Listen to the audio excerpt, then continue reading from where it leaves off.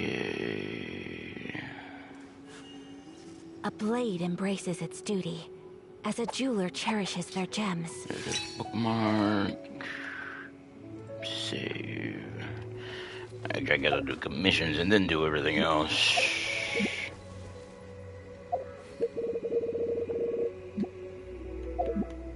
Once... Auto skip that, you stupid idiots.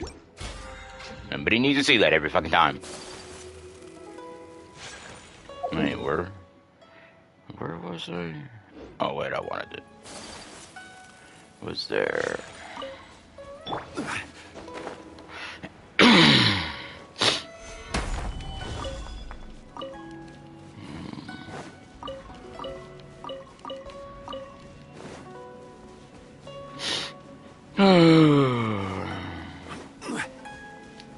Gather. I wish you would stand out a little bit more when you're in grass and roll around.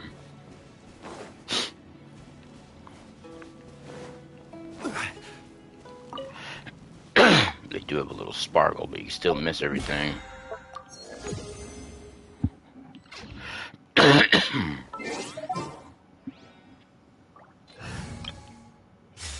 Switch back to that.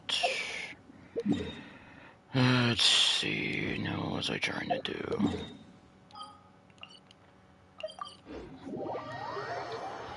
Need to close that.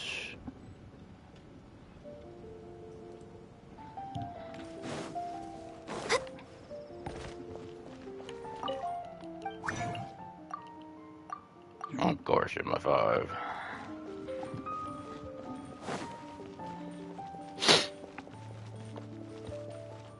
Add Astra... I am sorry. Yeah. They're all Add button. Astra... Alright.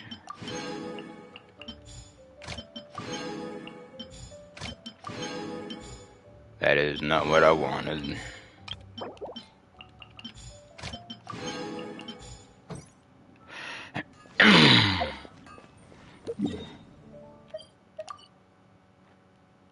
Nope, not that one. That one's underground. They need a different image for underground waypoints. That's what they need. Different icon.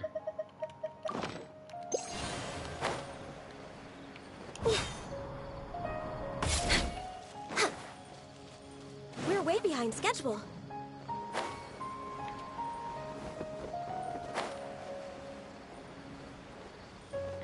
Okay, we have the Fatui.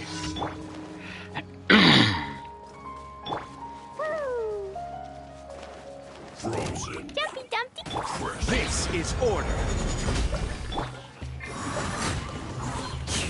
Access denied. Where we at? Don't be a killjoy. We've only just begun. The wind knows me.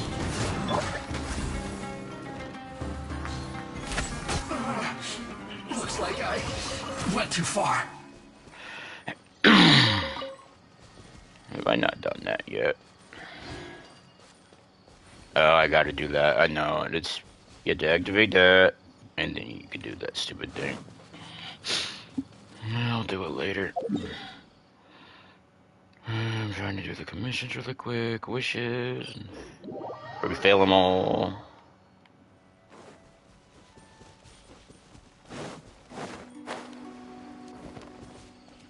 I wish they reduce the cooldown a little bit on this stupid. Next on the agenda, we're way Stain. behind schedule. The cooldown on this stupid thing, it needs to be Next changed on the a agenda. little. Healthy body and mind.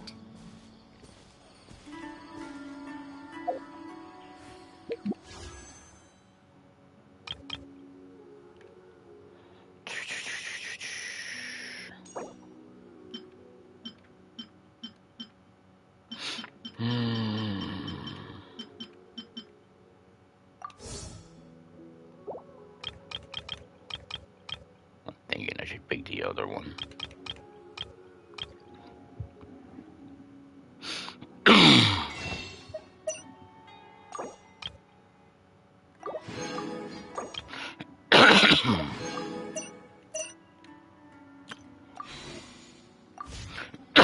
Well,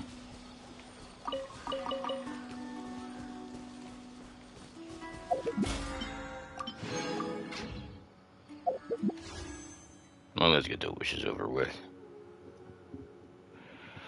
And I'm also wondering if I want to do that or not.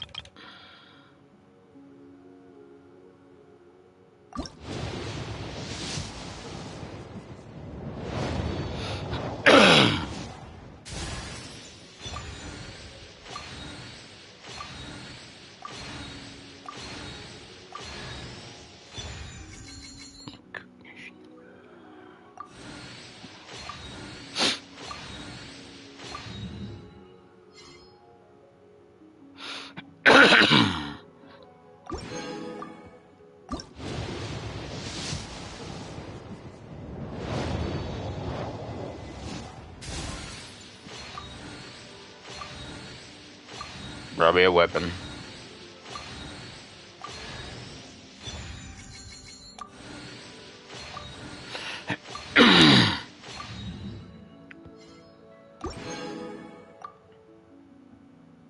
Pretty much keep taking everything, game.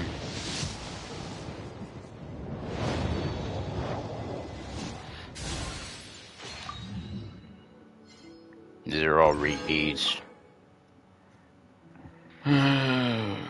If I see a purple, I'm just gonna skip.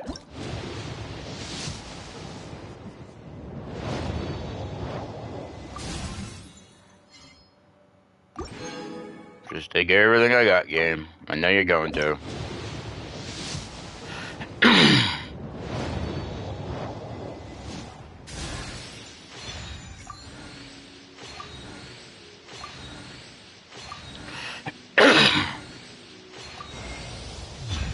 Told you. Told you the game was gonna take everything I had.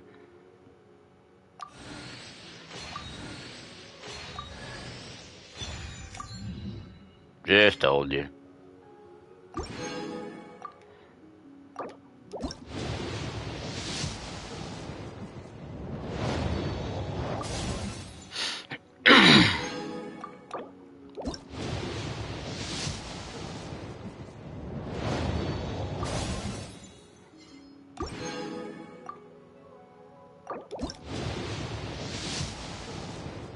I already told you it's gonna take. Probably won't even get it this time. I did. Bullshit.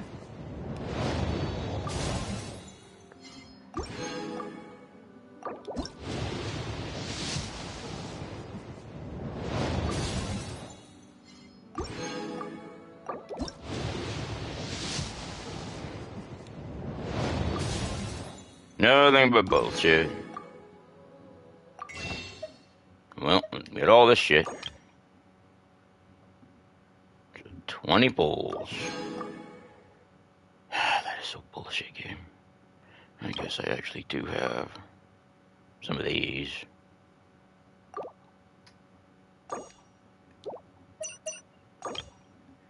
So 30. And some change.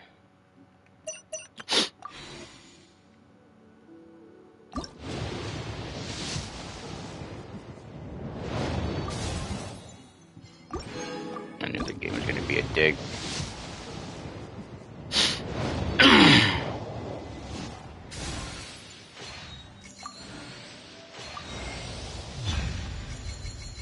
Took everything I had again.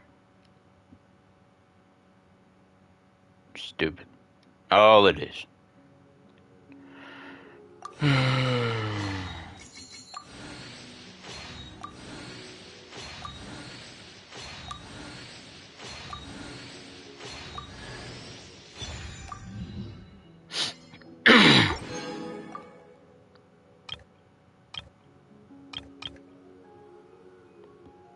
Wonder if I should even try this once. I know I shouldn't.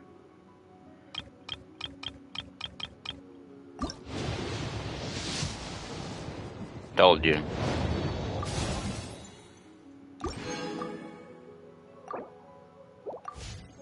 If you lie on the grass, you can feel the heartbeat of the world.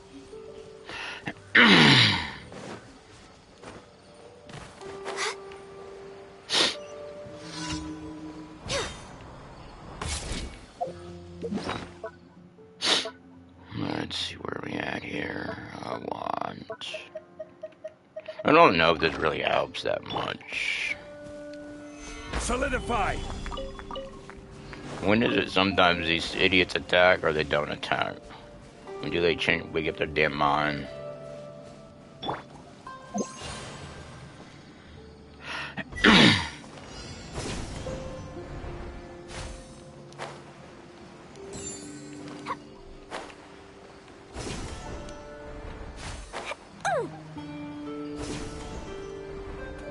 I think on that they need to put one on the stupid thing.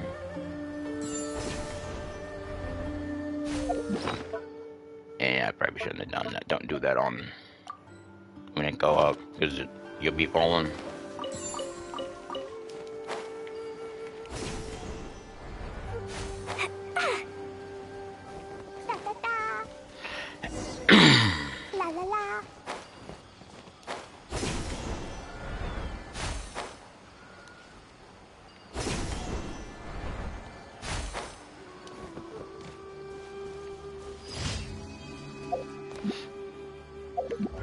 What's left?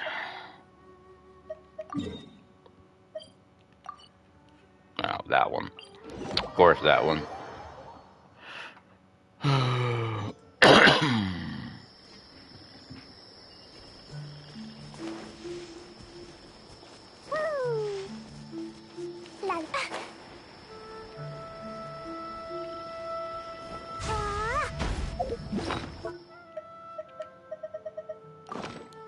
Seconds. By the time I get over there, it'll take 11 seconds.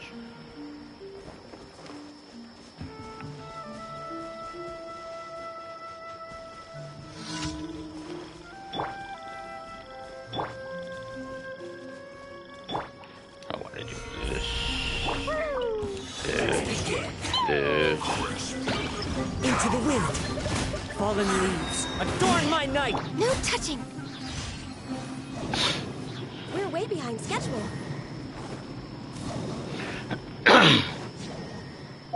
Stupid 58, need to leave me alone.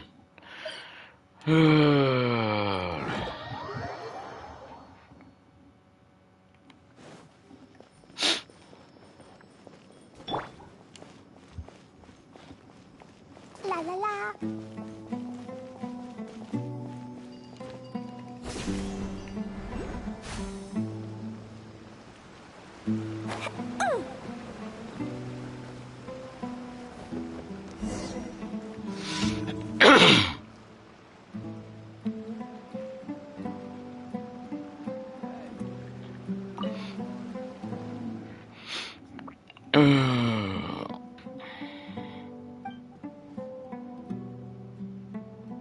I might be distracted.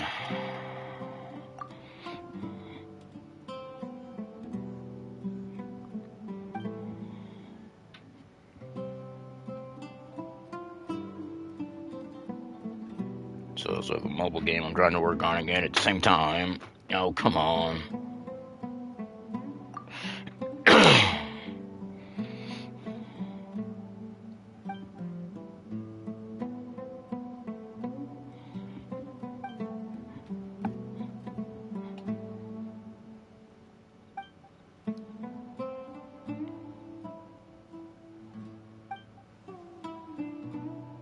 I guess 2 mobile games I'm actually working on.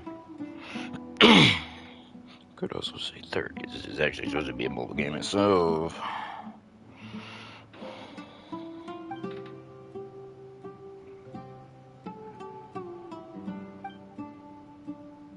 Recruit. So annoying, pretty much like everything I had. So stupid.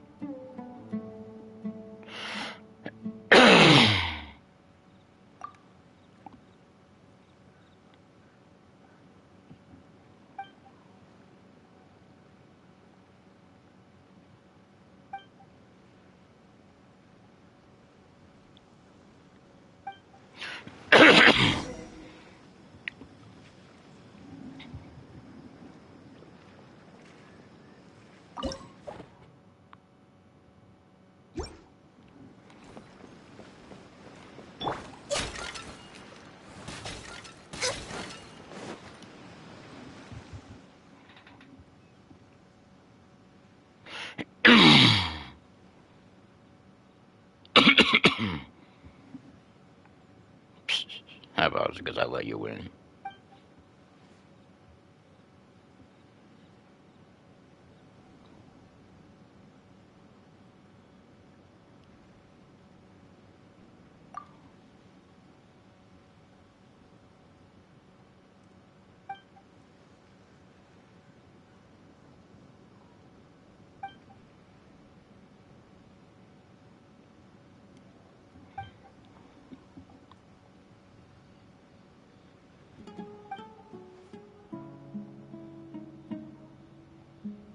And yes, I actually pushed square on purpose.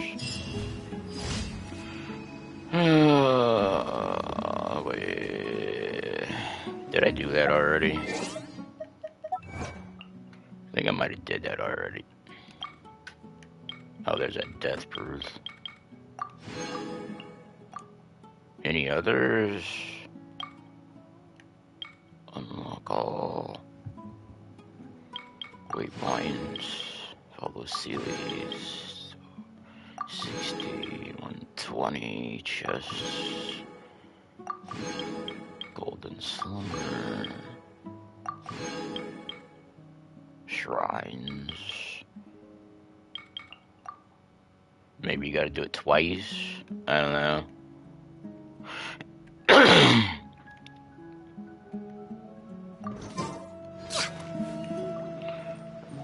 With one, yeah, I think you might have to win one and lose one.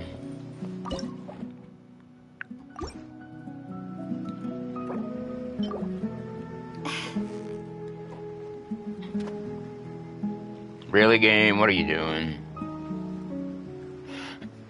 I'm pretty sure you're close enough. Can you work? Stupid idiot.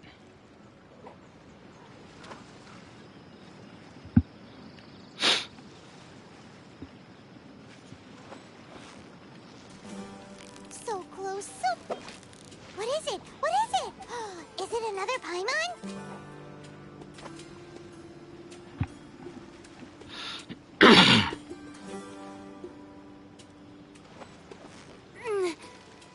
Victory is almost out. Whoa, nice catch.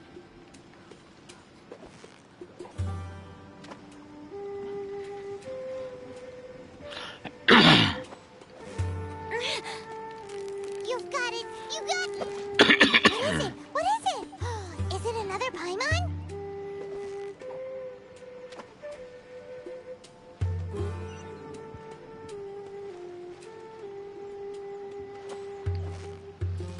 Did the day change already? You nearly got it. I think it did. Whew, that was a tough fight. A wizard is a way to see the time. Yep, 6 a.m. Access denied. Damn it, game. Don't do that. Stupid idiot.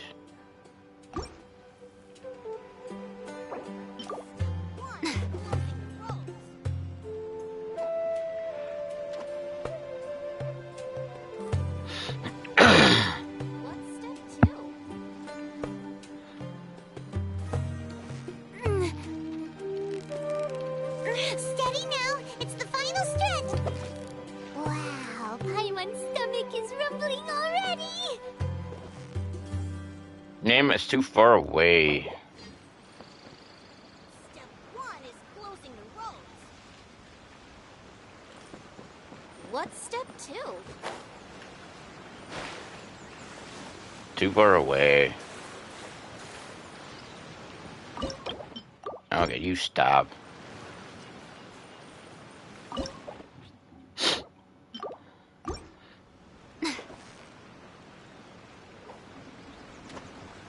Oh, you fucking dumbass game.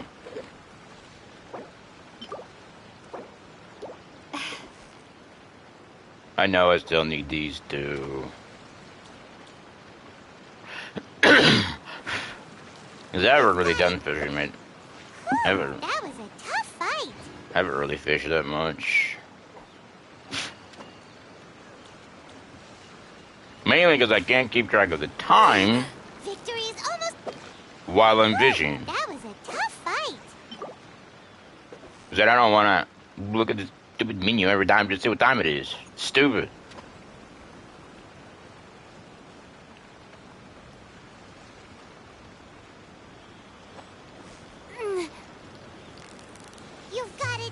There should be like a time on the screen somewhere when your vision. That's all they need to do.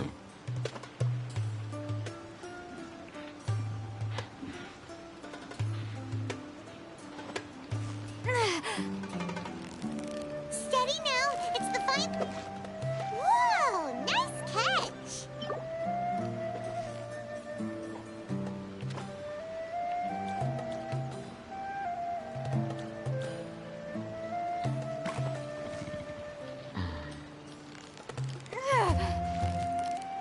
Yeah, you nearly got him. What is it? What is it? Is it another Paimon?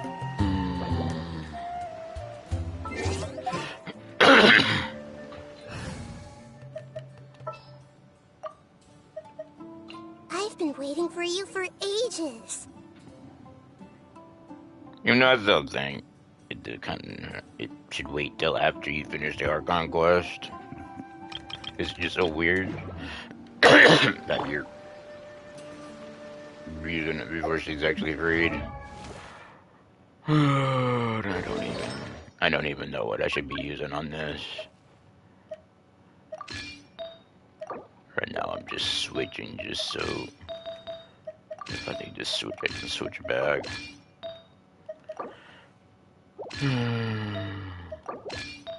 Probably not that good, but it's the only thing I got right now. And I know what I'm using now doesn't really fit her either. Probably.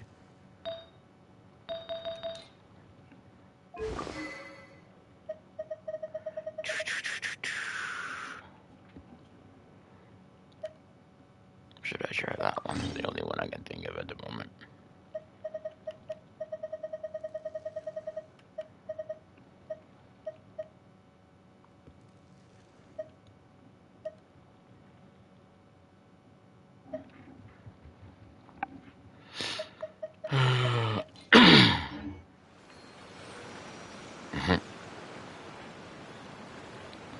The passive sitting on a chase swing. Wait,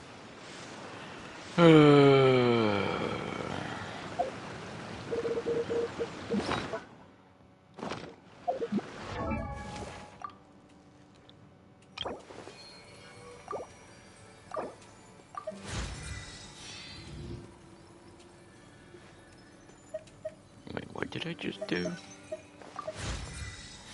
I wanted to stop. Keep forgetting. I just need to push this.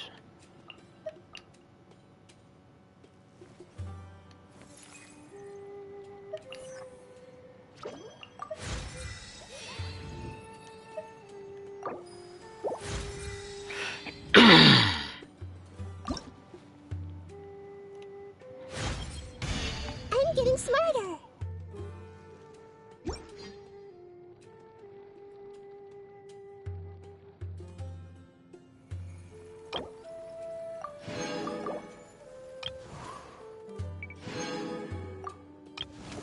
What they say is true. You have to see the world for yourself to appreciate how beautiful it is.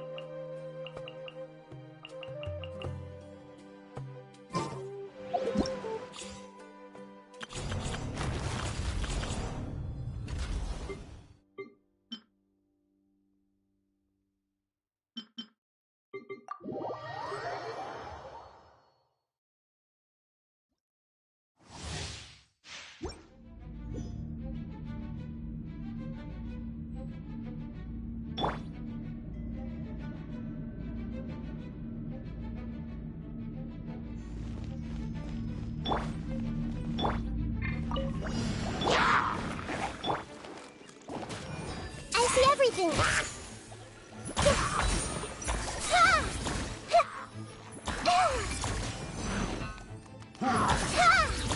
Committed to memory.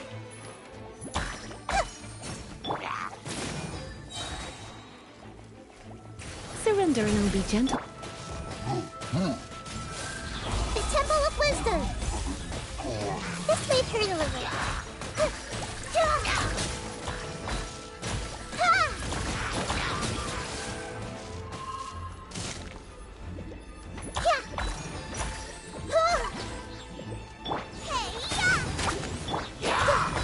Committed to memory. Share my knowledge. Really hurt. Let's dance.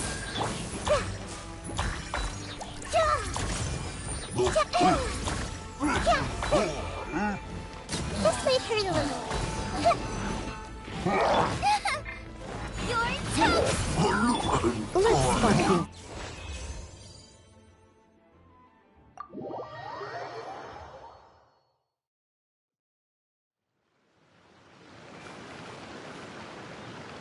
Everyone hold hands.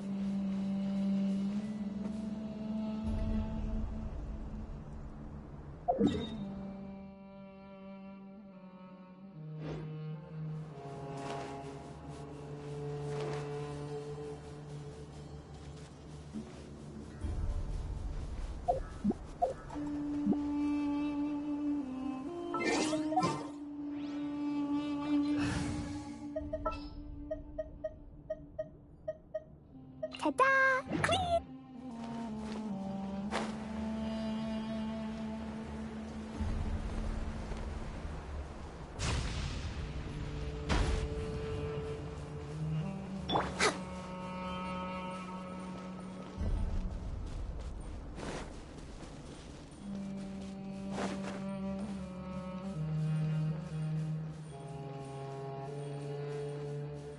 Next on the agenda.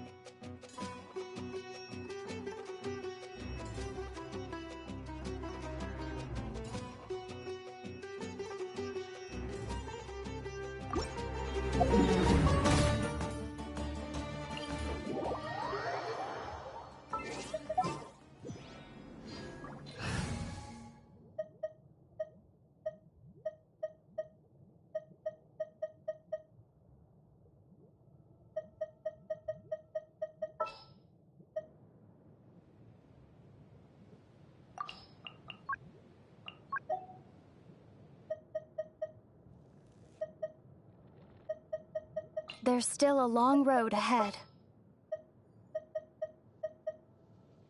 Whatever would you do without me?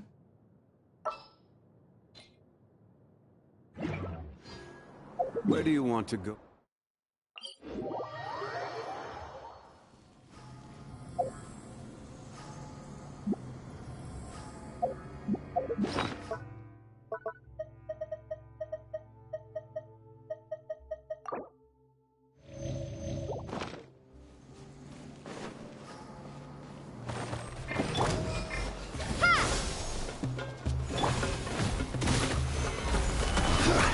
Born of ice and frost.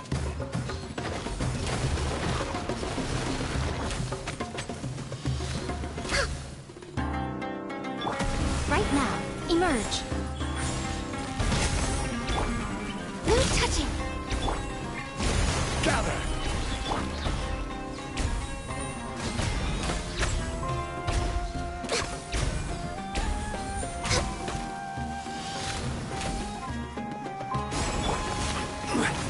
Solidify!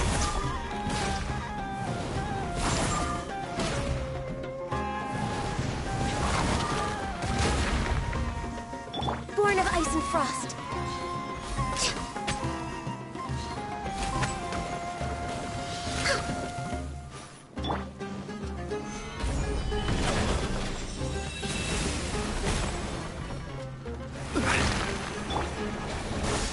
Springboard!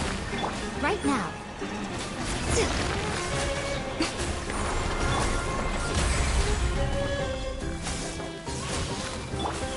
Right here. Access denied.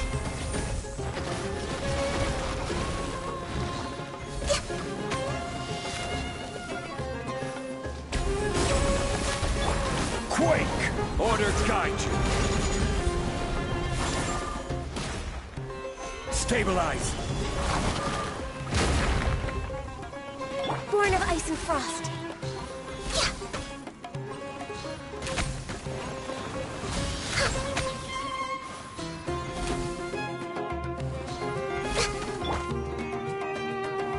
Solidify. Right now. Emerge. Right here. Propagate!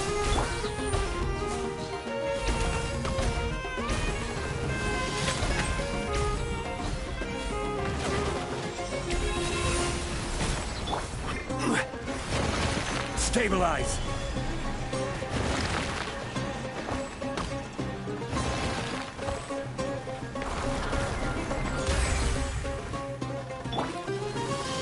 Right now. Emerge. Solidify.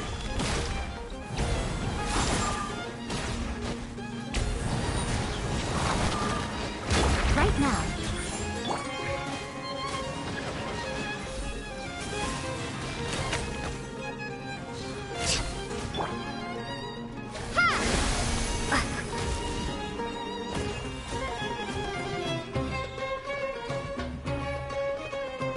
Propagate!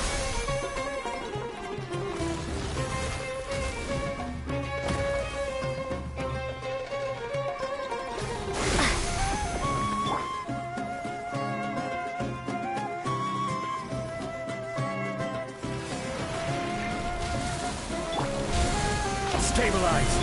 No touching.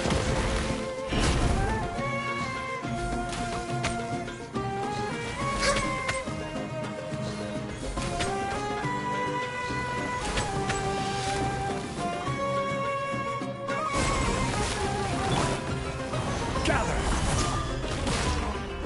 Emerge. Right now. Emerge. Born of ice and frost.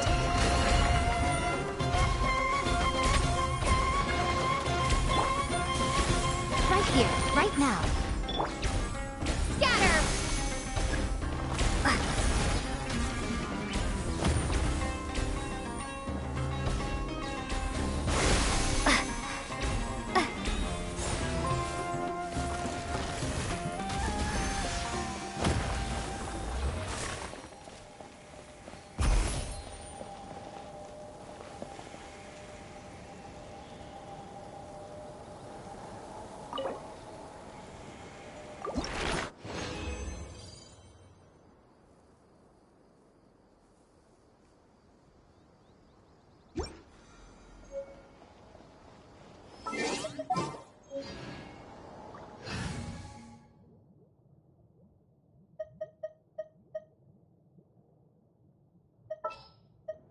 Ta-da! Clee's here!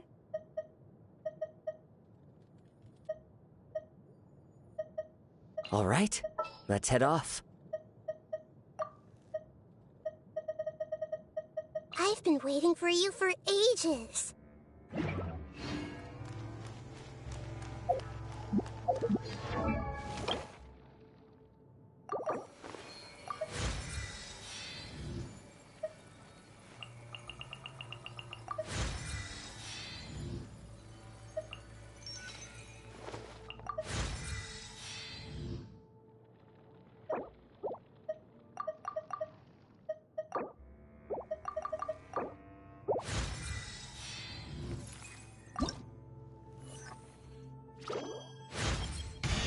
My mind is growing even bigger. It feels like you could fit the entire sky and ocean inside it.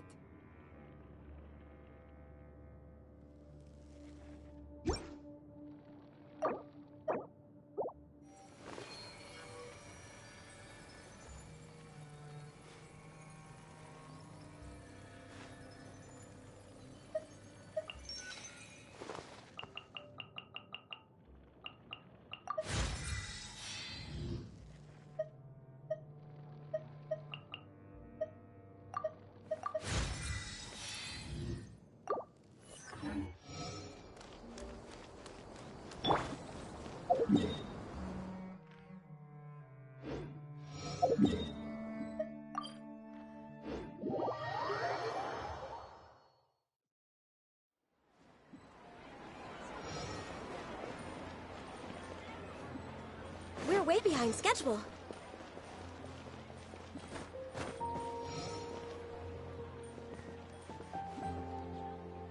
Ad Astra Abyssosk. Thank you for completing to Ad Astra Abyss.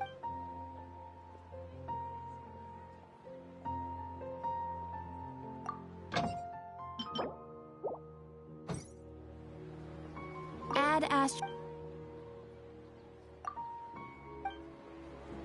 Ad Astra.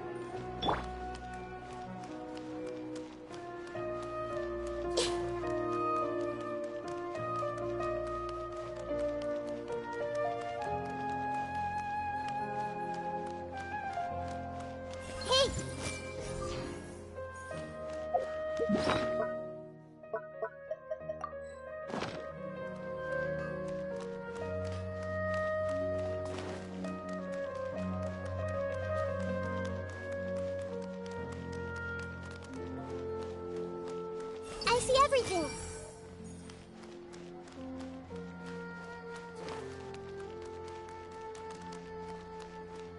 Hey!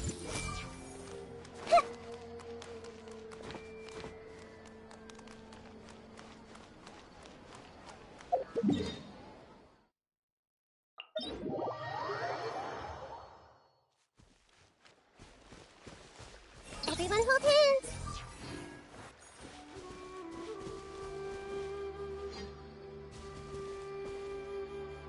I see everything.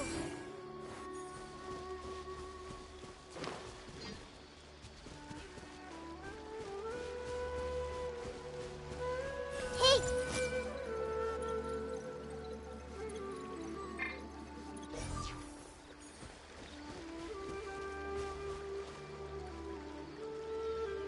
Everyone hold hands.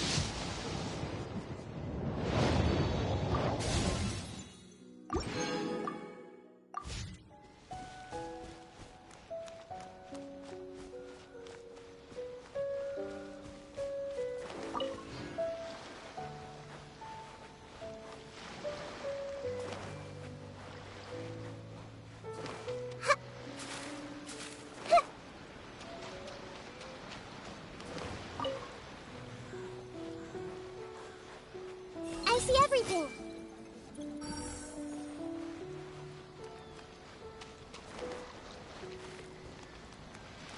Everyone hold hands.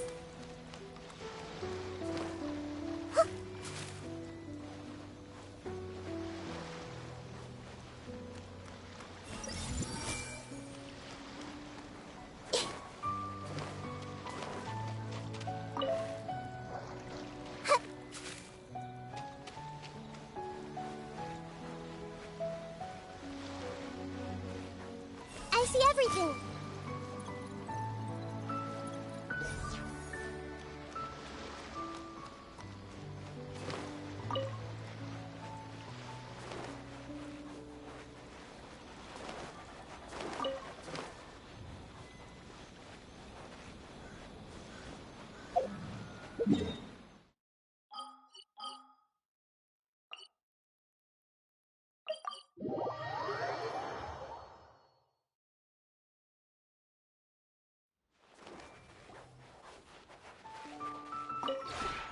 This realm.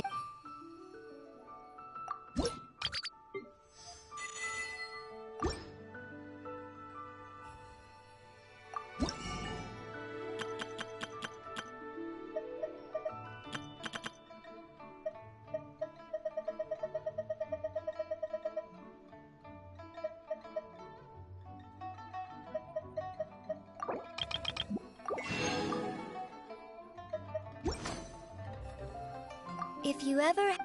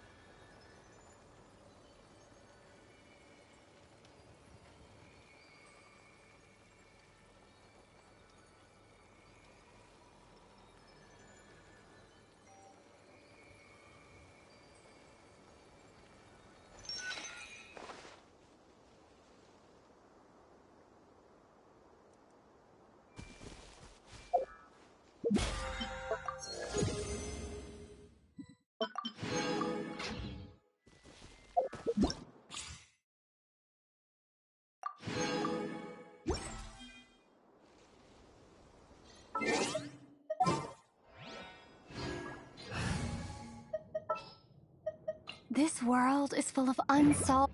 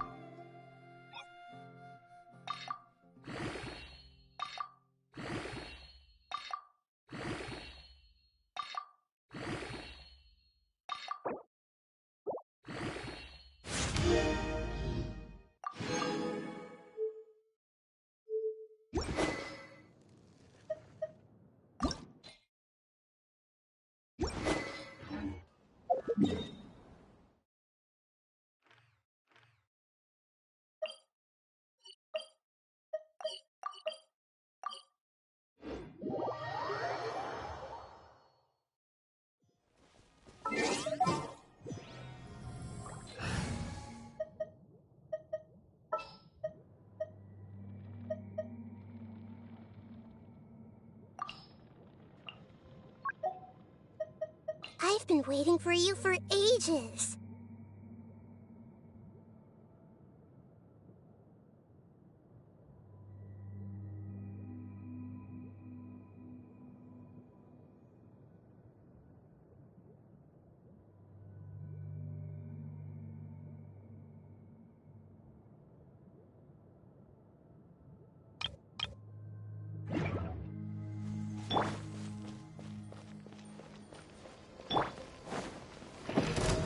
Solidify!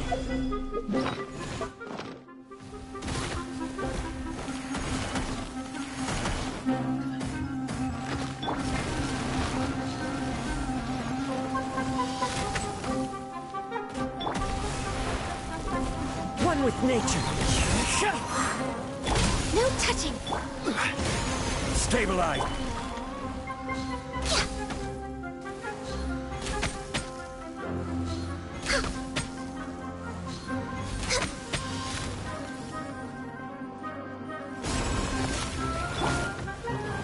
Solidify!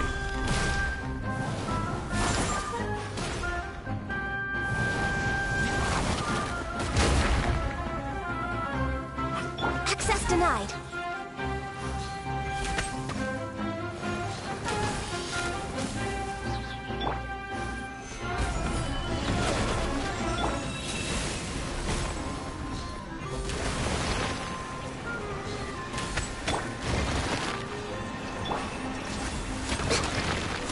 Crumble!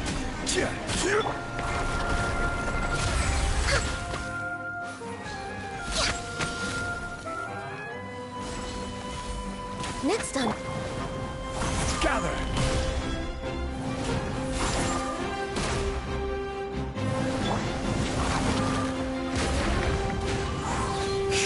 Born of ice and frost.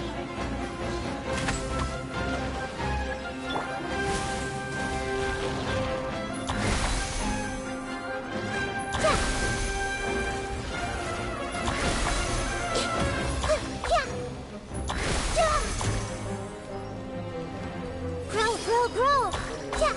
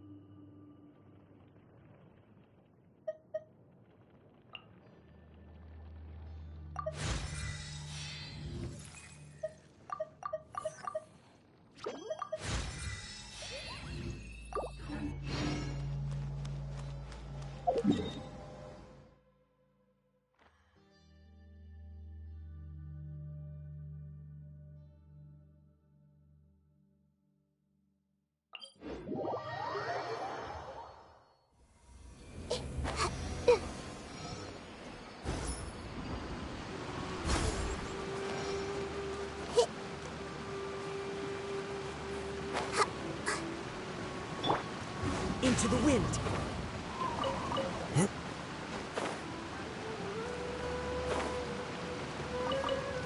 Follow the wind.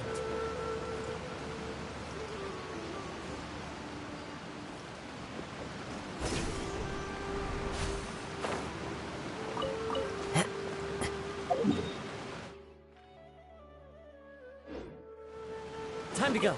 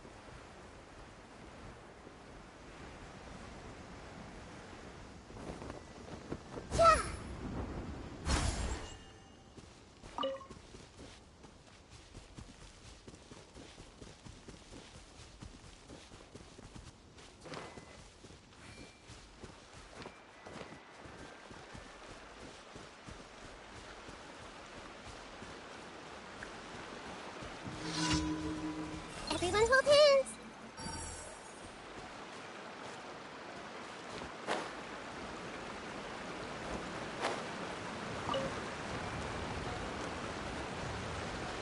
I see everything.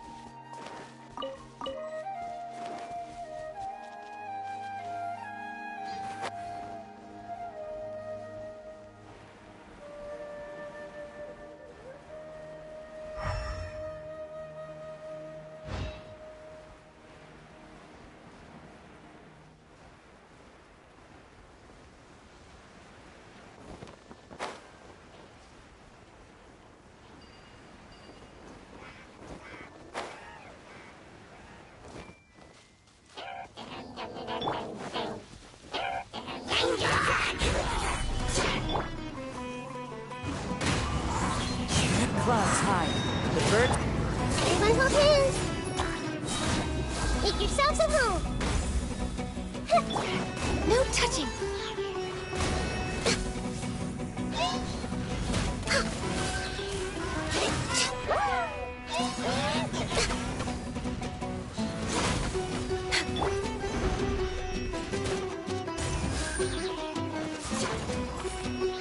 Stabilize!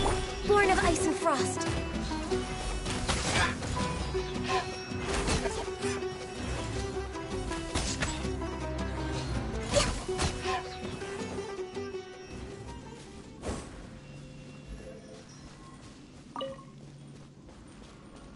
Next on the agenda...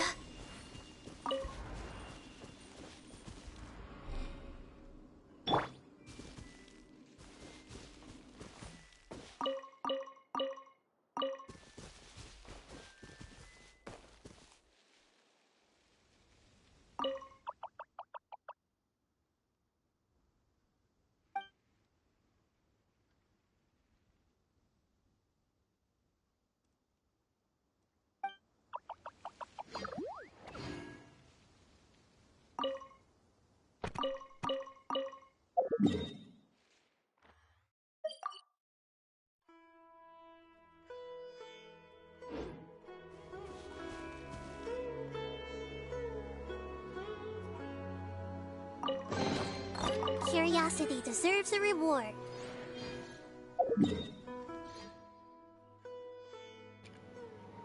And I've been muted all this time again.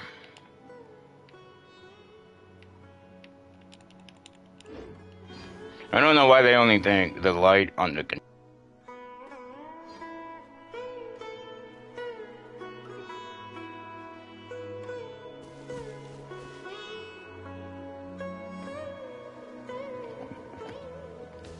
It's just stupid. You're not gonna have the controller in front of your face when you're playing a damn game. It's pointless. There's no reason. There needs to be an icon that doesn't stay on the screen for the stream or recording, but This world is... And I will be muting. Candace! We're here! Has everyone arrived? Everyone is already waiting inside. Well, what are we waiting for? Let's join them!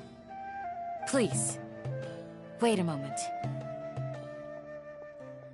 Before attending the meeting, I hope you can promise me one thing. What do you need? Promise me that you won't commit to anything too reckless. What do you think? Okay.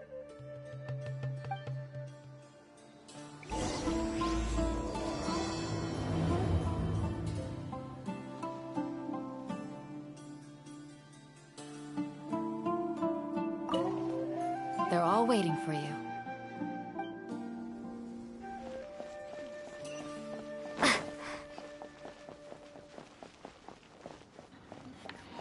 Probably would have been better just to teleport. Unless you're on PS4 or its lower system.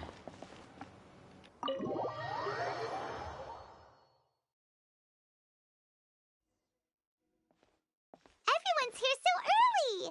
But why isn't anybody talking? We already discussed things a bit. Hey, where have you been? I've missed you too. Are you ready?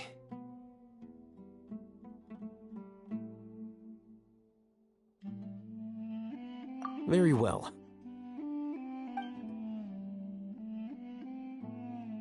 Are you sure this is gonna work? I gotta admit, it's bold. Color me impressed. It's worth a try. The point of discussion is to arrive at a solution. Let's cut the small talk and move to the next point. You're making Paimon nervous.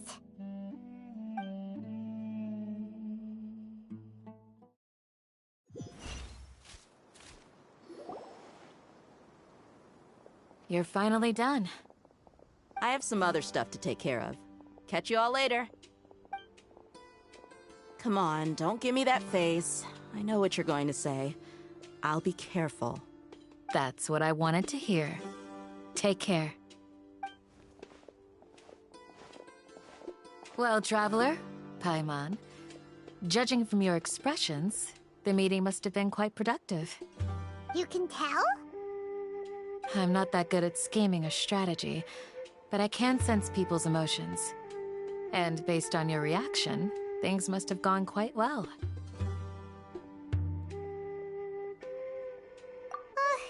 Paimon's a little worried. Hopefully nothing will go wrong. To be honest, I feel the same. But you're already some of the most capable people I know. So you have my trust. Candace gave us a compliment. Your deeds speak for themselves. Candace, we stayed behind to tell you that, although you won't be coming with us, we'll be sure to remember your words. I'm very glad to hear that. I've said the same thing to everyone here today as I said to you when you arrived. Your safety is the most important thing. Only when you're safe can the plan be successful. So please, take care. You're welcome. And thank you for taking my advice. Good luck with everything. I'll be here in the village praying for you.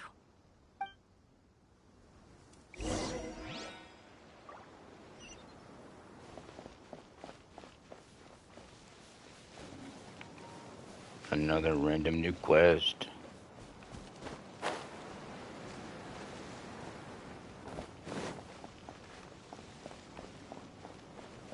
Have I still not grabbed that? No, I haven't.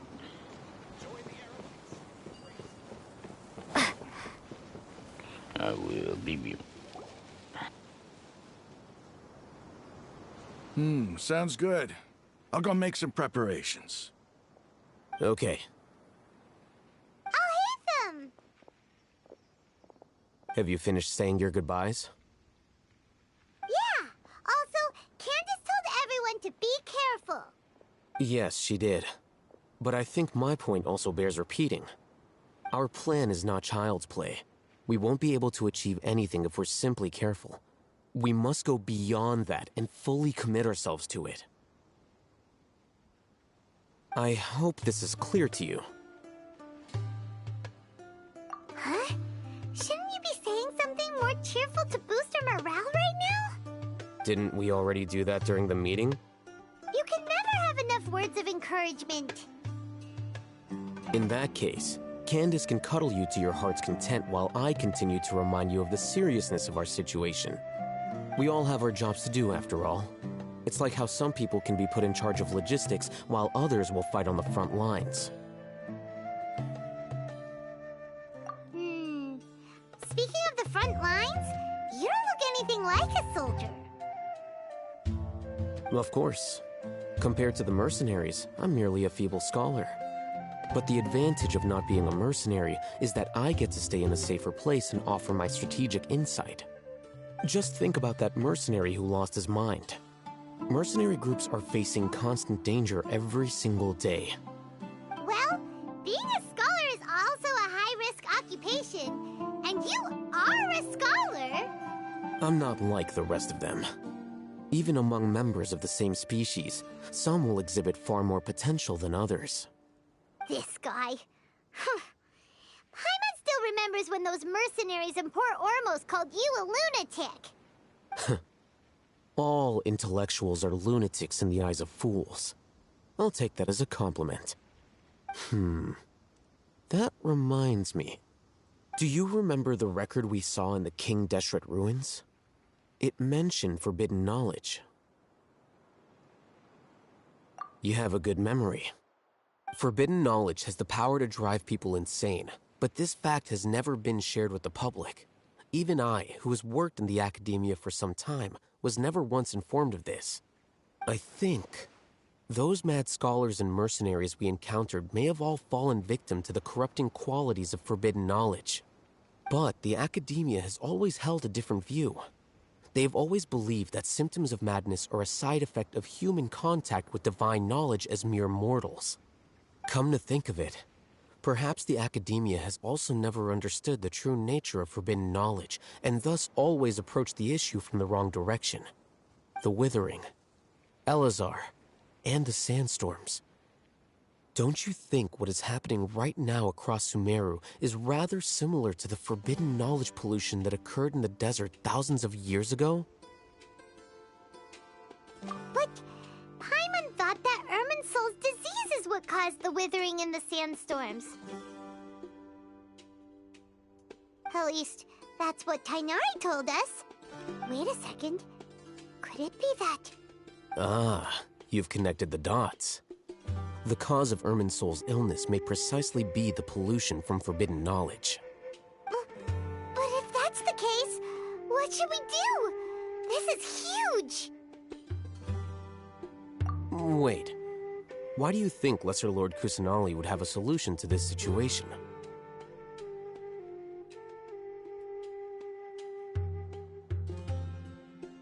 You mean, it's related to the scene you saw when you passed out in the Avidia forest?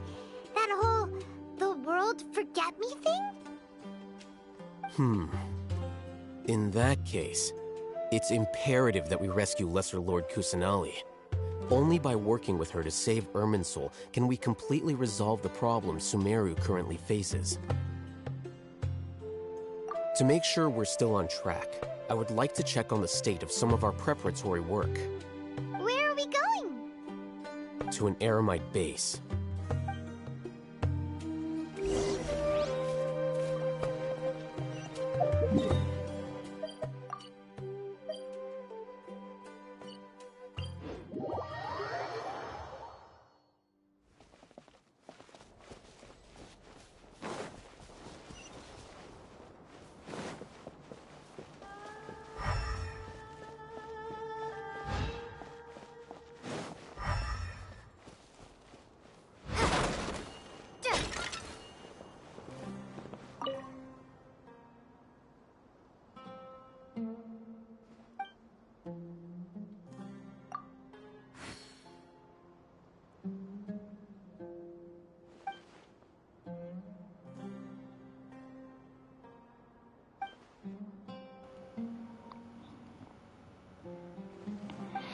Well, oh wait, yeah, I got that to do really quick. Wait, what's the other shoot? It's all good. Whatever the boss says.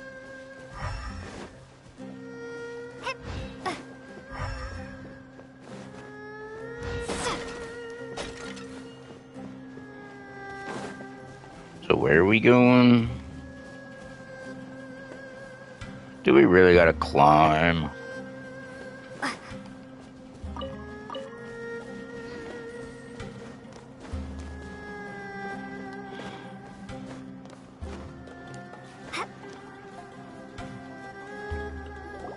Oh, you made it. Huh? What are they doing here? I gave them some technical work to do. Ah, it's the scribe. And is that the traveler I see? How's the work going? Ah, yes! We have fixed the devices according to your instructions. One of them is already ready for use, while the others are still under repair. Aren't those devices for canned knowledge extraction? What are you doing with those? Look here. Huh? More canned knowledge? Are you going to put more weird stuff into her head again? What's that look on your face? Are you scared? Paimon's a little scared, but very, very furious! That's an interesting response. Anyway, we're not going to use this just yet. As I mentioned during the meeting, this knowledge capsule contains a decree I drew up in the past. The academia should also have their own copy. And according to the plan we just came up with, Traveler, I want you to record something into this capsule. Do you believe we can save Lesser Lord Kusanali? Good. Conviction is the most important part of all of this. Now, please get ready and put on this device. You want us to record our conviction into the knowledge capsule? Yes. Paimon is still really worried. I understand. But trust me, Paimon, this is something we have to do. It's best if you can do as I say. Because, to achieve this impossible task, it sounds like you'll need to fool your own heart first. Although it may feel like a trick, self-encouragement may be the most important tool we have. Paimon can see the point you're trying to make. Imagine this.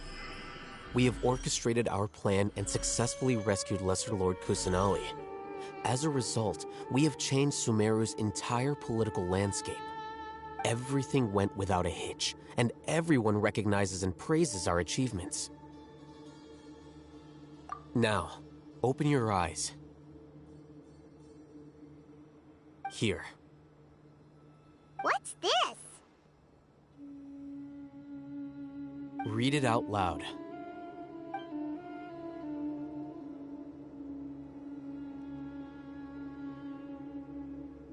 It's done. Is your head okay? Does anything hurt? It's just a recording. There should be no negative effects. But what was the point of doing this? Paimon doesn't get it. And that's perfectly fine. In any case, these capsules aren't meant to be used by you. Huh? What do you mean? Have you forgotten? Our plan needs to account for those who have long relied on the Akasha. You may find it hard to believe, but for those people, everything the Akasha transmits to them is nothing short of absolute truth. Imagine if you've been using a device like the Akasha since the day you were born, and this device has always supported you during times of need. After all that time, what do you think you'd become? A fool? A machine? A slave to orders. And that's why rules are so important. In addition, those who understand the rules can delineate boundaries and identify gray areas. But why would you need to identify the gray areas? You could say that those kinds of ambiguous zones can be very interesting. One might even say they're advantageous in the right hands. Things you're interested in are really out there. Are all Sumeru scholars like this? Anyway, that's enough chit-chat. I'm going to take those two to work on some small projects. You can head to Caravan Rebot and start preparing for the next step. Small projects? We're going to tinker with the Akasha terminal and make a few modifications.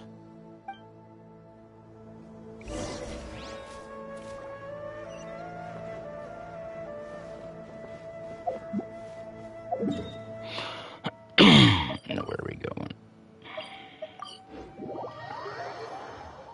I wish I knew about that sooner. I've already said it a few times with this. So like if I wanted to go back there again.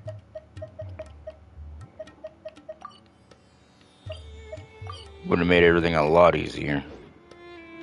What was already there? Why'd I teleport again? Because I guess pretty much instant again. I thought we agreed on a plan. How can you go back on your word? The plan is too radical and carries a high risk for casualties. I've given it a lot of thought. And in the end, I still can't agree to it. But it's still the best plan we have. As a former Matra, you of all people should be able to see the bigger picture and recognize the innate advantages of our plan. I did. And that's how I saw the danger behind these so-called advantages. Alhaitham's plan is even more radical than I imagined. Huh? Why are you guys arguing? My friend, you're just in time. Why don't you help me persuade Sino? He's turned against our plan. We agreed to work out a plan at the meeting. As mercenaries, you're familiar with the local environment, so you'll take care of the specifics. But then, you went to Alhaitham for suggestions. Had I known Al-Haytham would give you those kinds of suggestions, I would not have agreed to the plan. Look, you already know that we're all on the same side here, don't you? Mercenaries place a lot of importance on their bonds of friendship, but also will not hesitate to make sacrifices if they deem the situation to be sufficiently dire. I'm sorry, but as things stand, I can't accept your principles. Seems you really do understand the ways of the desert. Traveler, Paimon, this is also something you should know. Rahman's plan is to have me work with the Caravan Reebok guards in my capacity as a Matra. We will arrest the mercenaries and escort them into Sumeru City.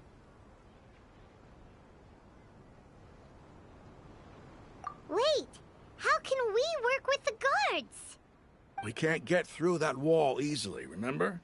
Caravan Reebok would never let so many unregistered members of the Eremites enter Sumeru City.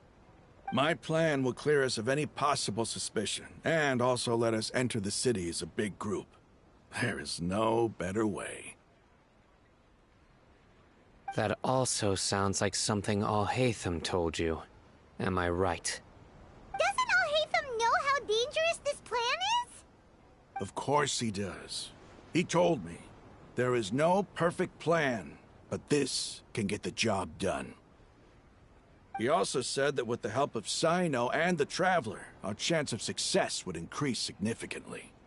I never blindly trust anyone, and I've always had a good eye for people. I think he made a number of valid points. It's my own choice to trust you. If I make the arrests alone, I can control myself and prevent you from getting hurt. But I can't guarantee that kind of discipline from the guards. To make the whole thing more convincing, you'll need to resist to some degree. Casualties are inevitable once push comes to shove. I'm okay with the deaths of enemies. But now that we're allies, I'm against the meaningless loss of our own. I can't believe a Matra would actually care about us. I've lived a hard life, and I can say that people like you are hard to come by. I've always treated my allies with honesty and respect. They have the right to know important things like this. Now you're making this hard for me. Hey, is there something we can do to help? I knew you would say that. We can help fight some of the mercenaries, which should reduce the number of times you'll have to struggle directly with the guards. That should help at least a little bit.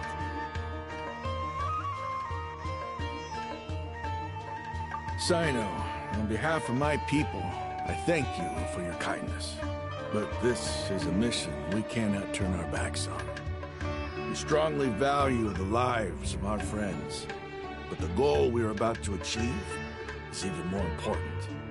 We have no fear of casualties, because we crave the spoils of victory. So please, lend us your support. We will show you the determination of us desert dwellers. Well, now that you've put it that way, I can no longer refuse.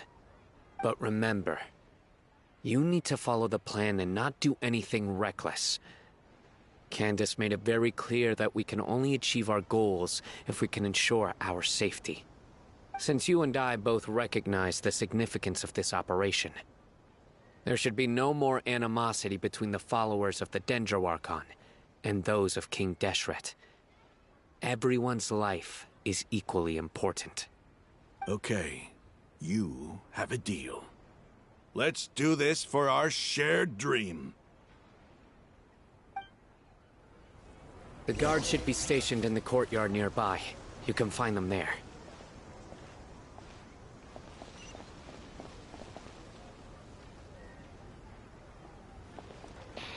And I gotta go up. I should have just stayed up there.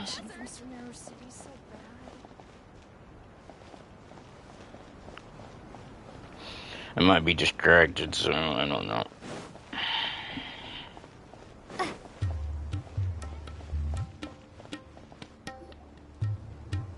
Guards! General Mahamatra! To what do we owe the honor? Keep your voice down. This is a secret operation. I'm going to arrest a large criminal gang near this location. According to the Academia's Guide and Regulations on Secret Operations, I have the right to ask for the cooperation of Caravan Rebot. Ah, of course. Mahamatra Sino's order is the Academia's order. Just let us know what you need. But who exactly are you planning to arrest, and how many people are you expecting? Depending on the scale of this operation, we may need to report it to our superiors. They're a squad of Eremites whose number is comparable to Ain el Akhmar in Port Ormos. They're involved in the theft and resale of supplies from the Academia. As many as Ain el Akhmar? This should definitely be classified as a joint operation. Then I suggest that you report this to your superiors as soon as possible, and treat it as a top priority desert operation. I will need personnel. Got it. Please wait a moment. I'll contact them immediately.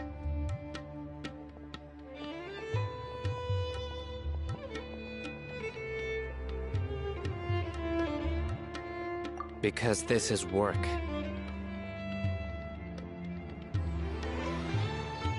Because I trust you. Paimon can't believe you're still in the mood to chat. This whole thing has Paimon scared stiff. Aren't you even a little worried? What if these guards already know that you have betrayed the Academia and are no longer their General Mahamatra? Even if that guard doesn't know, their superiors might, right? We discussed this, remember? The Caravan Rebot operation is of great importance. But don't worry, the guards there shouldn't know that Sino has stepped down. How can you be so sure? First, the other Matra still don't know why Sino has left, which proves that the Academia has been covering up the matter. Second, this is a crucial moment for the Academia's God creation plan. If something were to happen to the General Mahamatra, it's bound to attract a lot of unwanted attention. No matter how you look at it, they don't seem interested in sharing the news of Sino's departure. A reasonable inference. I agree. Which brings us to our next issue. I'm sure some of you have been wondering if the prediction function of the Akasha will affect our operation. The Akasha is still in operation, so I must remain on high alert. Actually, considering the power of the Akasha, it's quite strange that it hasn't already tried to interfere with my actions. I've given that a lot of thought. For now, I don't think you'll need to worry. If you remember, when you first came to Aru Village, all your actions and routes were predicted by the Akasha. It even gave that information to those who kidnapped the village keepers. But things like that never happened again after we met up with the Traveler. That's true. But why? Look at it from a different angle. Why do you think the Akasha will predict your actions? Because my personal data has been entered into the Akasha. That's true, but the key to this question is, how well can the Akasha make predictions about a person? Haven't you ever thought about it? Just how can it do this in the first place? Because the Akasha controls the entirety of Sumeru. The Academia firmly believes that all human actions can be explained through logic. By sorting and analyzing entered data, the Akasha can derive behavioral logic and predict the actions of those who fit an existing logic model. However, at the risk of sounding like an advocate for fallacies, can everyone truly be considered logical at all times? Emotions are part of our behavioral logic, but can you guarantee that every experience of the same joy or pain would be equally intense? How can our feelings and opinions be predictable down to the letter in every single instance? Sino, in the past, you've always worked alone. In the absence of another person who could sway you or your thoughts, the Akasha could produce predictions that were similar to your real-life behavioral principles. Decisive and principled, you were used to solving problems alone. That's why the Akasha could figure you out. But now, you've joined a team. and I believe the Akasha hasn't yet figured out the full composition of it. Our thoughts and logic have intermingled and weaved themselves together to become a complicated, chaotic mess. Any one of us could potentially disagree with another. The Akasha lacks data on these interactions, and it's impossible for it to predict your actions in the future based on your decisions in the past. After all, there's probably a limit to just how much we can be modeled or controlled by data. So, in my opinion, you're probably safe for now. Makes sense to me. I agree. The Akasha is not alive, and I don't think we can be completely controlled by something without a mind of its own. Is that so? I guess there are things that even the Akasha cannot calculate, and people will not be forever trapped by the past. Paimon's so glad that this is settled. Next time, pay attention during our meetings. Will do. Just remember to stay vigilant. Footsteps! General Mahamatra, we were not expecting your presence here. I'm the security officer of the Grand Deshret Desert District. My name is Luxembarbo. This is my assistant, the Traveler. She will be working with me. The construct next to her is for her work. Beep! Construct, beep! What a great honor to meet you. Your golden hair is as bright as the sun. And, is this the latest technology from the Academia? Have you made a decision regarding the matter I mentioned to your subordinate? It seems to be a dire situation, so of course you will have our full cooperation. To be perfectly honest, I've always longed to go on a mission with someone as well known as yourself. There's no need for flattery. Yes, sir. Take your most elite platoon and follow me to the eastern side of the district. We will carry out the operation there. Understood. Map. Hurry, bring the map!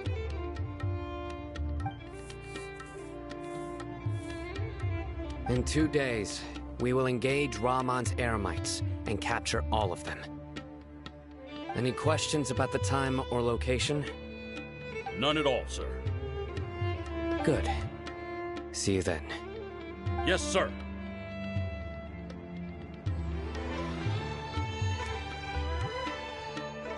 Maybe hanging around the General Mahamatra isn't so bad after all. Everyone's so respectful towards us. This is all due to the absolute authority of the Academia. And now, we're going to strike back against that massive pillar of power. Get ready. We will move out in 2 days.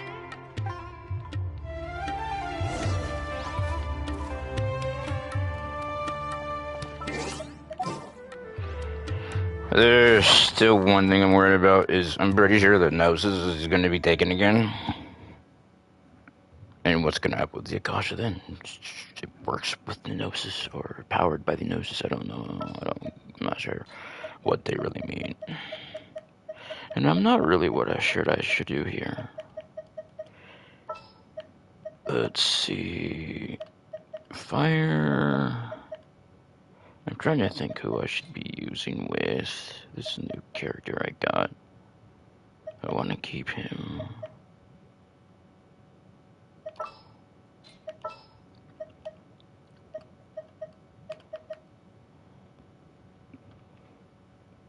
So I do want to try to start doing a different party.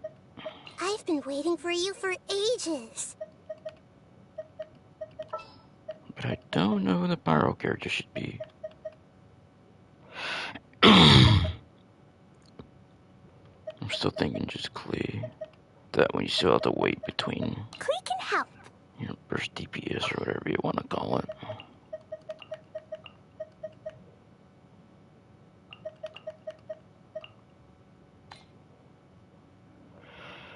She's not built yet, so I can't really use her there. I was gonna try to set up a second party like this, but I could just switch the NES.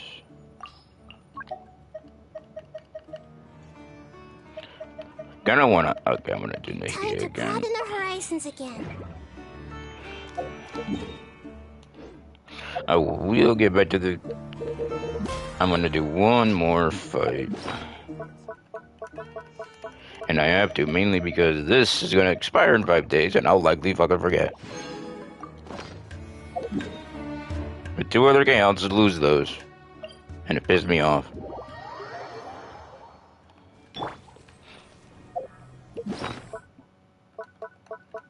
There needs to be a warning. Like a day before they expire or something. And the same day, probably. Maybe not a pop-up like daily. No, what am I even? Food. Just some little notification that pops up like on the side somewhere. Or on the map. Or in the inventory itself somewhere. It doesn't matter where you are. Like on the left side of the screen. Expiring in several days.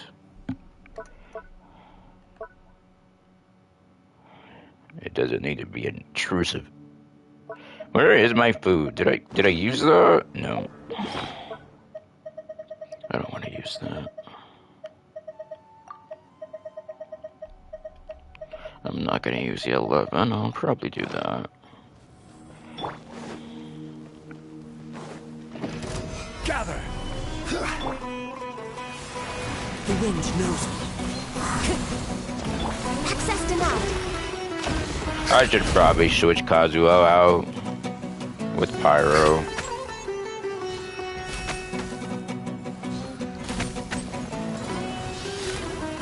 Committed to memory.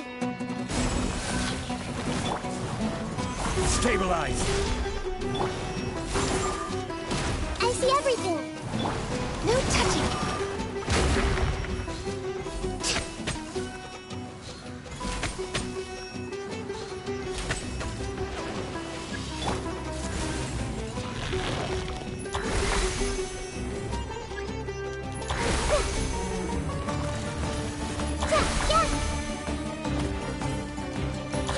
You have to keep reactivating them if they get hit. Don't stand near them, is what I would suggest. Wait, did that get hit? That worked.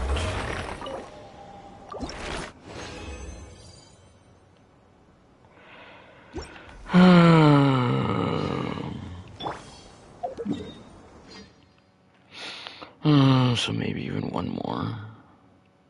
But that'll be a little later. Like when there's a transition.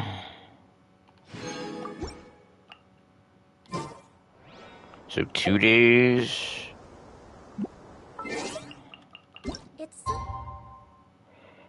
So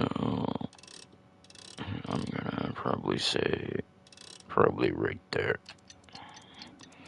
The end of tomorrow. So the day after tomorrow. I just wish there was a place you could go, hit square, and it takes you 5 minutes before the required time. Which is more like 5 seconds, but still.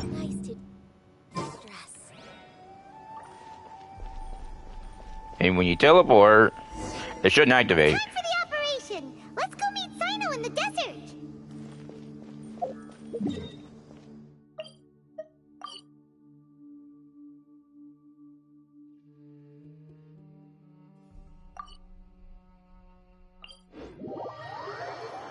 And why am I talking to myself again?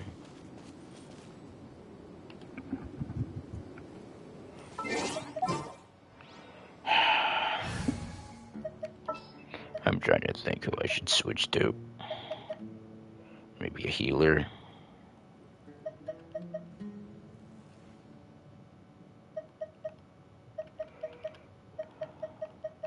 Take heart. Victory.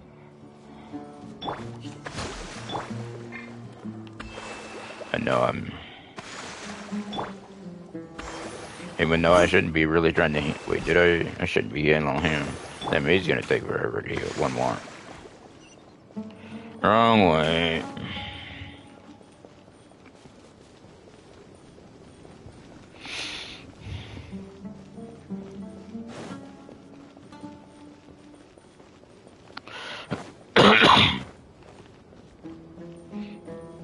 I might even just switch up Jungly, I guess. In that second. Look! Over there! Our helpers have arrived already! Let's hurry over! Wait a moment.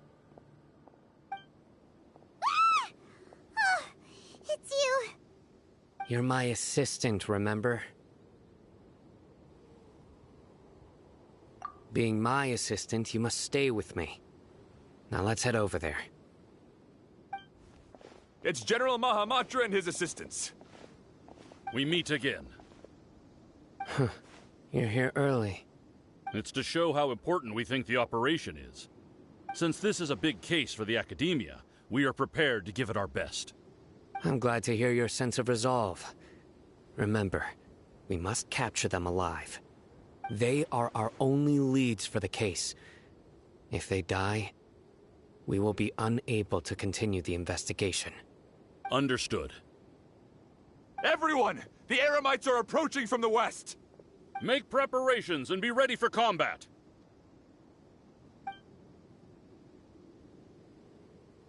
Halt! Oh? What a warm welcome. What do you want? Judging from those shiny weapons in your hands, it seems like you're not interested in a deal. Rahman, the Academia has caught wind of your smuggling and illicit sales. If you value your life, I advise you to surrender. Who are you supposed to be? A Matra from the Academia? I can't believe you came all this way just to catch us. I'm not here to talk. Oh. Nobody's given me this much time of day since I became a mercenary. Brothers! For that slight, let's wash our blades with their blood. Let's show them we Eremites are not to be messed with. Access denied. Into the wind.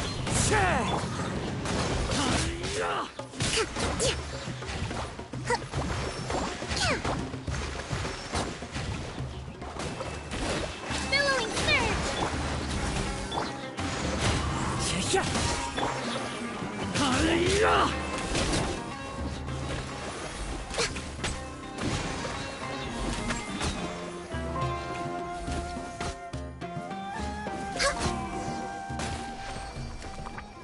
It's over. Ah! We have subdued them. The operation is now over. All Eremite mercenaries and related personnel in the area have been arrested. Ah, you pitiful Dendro Archon dogs! You'll regret this! I'm afraid you'll regret it first. King Jeshred will curse you, and you will all! Silence! Oh, Restrain them and take them back to Caravan Rebot. Count their numbers and send them to the Academia as instructed by the General Mahamatra. Yes, sir!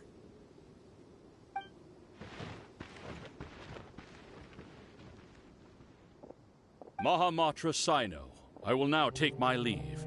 If you need further assistance, please come to Caravan Rebot and ask for me. Understood. You are dismissed. There they go. Let's talk elsewhere.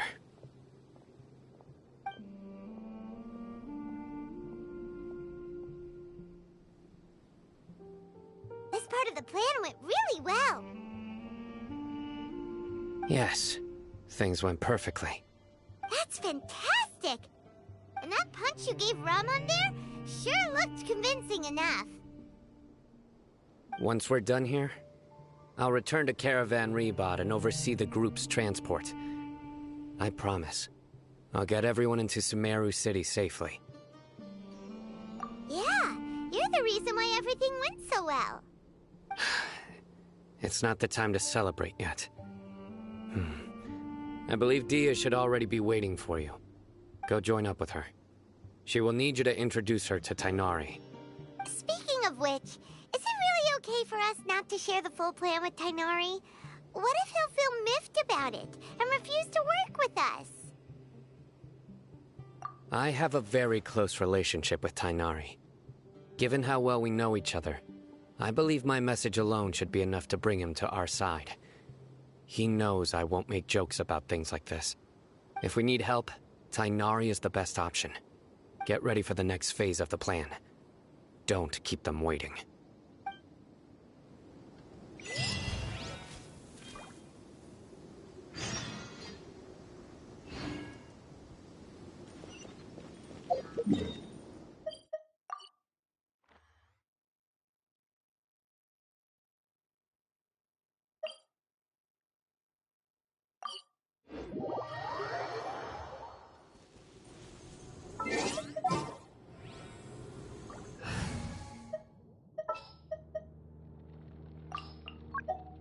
Just what will we come across this time?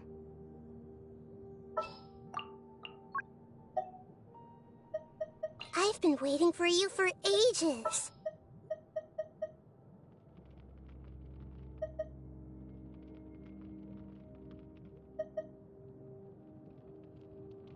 Yeah, let's go on a big adventure.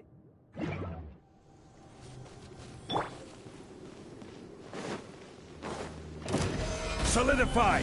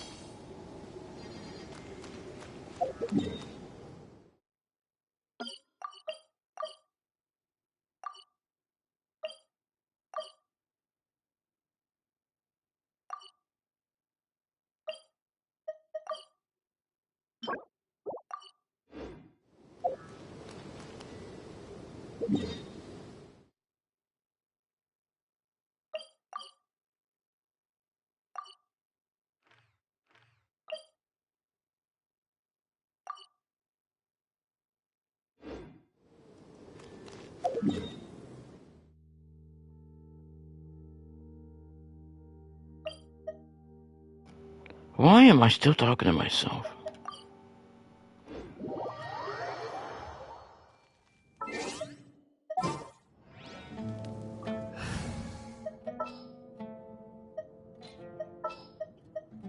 All right, let's head off. This world is full of unsolved mysteries.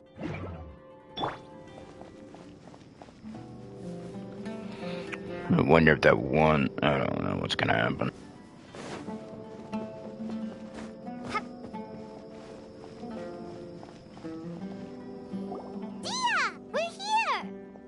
It's about time. Didn't you say our part of the plan is the most important of all? And here you come rolling in late.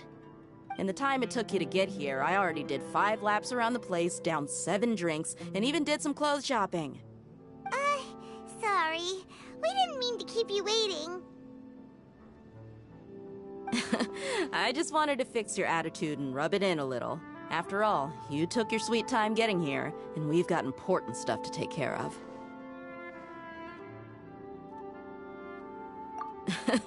I just like seeing that serious look on your face. All right, I'll stop. All joking aside, I'm glad you're here. Let's get moving and take care of this as soon as possible. But where should we start? Our responsibility is to get a status update on the Fatui Harbinger known as the Doctor. We need to make sure he won't get in our way when we rescue Lesser Lord Kusanali. Dealing with an institution that controls all of Sumeru is already hard enough. If the doctor were to crash the party, it would be next to impossible for us to achieve our goals. Yeah, we sure don't want him showing up. Ooh, he really gives Paimon the creeps. Right? Hearing his name just reminds me of those stuffy old geezers in the academia. I'd rather not have to deal with someone like that.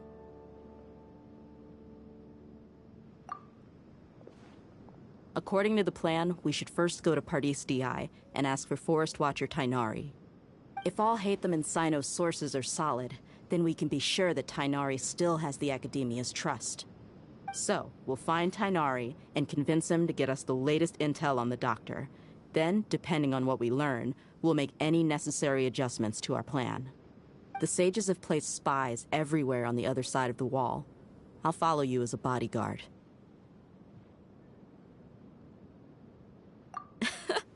You should be honored. I don't offer my services to just anyone you know.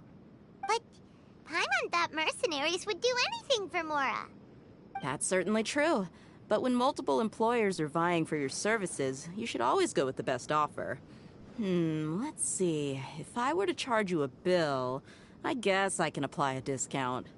How much more do you want? Paimon's not sure we can afford it. How much do I want? Hey, how about paying me with a smile? What do you say? I haven't seen you smiling much recently. If you ask me, someone like you must look lovely when they smile. Come on, give me a smile so that I can be less worried. Looking good! I hope this pretty smile will become our lucky charm. There are many kinds of smiles, but only a truly joyous one can bring blessings to others. Let's consider this smile a down payment for our future victory. Let's go. It's time to pay a visit to Pardis DI.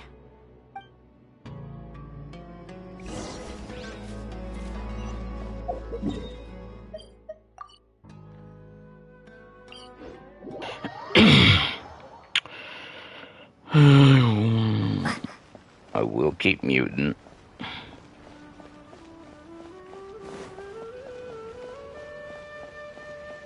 over there! Let's go say hi!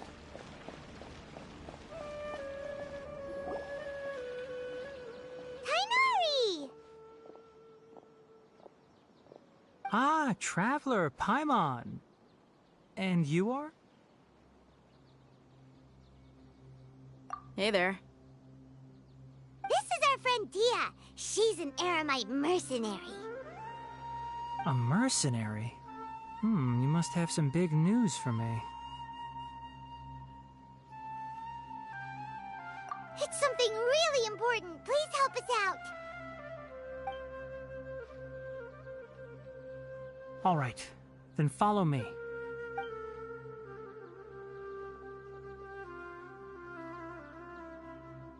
This place is better. We won't be disturbed by any passerby. Okay, what is this important thing you want to ask me?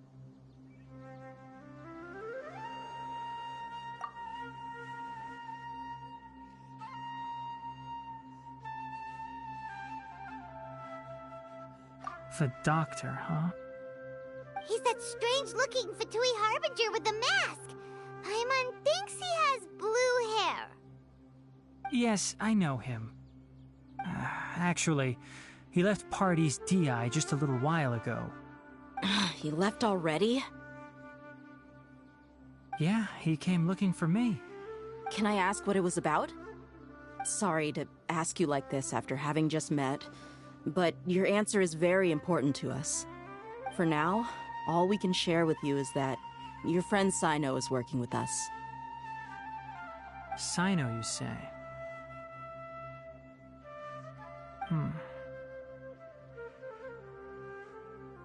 I see. So that's why he hasn't been at the Academia. Okay. I will answer your questions and will assist you any way I can. You don't have to tell me everything that's happened. Sino's name really does work wonders. You're not even a little worried that we might have made it all up?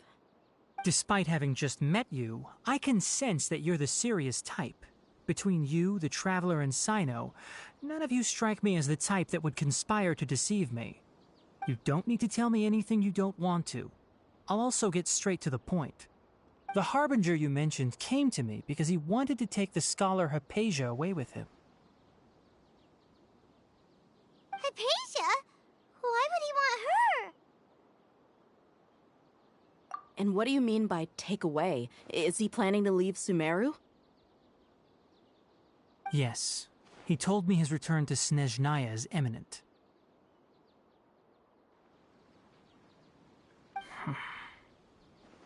So you mean...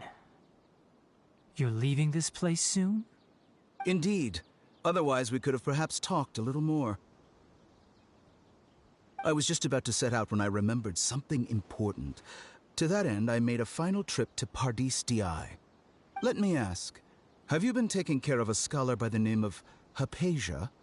Your sources are accurate. No doubt because you recruited many informants.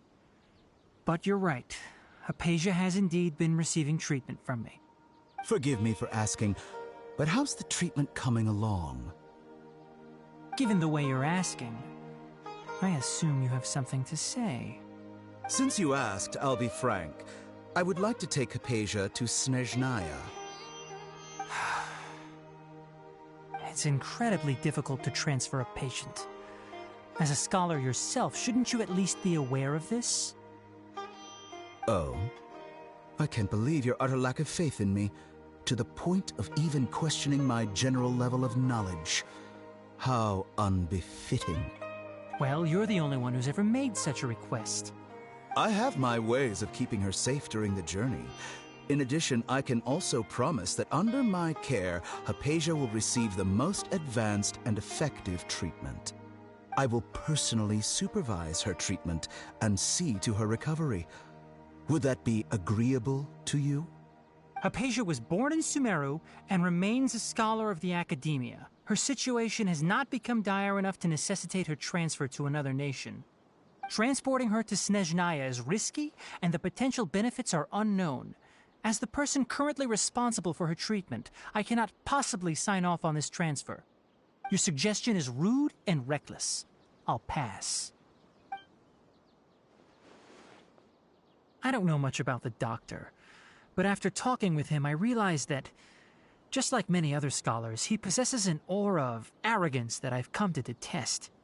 It's not so much that he's looking down on others, but more that he's so confident in himself and his abilities, to a point of near insanity. I would never refer a patient to someone like him.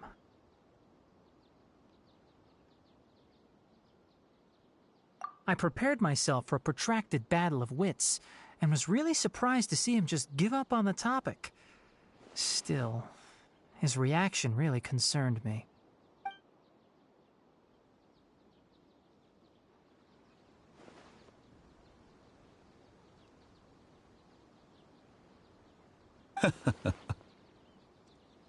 I see, I see. Of course, your opinion makes perfect sense. You're still young, but already quite stubborn. I must say, you are not like what I had expected. Under normal circumstances, I wouldn't just let you off the hook like this. But unfortunately, I'm in a hurry today, what with Her Most Noble Majesty the Tsaritsa calling for our return. Luckily, there is still some time left for me to take care of everything before I leave. It's just as the Academia said, you're a responsible and gifted scholar. Sadly, even with all of that, you're still lacking a bit of shrewdness. And that's also why people like you can never realize that sooner or later, everyone must pay the price for what they've learned.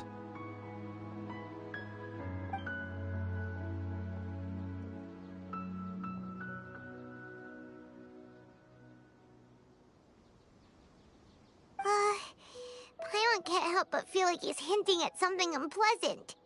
He asked a question, yet didn't care for my answer. Perhaps I'm nothing but a talking rock in his eyes. He never came off as malicious, but an utter lack of compassion permeated throughout our conversation. From his tone, I can sense that he's always looked down on others.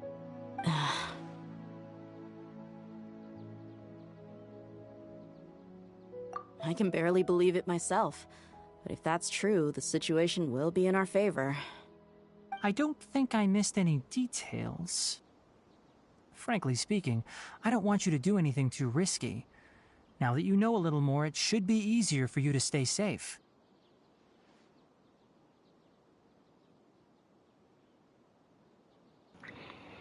I think there's some misleading information there. I won't know until we see it. Sorry we can't tell you everything. We appreciate that you helped us anyway. I won't forget your kindness. It's okay. I have an obligation to do so. To be perfectly honest, all of this may have started because of me.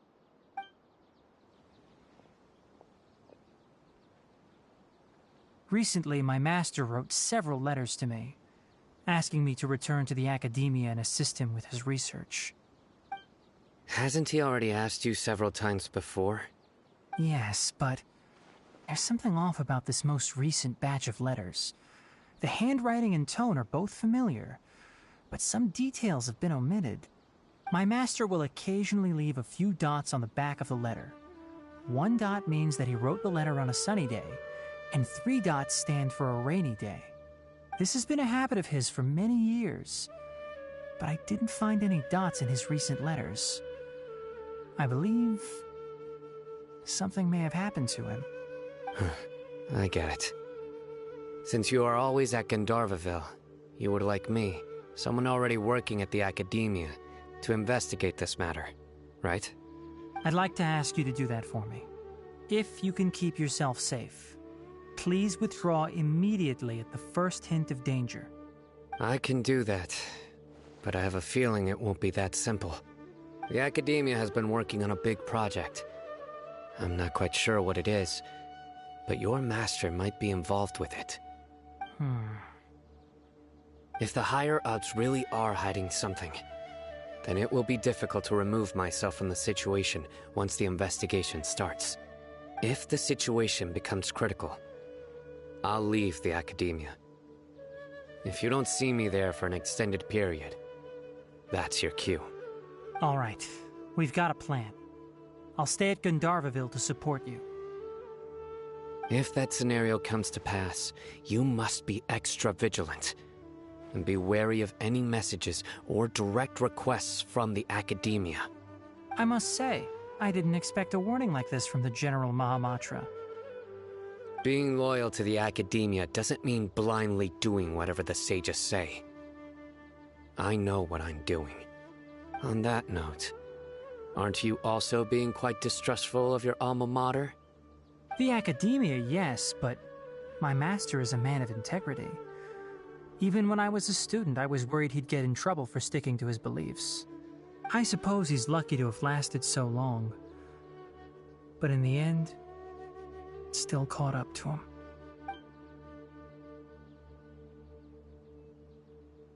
I see. So you noticed something was up with the academia from the very beginning. This may well be how Sino became involved in all this. In that case, I must keep my promise and help you however I can. Also, if you run into Sino again, please help me pass on a message to him. Trust your own senses and experiences. I think this may be something he needs to hear right now. Okay, we'll find a chance to tell him. Thanks. Right. Now let's go hunt down this Harbinger. Oh, by the way, which way did the doctor go when he left Pardis Di? That way. Gotcha. Thanks so much. We'll be on our way.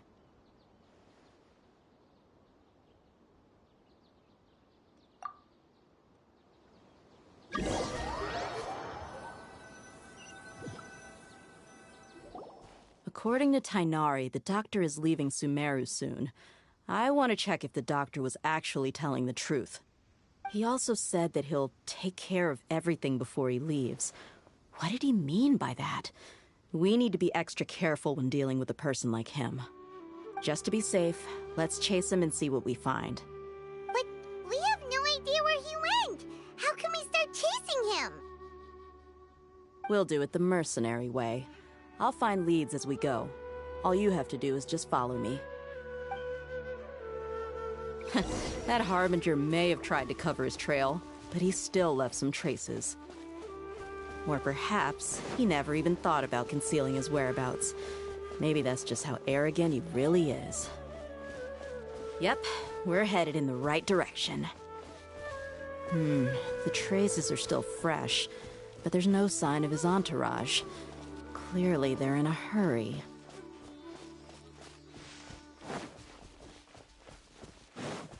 It's just as I thought.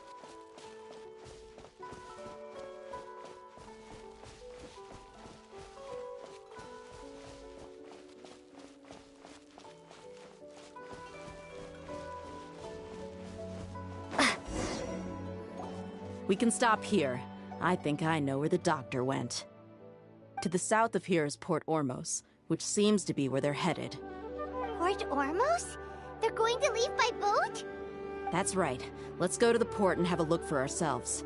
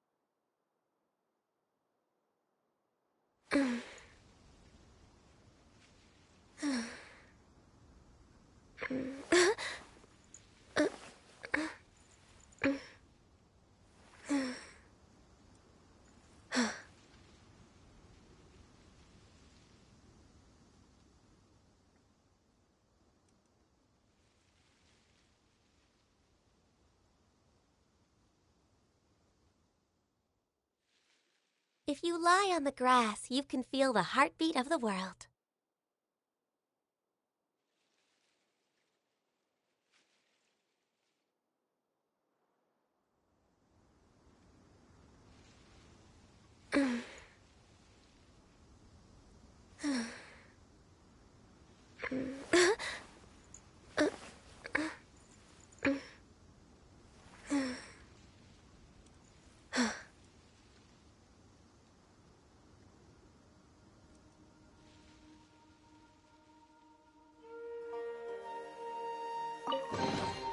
There's nothing wrong with reaping a reward every now and then.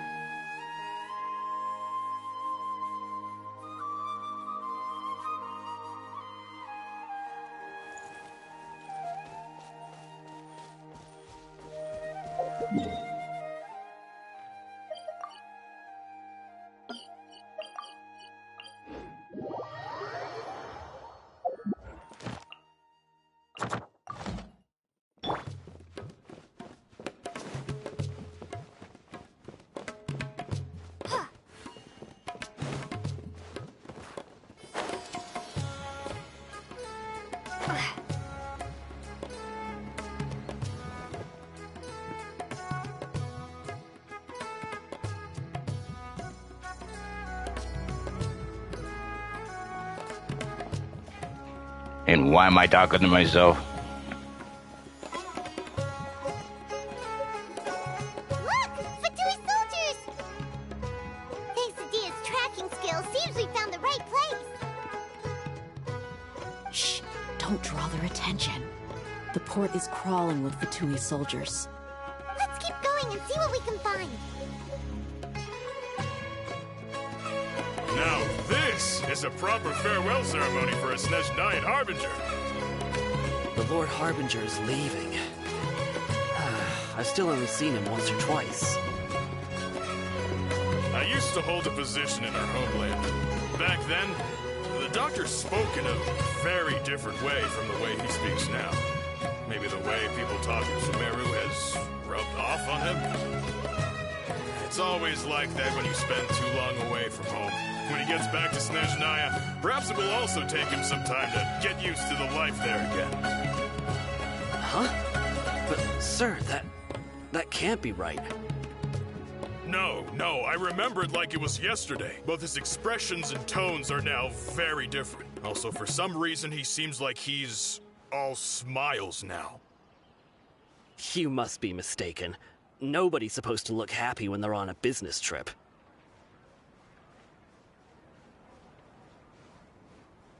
The doctor is on that boat. So he told the truth after all. He is actually leaving Sumeru. Let's get closer and find a place to hide so we can observe him.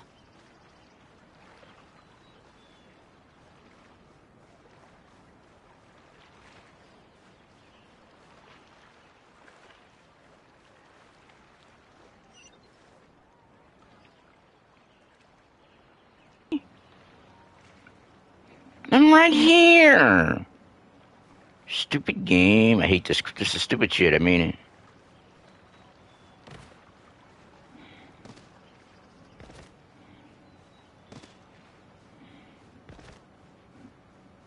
I always hate stealthy moments. This one's almost just as bad as all the others. This one's worse because there's way too many idiots. This place will do.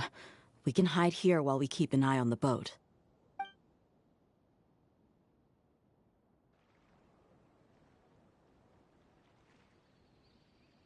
Uh-oh.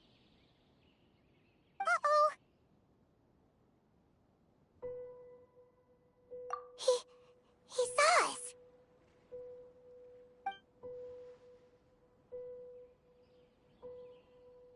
Huh? Is he waving at us? It's time to say goodbye. Wait, is he the only person on the boat? You mean there's nobody with him? And where are all the soldiers we saw on the port just now? They were all here just a few minutes ago, but now they've vanished. So this was a trap.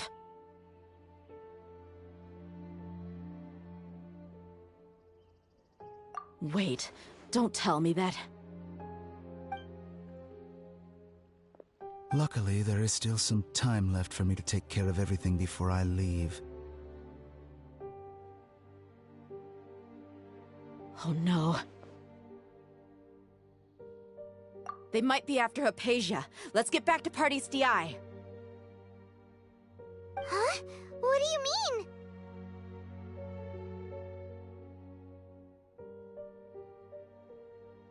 I'm afraid that she's seen something that she wasn't supposed to see. If I were the Fatui, I would also try to take her away. And if I couldn't... Oh no! Are you saying they're going to kill her? Let's go!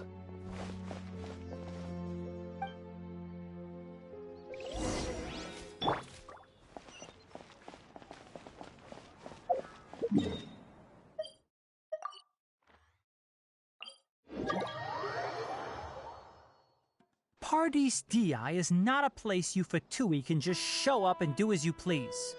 I believe we've already made ourselves quite clear. Our superior gave us permission to search for and collect medicinal herbs in Party's DI for research purposes. But you've been in Sumeru for some time already. I find it coincidental that you chose to only come here today. Even the Grand Sage himself may not have the right to question our research, much less an ordinary scholar like yourself. I've done my duty to inform you. Don't make things difficult for yourself.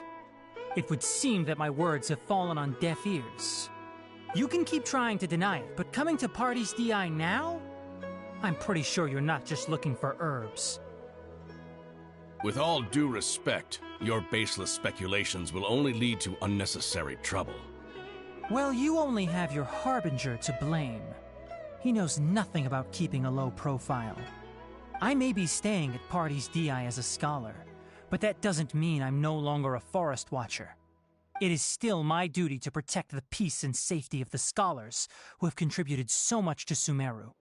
Then it seems our conversation has hit an impasse. No one will lay a hand on you, Hypatia. Not on my watch. Tighnari! Are you alright? I'm fine. These Fatui have really crossed the line. Time to teach them a lesson.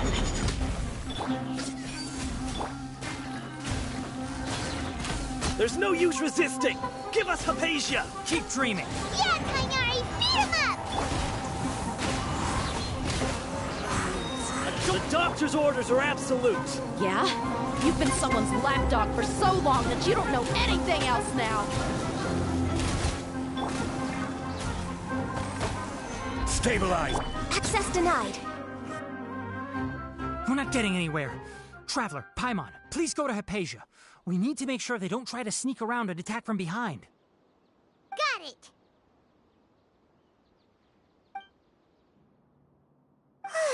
Hypatia's still here. Doesn't look like anyone's broken in.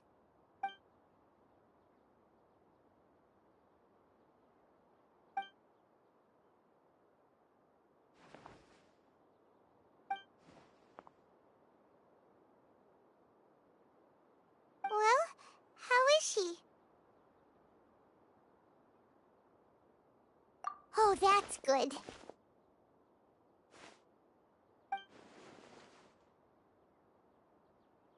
So, you think this is over?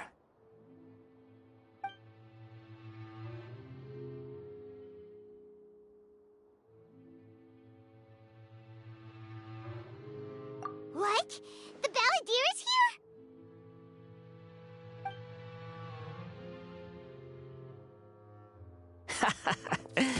I've missed that look of abject horror.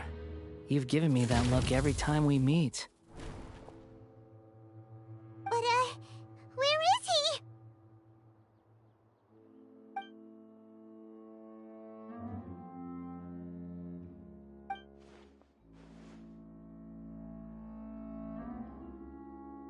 I can hear all of your thoughts, you know.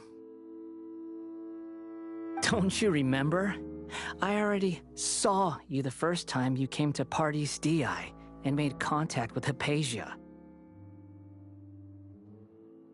I didn't need to do anything. It is her honor to be able to connect her consciousness with me. Who are you talking to? It can't be the Balladeer, right? That's impossible. I know you must be curious. I might as well tell you that I decided to enter Hypatia's consciousness the moment I sensed your touch.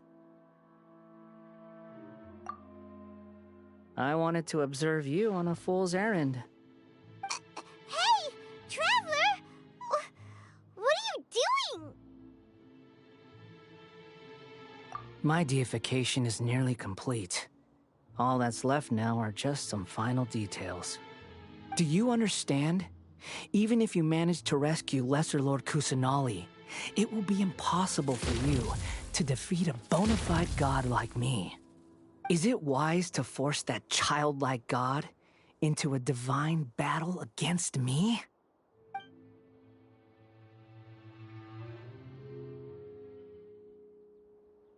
Scholars consider the God of Wisdom to be the sum total of their faith. It's how they can justify reverence for a god as they construct it.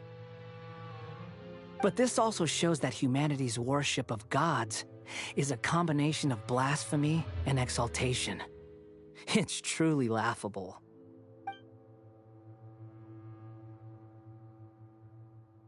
Yes. What is it?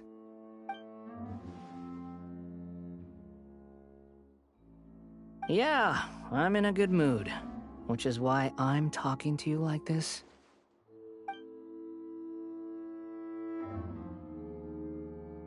What do you mean?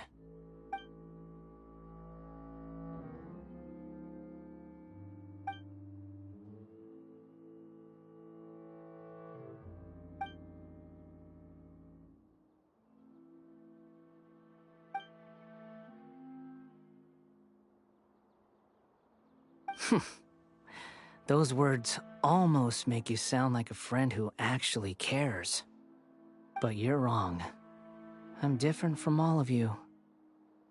I was born to become a god, My entire life up until this point has just been a meaningless routine. Just think about a sheet of paper. By itself, it holds no meaning. The content recorded on it is what gives it value. All I had recorded down before were some painful memories and boring human feelings. Such senseless drivel should have been erased a long time ago. Indeed, to me, the sight of you fools in your futile struggles is far more amusing.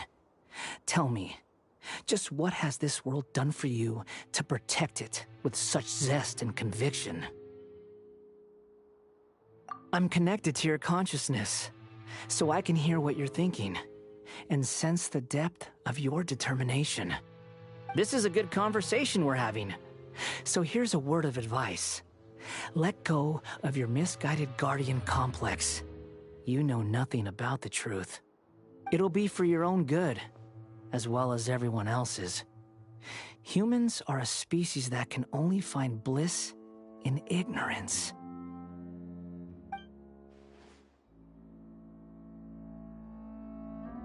Ah, you've seen my affection for her. If you were in my position, I think you'd feel the same way. She peered into my consciousness and saw my past. Someone like that is qualified to become my first follower. All gods need followers.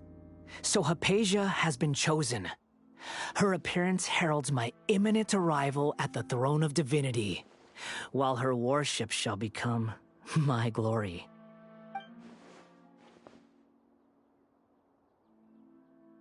You're doubting me again? No matter. Soon, you'll know what kind of authority you're challenging.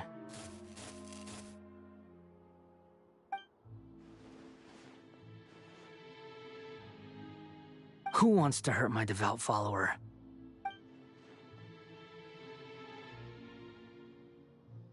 The doctor wants to hurt my first follower?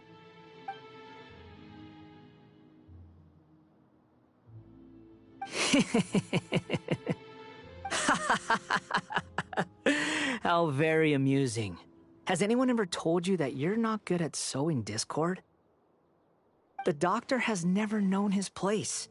Even now, the puny human thinks himself capable of interfering in the business of the new god. You're still too naive if you think a few words will be enough to convince me to destroy the doctor. But I'm willing to give you a gift, just like my expression of affection towards Hypatia. It is an honor for you to be able to stand here and speak with me. As my listener, you will be rewarded.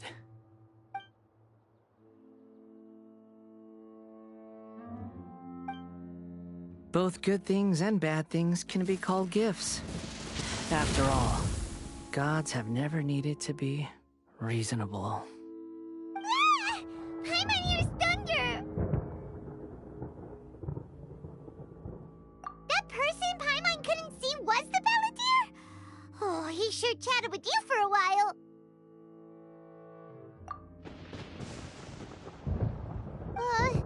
Where is the storm headed?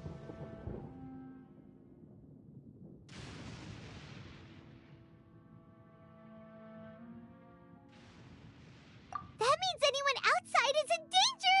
Let's go! Tainari and Dia still must be fighting!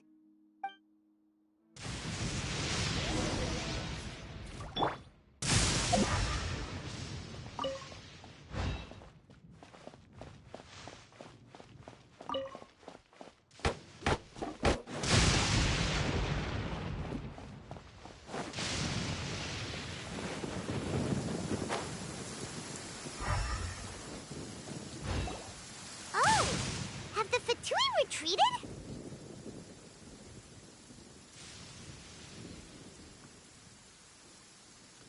Hey, what happened to you? He's hurt. I'm fine. Don't move. I've seen Eremites get struck by lightning before. You need to rest. Struck by lightning? We were fighting, and just as things started looking grim, the weather suddenly became extremely strange. Lightning started attacking everyone, almost as if it were alive. Luckily, there were only 2 of us, and both of us were nimble enough to dodge most of the strikes. There were a lot of Fatui, though, and they were being torn to shreds by the bolts of lightning. With that, all the Fatui soldiers were forced to retreat.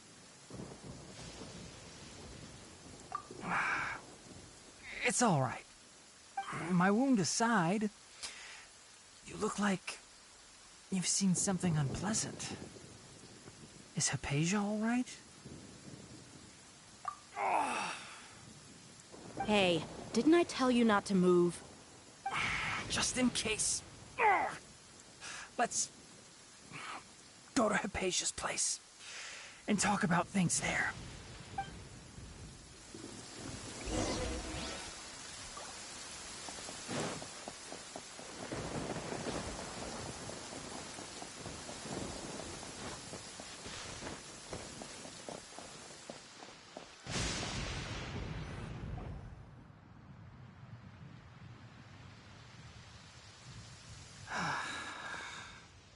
Thank goodness she's fine.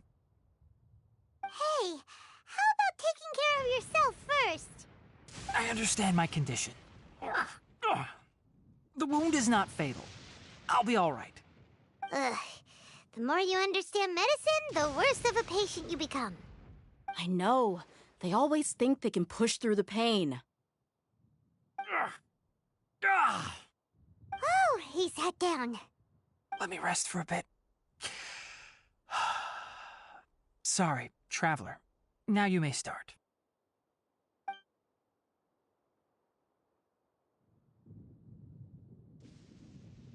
So that's what you were talking to the Balladeer about? Oh, Paimon can't believe what he's thinking. The Academia's God creation plan. How ridiculous. That sounds, ambitious, I guess? Anyway, this is all way beyond me. As long as I can enjoy every day with a drink in my hand, tasty food in my stomach, and a good night's rest, that's enough. I'll only work when I have to.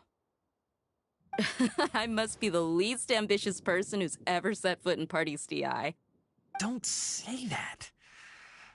I haven't even thanked you for your help back there. Don't mention it. Well, if nothing else, all this proves that the doctor really did have some urgent matter to attend to and left Sumeru in a hurry.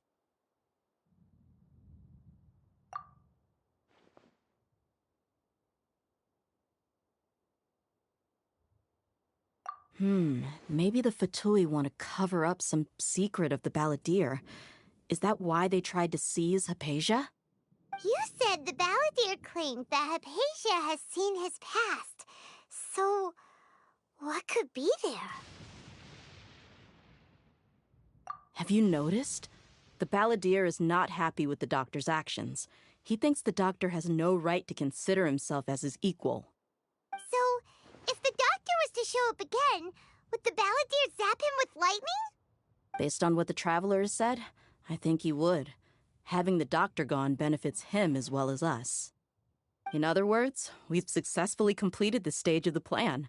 The doctor is out of the picture now. Yay! That's a big accomplishment!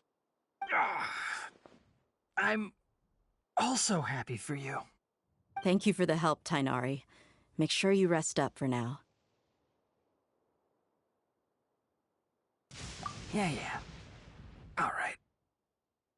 Okay, that wraps things up for us here at Party's DI. Traveler, it's about time we rendezvous with the others at the Grand Bazaar.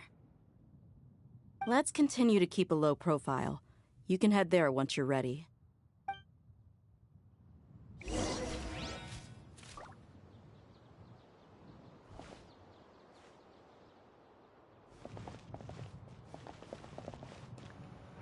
They still have that thing. That ruin. Mob. Defender mob. I need to turn this off. That should be automatically disabled when I'm in the middle of stuff, like dialogue.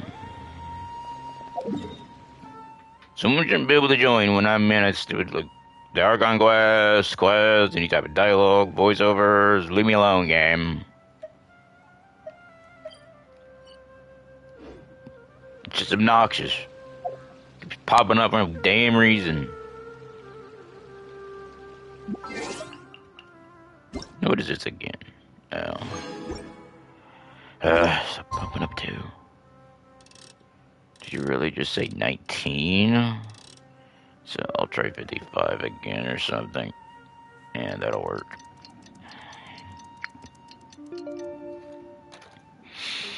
And I'm gonna mute.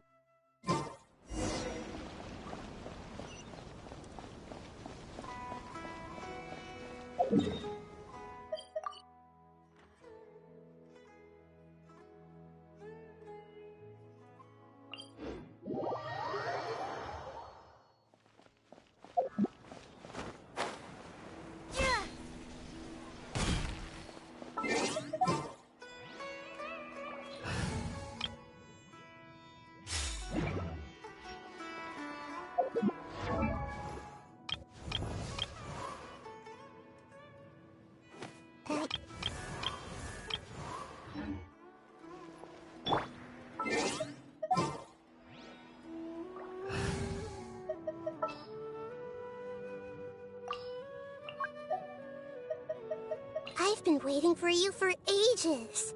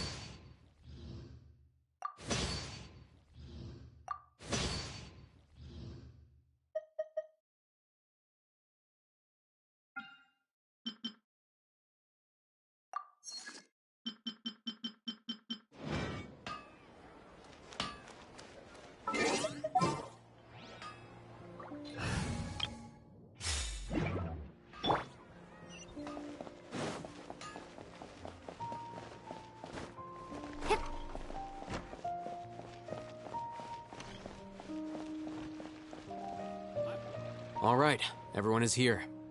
How did everything go? Any luck with your missions? Let's report back one by one. I'll start first. We've made the necessary modifications to the Akasha terminal. In addition, the props required are also ready. I'll go next. The Traveler and I went to Party's DI.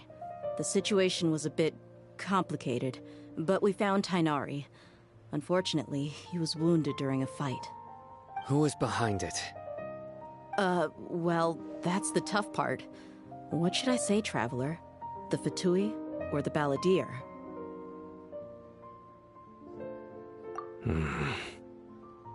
After some back and forth, we confirmed that the doctor has left Sumeru by boat. He has something urgent to attend to back in Snezhnaya. So, we've successfully removed the doctor from the picture. Also, Tainari's already resting, so he'll be okay. Good. Oh, Tainari also asked us to tell you this message. Trust your own senses and experiences. All right. I'll remember that. Everything also went smoothly on my side. The Eremites should have arrived at their destination by now. To avoid alerting the quarry, they will stay there for now. I can't believe you actually got so many Eremites into Sumeru City. It's all thanks to Rahman and his brave team, as well as their bold strategy. It appears to have been very effective. I'm glad to hear it. Well, is that everything? Okay, this meeting is adjourned. Huh? Wait, you mean that's it? Well, what else is there to discuss? Shouldn't you end with some words of encouragement? You know, to fire us up now? Personally, I'd rather we all go home and get some rest. I'll hate them. Ugh. Oh, and if you wanted someone to say something to that effect, then I must reiterate that I'm here to strategize and not to lead. So you should find someone more suitable to do that. But I thought all of you academia big shots were great speakers. Then I should remind you that I'm the scribe. I know that. So what? A scribe is responsible for recording meetings, not speaking. Fine, whatever. Well, Cyno doesn't seem to be much of a talker either. I guess that leaves it to my employer. Employer? Yep, the Traveler hired me.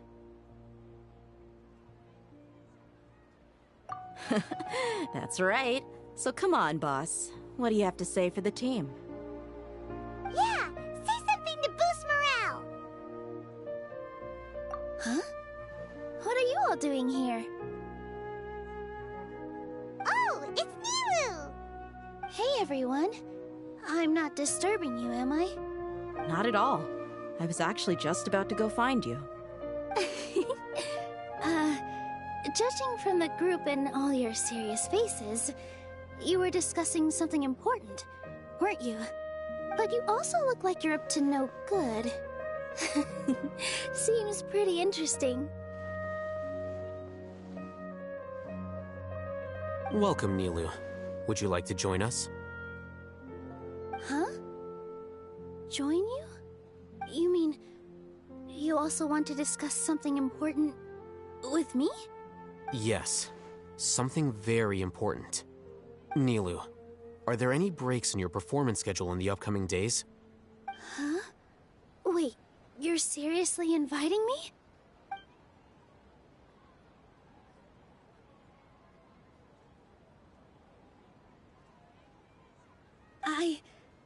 I can't believe my ears. You are truly the bravest and most passionate people of Sumeru, well, that I've ever met. Ahem. Oh, right. The Traveler and Paimon are not from Sumeru, but you are awesome as well. That's right. I must admit that I'm a little scared, but I'll try my best for Lesser Lord Kusanali. If I can somehow use my abilities to help you, then count me in. Remember, believe in yourself. Okay. I'll get my friends at the Grand Bazaar to help us tomorrow. Just remember not to say too much. Be discreet. Yep, you got it. All the preparations are done. Now, can we finally conclude this meeting? So, have you thought up what you'd like to say, boss? Yep. It's a grand plan and we're all super awesome.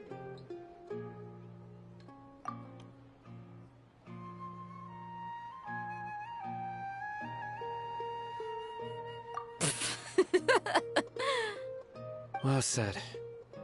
A good night's rest before an operation can be the difference between success and failure. Thankfully, I've had my place to myself recently. It's been nice and quiet. Huh? Oh, nothing. All right, let's all go home and get a good night's sleep so we can be up early tomorrow. Okay, so I guess that means it's time to say goodnight now. Yep, good night, everyone!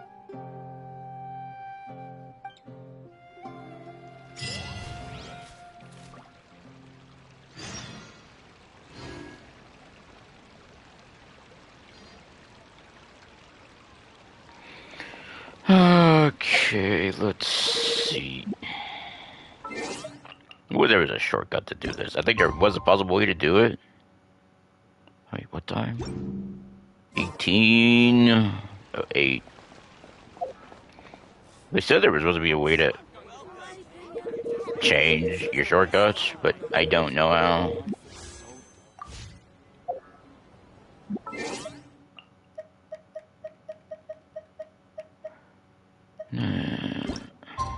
So 7, at least it was here, and not over here. Then if it was over here, I'd have to go all the way there. So 55 maybe. Come on. I wish there was a list instead of a dial like that, because it's so picky.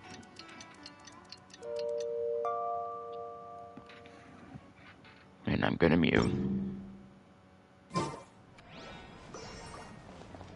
Today is the Academia's Near Day. We can finally put our plan into action. Alhaitham should be waiting for us. Let's go to the Academia and find him.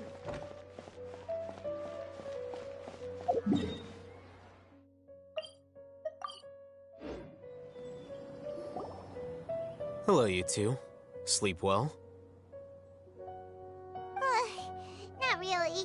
Paimon got too nervous thinking about today and didn't fall asleep until the sun was almost up. What about you, Alhaitham? Naturally, I slept just fine. After all, a good rest should be considered part of the plan, since energy is an important resource.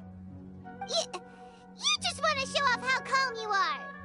It's crucial to dissipate any tension before we execute our plan. The only thing you're doing is being annoying. Anyway, do you need me to go over the game plan again?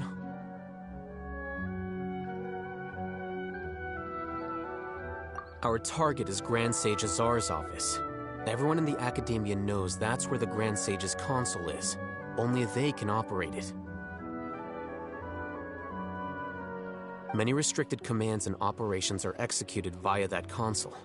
I'm sure that console has a way to free Lesser Lord Kusanali. You know, Paimon's been thinking, what kind of technology could let the sages imprison even a god? That isn't something they could have accomplished with their scholarly talents alone. In the Sanctuary of Surasthana, there's a device of Greater Lord Rukkhadevata's that she once used to isolate herself while meditating. 500 years ago, the Grand Sage at the time modified the device so that it can no longer be controlled from the inside. They were effectively trapping one god with the power of another. So, how are we gonna get to the Grand Sage's office? Don't forget, today is Nyagarbha Day, arguably the most important day to the Academia. The sages and core Academia personnel are busy loading the latest batch of research developments and legal decrees into knowledge capsules so that they can be entered into the Akasha. All the Darshan's researchers have their noses to the grindstone, and the Academia's grounds are flowing with all sorts of people. It's the perfect time for an infiltration. When the Grand Sage leaves his office to supervise the entering process, that's our cue to access the console and free the Dendro Archon. Well, yes. That's just the visible side of our plan, after all. If precedence holds, the Academia should have already started preparing for Nyagarbha Day. Everyone should be in position. All that's left is for us to lead the charge. Let's go. So are we just gonna walk in through the front door, or...? Yes. Were you expecting a stealthier approach? I can't think of a good comeback. Alright, it's all on Alhaitham if things go south.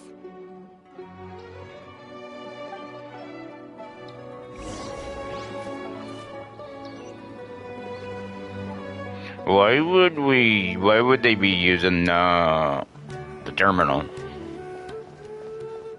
Because it wouldn't they be hearing our thoughts and knowing what we're about to do? That'd be dumb.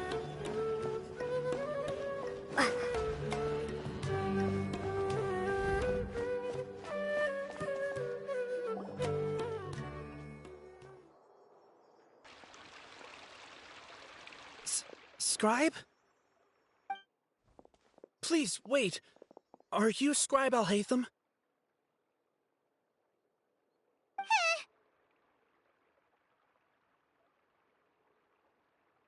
That's me. Is something the matter? I'm in a hurry. No. I was just surprised to see you here. I had heard that the sages were looking for you not long ago, but I didn't know what for. And, also, please don't bring outside guests into the academia. Outside guests?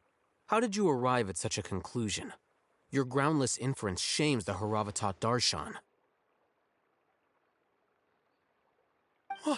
What did you say? I'm the top student in Haravatat, and I earned 3rd place at the last Inter-Darshan debate. Don't look down on me!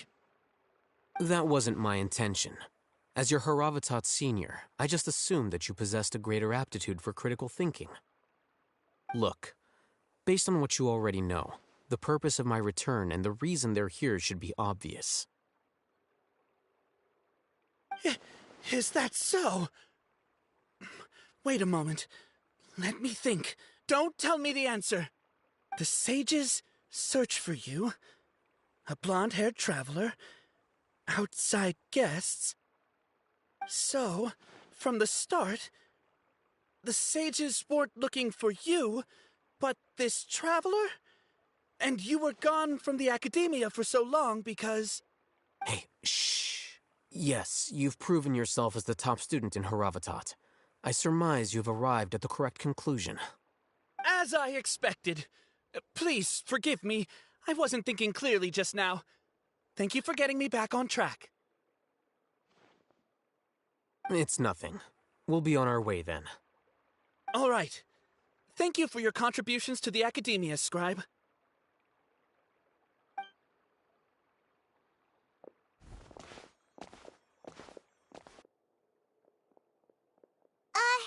What the heck just happened now? What did he just guess? I'm afraid I don't know either.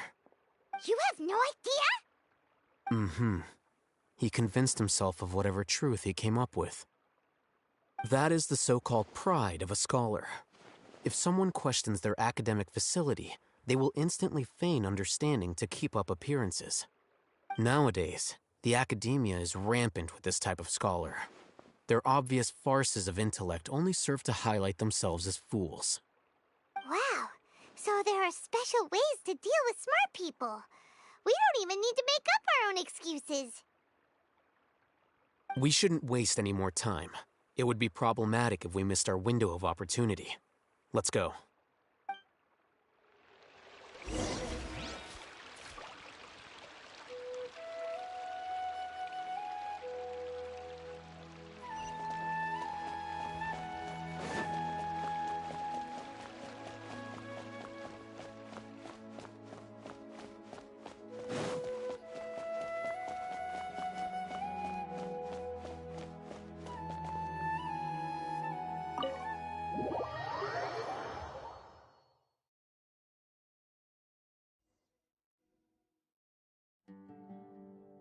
Is this the Academia's library?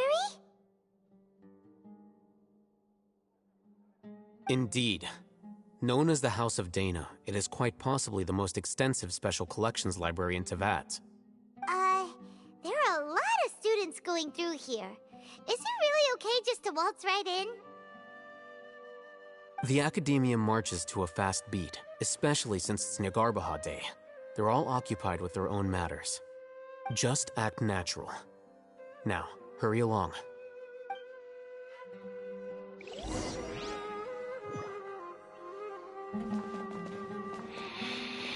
I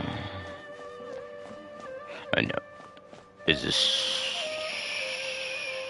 this really going to be the right? What's this platform for? It's a lift that Academia personnel use to access higher floors. Are we gonna take it then? The Grand Sage's office is up there somewhere. No, not right now. We can't guarantee that we won't run into the Great Sage. Let's step back and observe for now.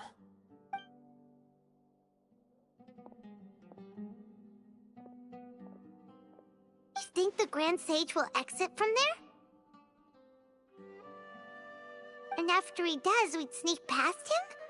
Oh, Paimon thinks that's really dangerous. Who knows? However, if we can confirm Azar's current location, our operation will be much safer if we... Allow me to offer you a hint. If you wish to know his location, look behind you.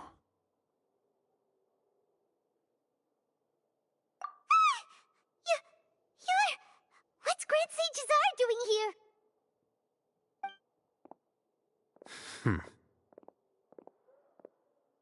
Do not tell me you believed the Academia would not grow suspicious of you after such a prolonged absence, scribe.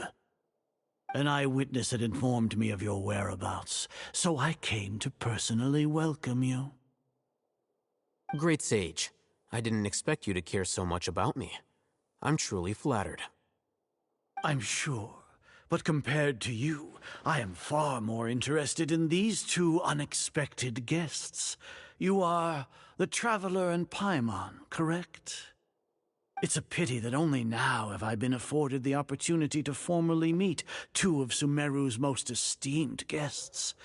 I do apologize for my lack of decorum. Excellent.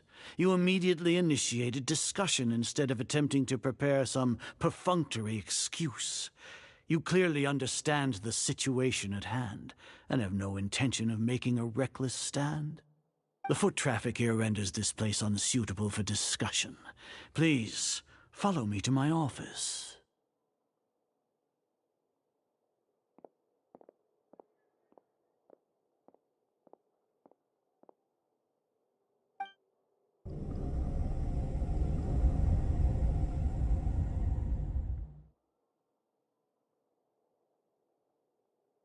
This place is crawling with guards. There's no way out for us. All right then, Traveler. What did you wish to discuss with me? Today is Niagarbaha Day, so I still have many responsibilities to attend to. There is little time for idle chit-chat before I detain you all. You seem to know quite a bit about our endeavors. If that is so, then you should be praising our great work, rather than using your trivial misgivings in a futile attempt to sway me. Trivial? Then tell me, what do the Fatui want from me? Worthless. Those are all completely worthless. Benefits, divine power. These materialistic words do nothing but debase our great work. Creating a god. Yes, we are using human wisdom to create a god. If humanity cannot attain omniscience and omnipotence, then we shall create a god to reveal them. This is the pinnacle of human wisdom. We shall regain a god's guidance at long last. No longer will we flounder in the interminable void of consciousness and knowledge. Even Ermin's soul will be freed from its plight. For our nation of scholars, this is the ultimate aspiration. No cost is too great to realize it.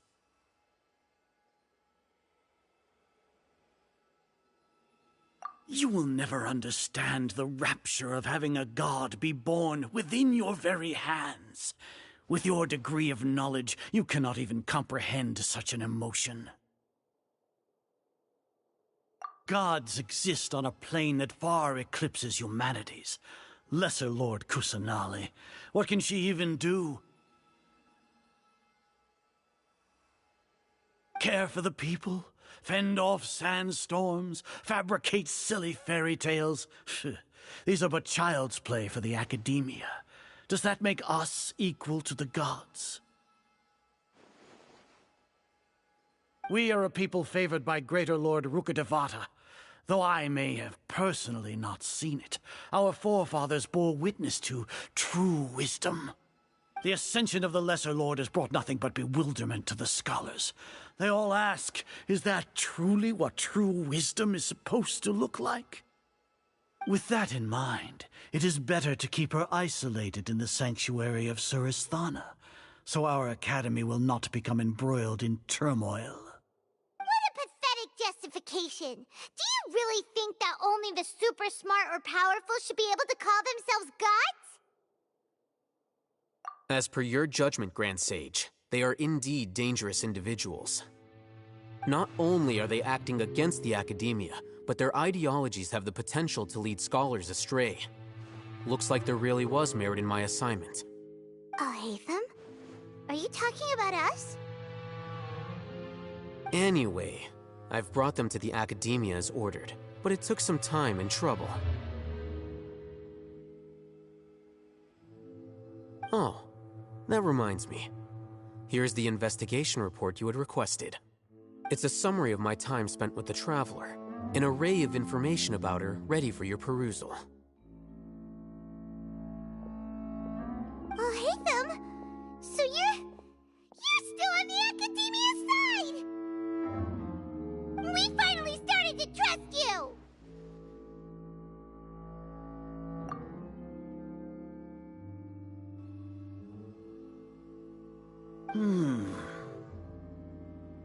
Excellent. Detailed contents with no errors. I would expect nothing less than an immaculate report from the scribe. As it is Niagarbaha Day, I'll enter the information on you into the Akasha. Surely you know what that means. We'll be monitored, just like Sino. With the Akasha's calculation prowess, all of your actions will be predicted with an accuracy of at least 98%.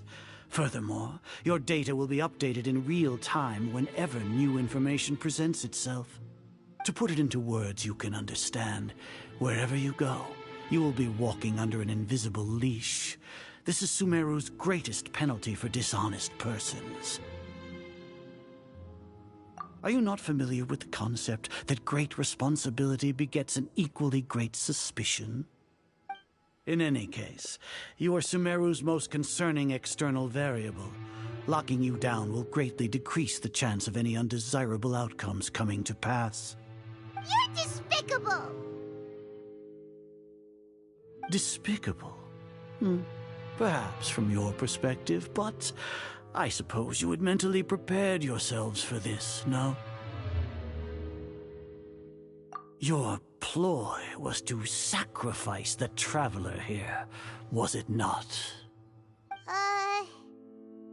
Lord Azar, I know what you're trying to say, but I've been following your plan this entire time.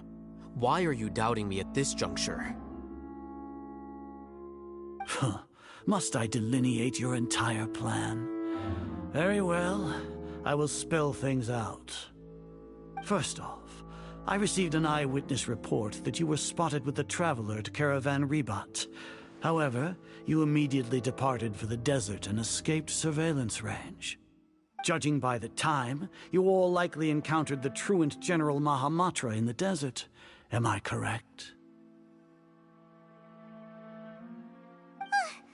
Maybe Paimon shouldn't have mentioned Sino just now.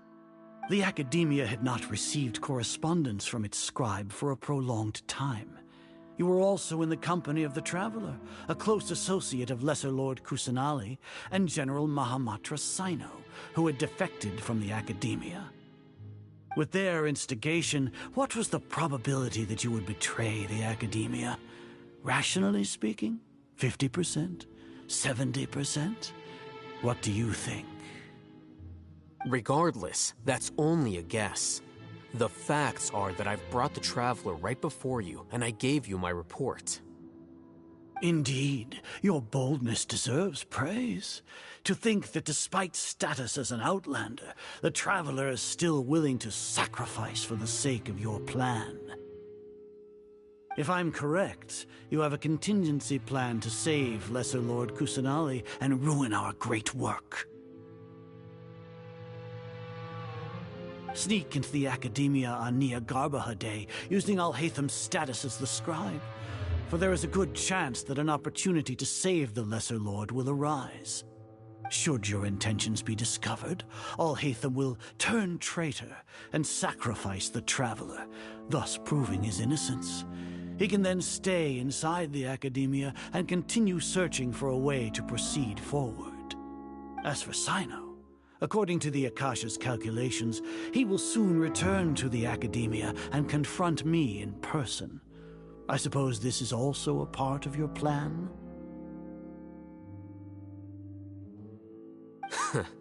You'll see me as a traitor regardless of what I say, no? Even if you impugn me, it would have little effect on you all. You misunderstand. Losing our scribe would irreparably damage the Academia's regular operations and the development of Sumeru's future academic systems. However, under the current circumstances, even that is trivial compared to what we stand to gain from our great work. You said that I betrayed the Academia, but you, Azar, you've betrayed all of Sumeru, betrayed its Archon. So flight has turned to fight at long last. Guards!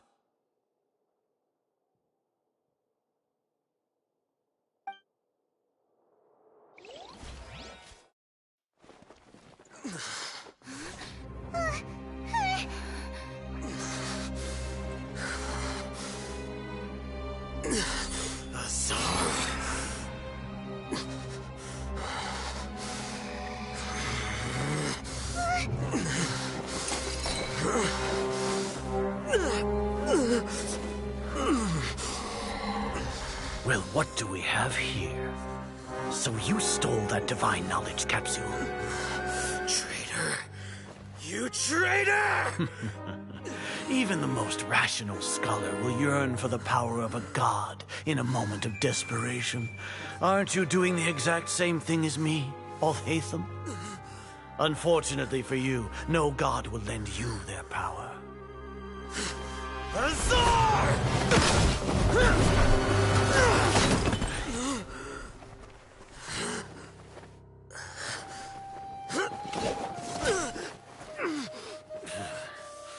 He has gone completely insane.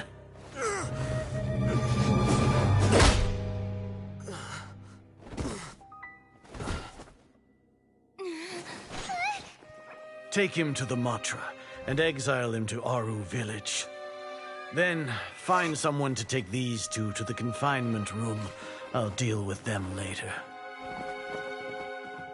Grand Sage, we've finished all required preparations for Nyargarbaha Day. We may begin to enter the capsules now. Excellent. You may begin.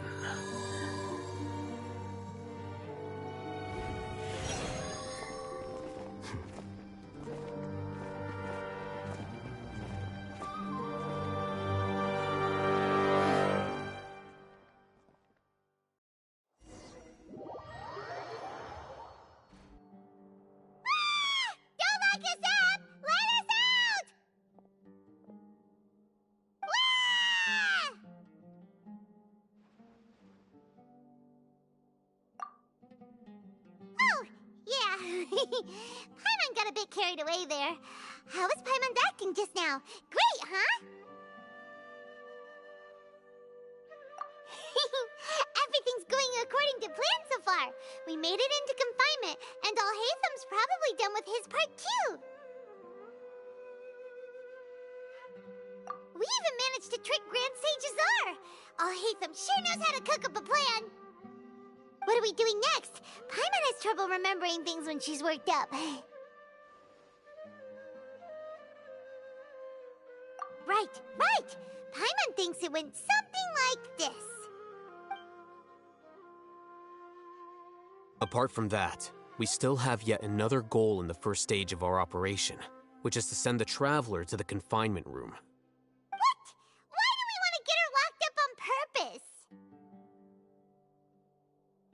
She's always been the person the sages are most afraid of, as well as the greatest obstacle to the successful implementation of their plan. They are very aware of the risk she poses to them. Once the Traveler is imprisoned, the sages will likely think that everything is under control. And with their guard down, the next phase of our plan will have a much higher chance of success. I can already see the pompous looks on their faces. Oh, that's a super tricky plan. But Paimon's still Guild thinks it's not really worth it. That isn't the only reason, of course. She has a more important task once she's in confinement. According to the Academia scholars in Ramon's custody, Lesser Lord Kusanali has sealed off her consciousness in the Akasha ever since she was captured by the Doctor. That way, they can't pry any more information from her. Even if we break into the Sanctuary of Surasthana, it will take time to awaken Lesser Lord Kusanali's consciousness. We need to do that in advance. So our job is to wake up Nahida! Okay, totally worth getting thrown in jail for. The confinement room is inside the Academia, close to the Sanctuary of Surasthana. It's a completely enclosed space, and you won't be receiving any visitors. I'll work with Ramon's scholars to make some modifications to your Akasha terminal. Once you're in, get as close as you can to Lesser Lord Kusanali and try to connect to her consciousness. However, as for whether she'll actually wake up, that will depend on our luck.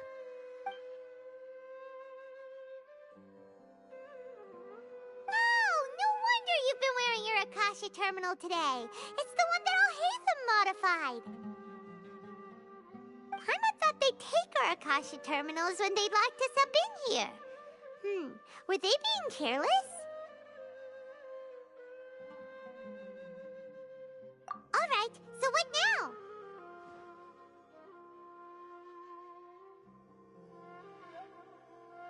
Sounds easy enough. We can finally talk with Nahida after all this time. Let's do it.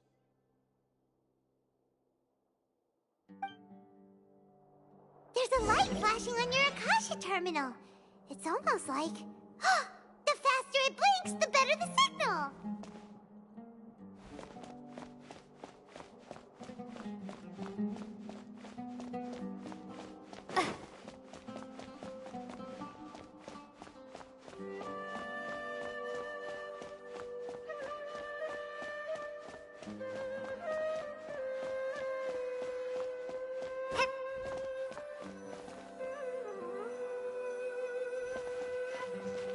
Here? No signal again. Is it getting jammed?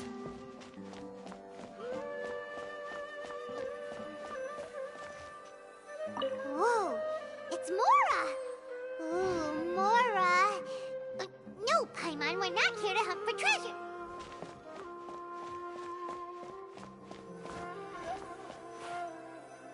Here? No signal again. Is it getting jammed?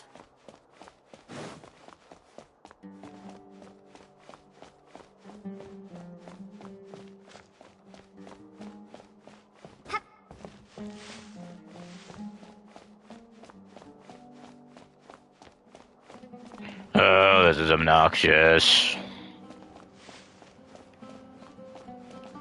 This is a really obnoxious game. Come on. Where do you want me to go?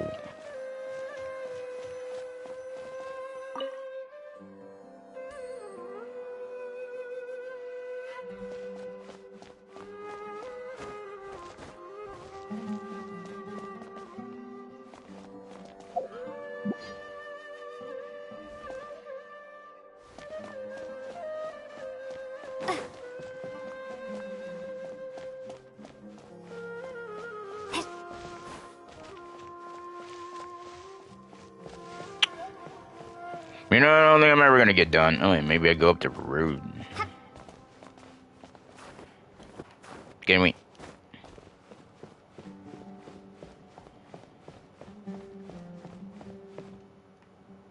I really don't know what the damn game wants from me.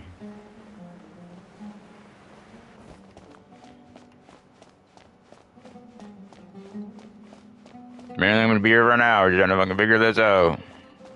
Come on, where did you tell me where to fucking go?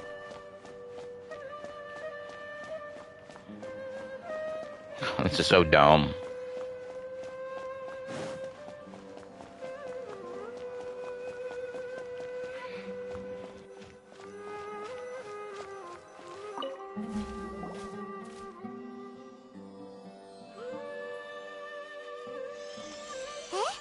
Is this the right spot?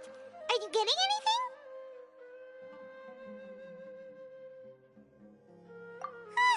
Please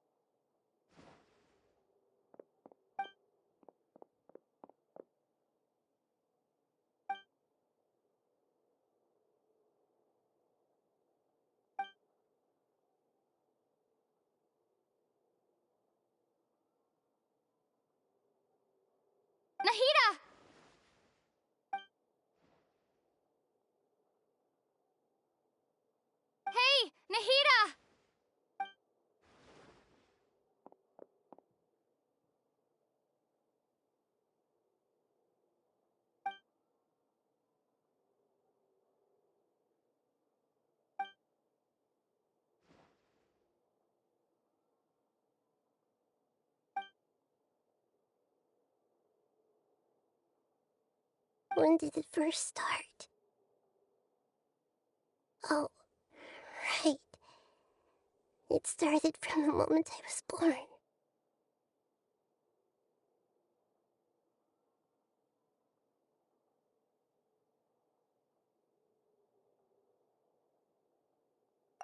I want to become a worthy Archon. So I've kept studying. Kept listening to my people and their hearts.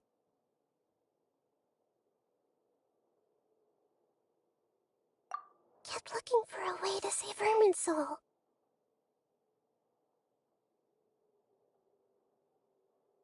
So I can catch up.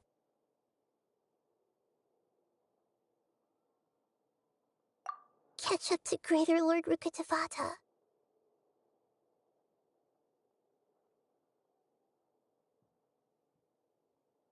But I'm stuck in the sanctuary of Surasthana. The sages are creating a god to replace me. And I'm forced to lock my consciousness in this boundless darkness. Nahida!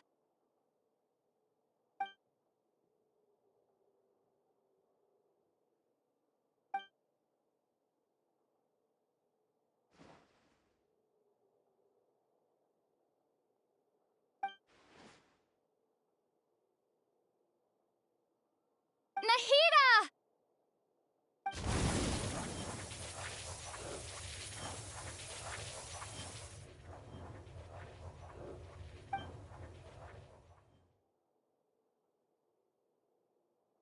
It's so quiet here. Now that I think of it, I don't think I've ever actually listened to my own inner voice.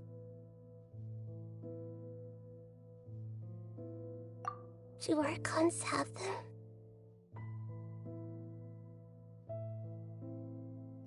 Should Archons have them?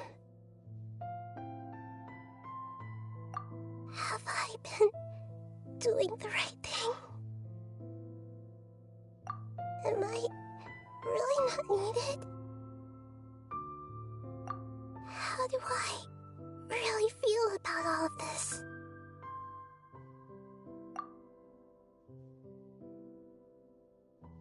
It's so quiet here. Since you're the god of wisdom, you've known the answers to all these questions since the very beginning, haven't you?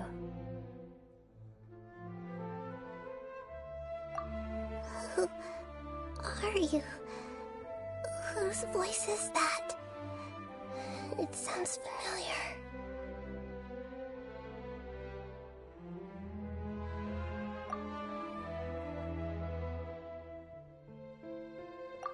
You're right, though.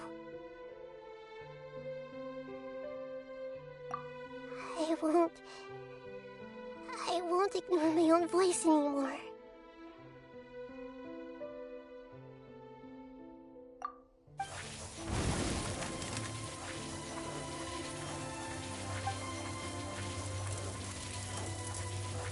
Nahida!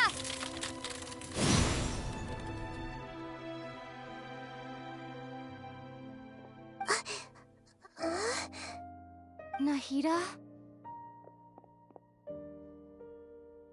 Did you wake me up? Thank you. Why are you here? We're here to rescue you. Are you alright? I'm fine. It's just... when I think of everything that's happened to me, I feel really angry now.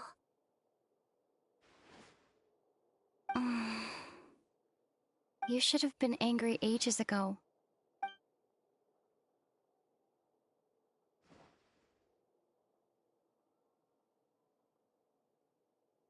Huh? Oh, you're back! How's everything? That's wonderful news! Great! We weren't locked up for nothing! wake up Nahida.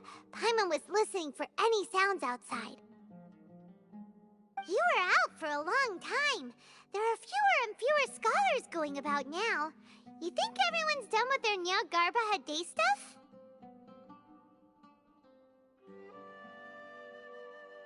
Yep, so that means our next act is Nilou's performance!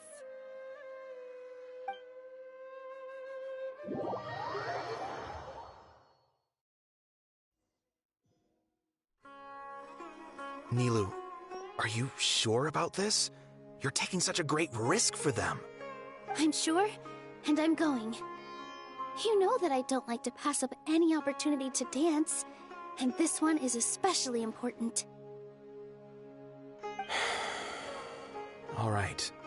You seem to have a lot of trust in them, so I won't say more on the subject. But if anything happens, the few of us here may not be able to help you. Don't worry. They've been through worse. Everything's going to be fine. All right. You know, if you really do get arrested, we'll do everything we can to get you back. Be careful, even if it's only for our sakes. Thanks, Mr. Zubair. You're so very kind.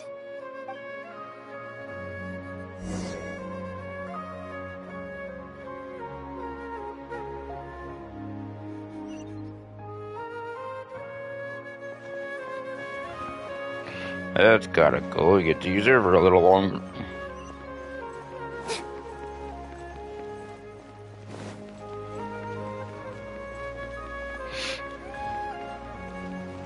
With all my strength.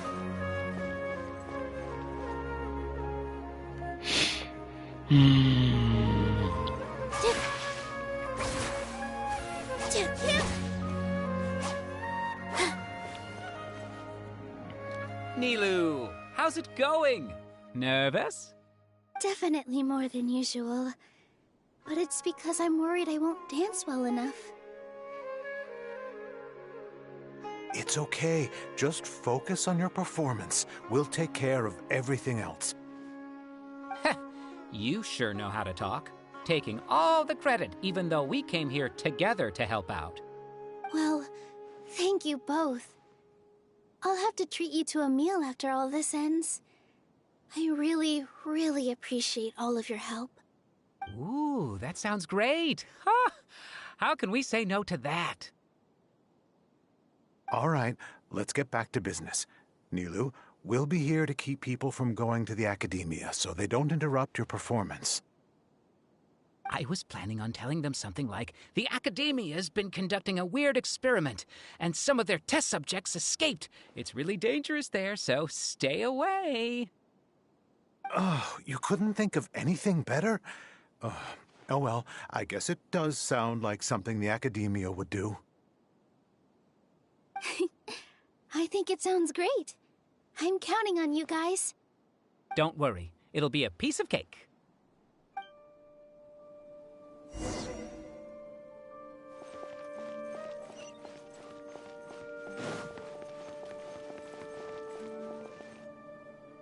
Hey, Nilou! Sorry, it's great to see you, but I'm really busy right now. Our Bait People Away with Yalda Candies plan is working beautifully. Do you want some candy? We have more than we can give out. Vihar, thank you so much for doing all of this. And even dressed up as the Knight of Flowers, no less. I'll pass on the candy, though. I cut back on sweets in the period leading up to a performance, and I'm about to start one. You have a point. The stage is cleared and everything's ready, so you can start your performance at any time. Yeah, thanks to you. I'm really grateful. All right, time to hit the stage. You're welcome. The honor's all mine, since I'll have such a great view of the show.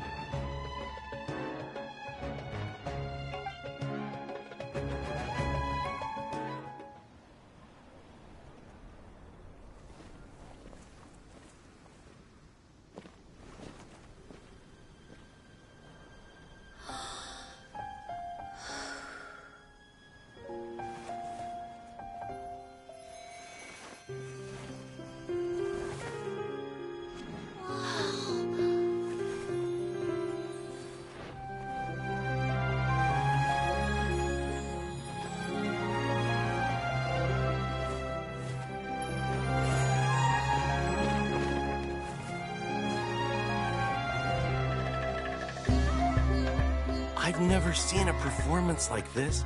This is incredible. Yeah, but I heard that public performances like these have been banned. I can't believe she's doing this here.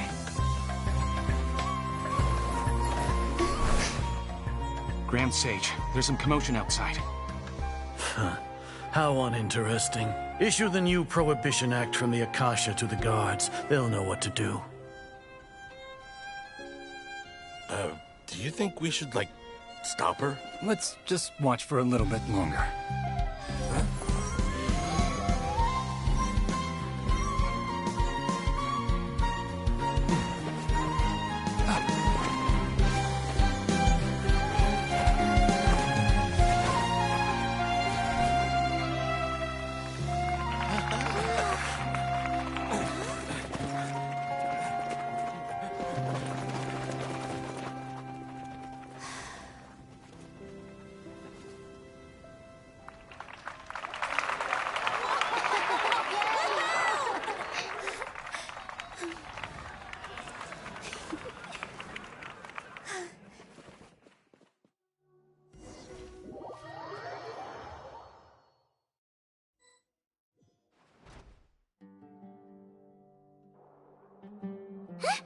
Did you hear that?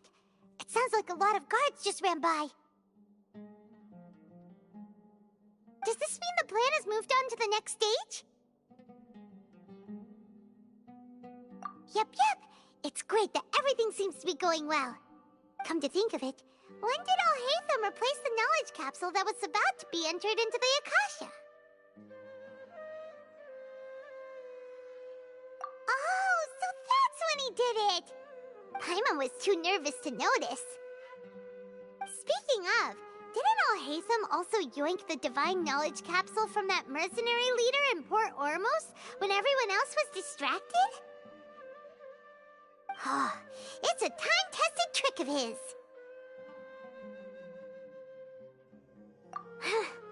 Why are we complimenting him? Yeah, he's smart and all, but he still makes Paimon's blood boil. Let's review our plan for this stage again. It's not like we have anything else to do right now anyway, and it'll help us feel more confident. Paimon remembers that Nilou's task was supposed to go a bit like this. Now that Lesser Lord Kusanali's consciousness has been forcefully sealed, the core figures of the Academia and their guards have started to wear their Akasha terminals again. With the Doctor's technological support, they think they have nothing to fear. How despicable of them to rely on such a person. But this is also our chance. I was originally asked to draft the knowledge capsule for the Artistic Performances Prohibition Act when I was still at the Academia. It should be on the Grand Sage's desk right now, and will be entered into the Akasha during the next Nyargarbaha Day. Are they really going to stop all artistic performances? That's horrible! I'll make an identical knowledge capsule, but this time, I'll smuggle some misleading information into it. We only need to find an opportunity to switch the capsules. Once it's been entered into the Akasha on Nyargarbaha Day, if someone were to be seen performing in public, the sages would definitely use that opportunity to announce the ban, and so the misleading information will be disseminated amongst the guards. Sure sounds complicated, but it seems like if everything goes well, we'll be able to get rid of all the guards in the Academia without any effort. That's pretty clever, getting right into their heads.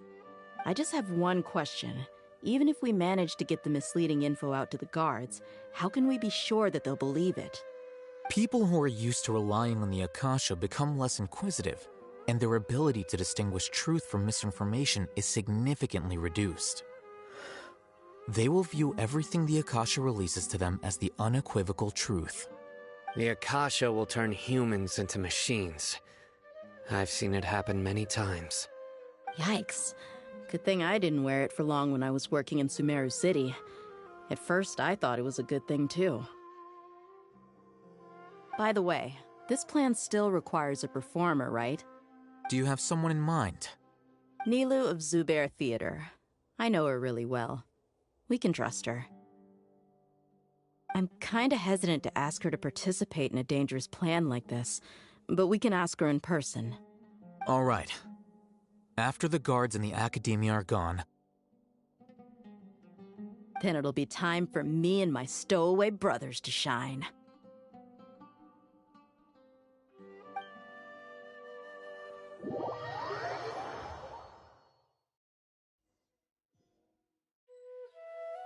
Here they come. Did you see that, Raman? They came out from the Academia in droves.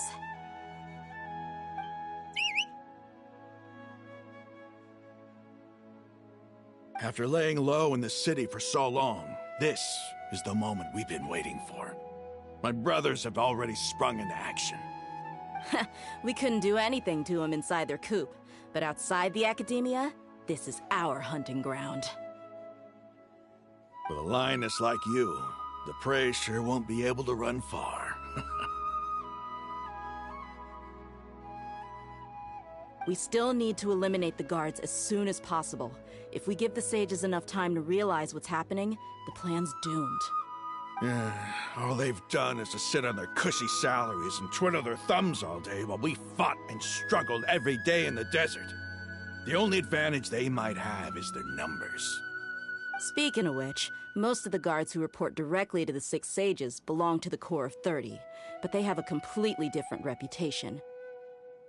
Following those blasted sages every whim, throwing away all the principles of being a mercenary. As someone in the same profession, I'm obligated to teach them a good lesson today. Indeed, the trap has been set. All we need to do is lead them there. All right, let's each take a road and herd those scattered guards back into one place. Make sure to attract their attention. Isak will be the key. You gave such an important task to that child. Will he be okay? It'll be fine. Isak was so determined to help, so let's put our faith in him. Besides, even if he's caught, the guards would be too scared to do anything to him. They've never seen Lesser Lord Kusanali in person, after all. You've got a point. Anyway, I think I see them coming. Let's head out. Good luck.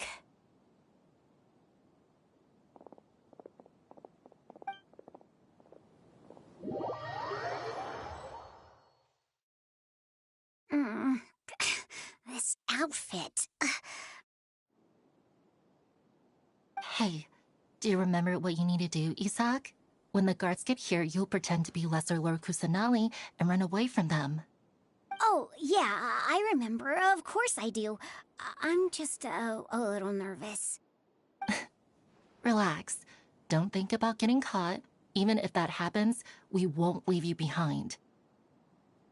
You only need to think about getting the guards' attention and leading them to the Grand Bazaar. Leave the rest to us.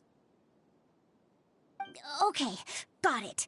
I'm here to pay back Lesser Lord Kusanali for helping Grandpa. I won't get cold feet. Hey, they're here. I can see the Academia guards.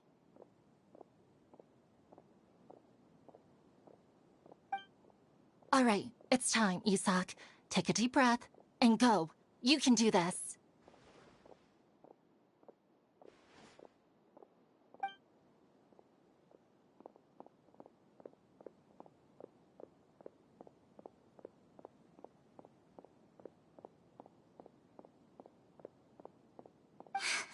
Why is there a guard over there? Did he already run ahead of me? This is different from our plan. But there's no time. I need to make...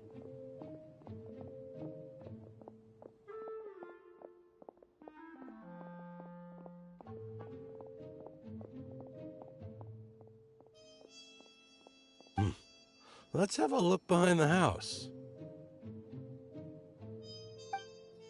What should I do next? Huh. Looks like nothing's here. A wasted time. Luckily, he didn't check behind the tree. What should I do next? The guard looks alert. What should I do next? Doesn't seem like anything unusual's around here. Looks like the guard finally left. I need to go.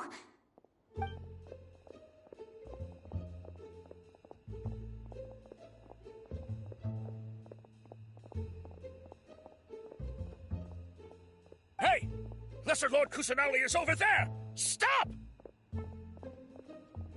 What? Lesser Lord Kusanali? How did I not notice that? They found me. This is bad. Where should I go? The target suspected to be Lesser Lord Kusanali has escaped into the Grand Bazaar. Assemble and arrest her!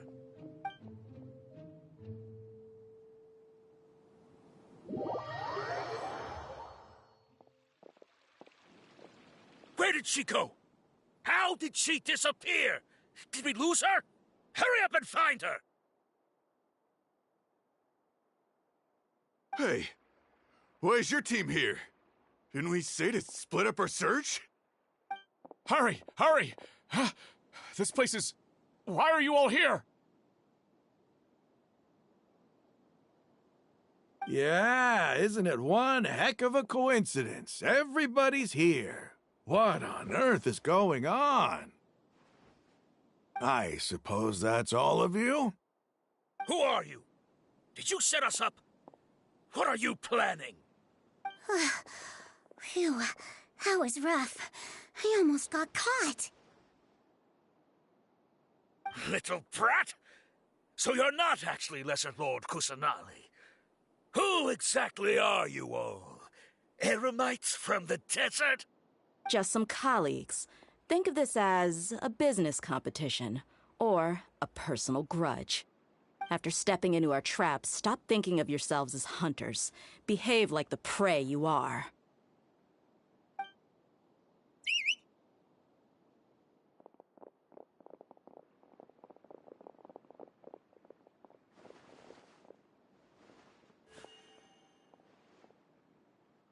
An ambush? How's that possible? This is Sumeru City, but mercenaries from the desert somehow ambushed us! You've spent all your time hiding away in the academia. This place has long since become our hunting ground. Brace yourselves!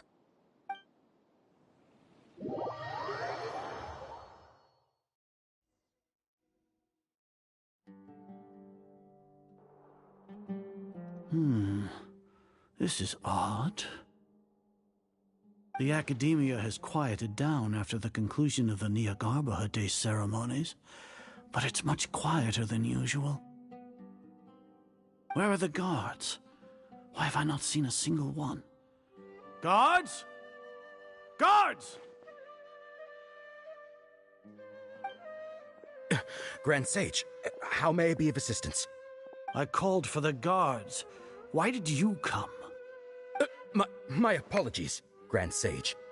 Right now, all Academia guards have entered the city to perform the ordered arrest. I thought you knew. Arrest? Who is there to arrest? I have an ominous feeling. Arrest Lesser Lord Kusanali, right? Is that not what the order was? Lesser Lord Kusanali? You mean she has disappeared? Yes. I wouldn't dare make up something like that. Right now, everyone is in a panic, and many are saying that Lesser Lord Kusanali will take revenge on us. What happened? Just what is going on? Lesser Lord Kusanali somehow escaped? Was it Alhaitham and his party that freed her? That's impossible. The Academia is heavily guarded today, and any order to release Lesser Lord Kusanali would be strictly confidential. Besides, Alhaitham and the Traveler are already in our hands. What manner of trickery did they employ? How could Lesser Lord Kusanali disappear into thin air? Disappear? Wait. How was the arrest order distributed to the guards? It was issued by the Akasha earlier today. Only you have the authority to send messages like that, so I thought it was your order. Let me check.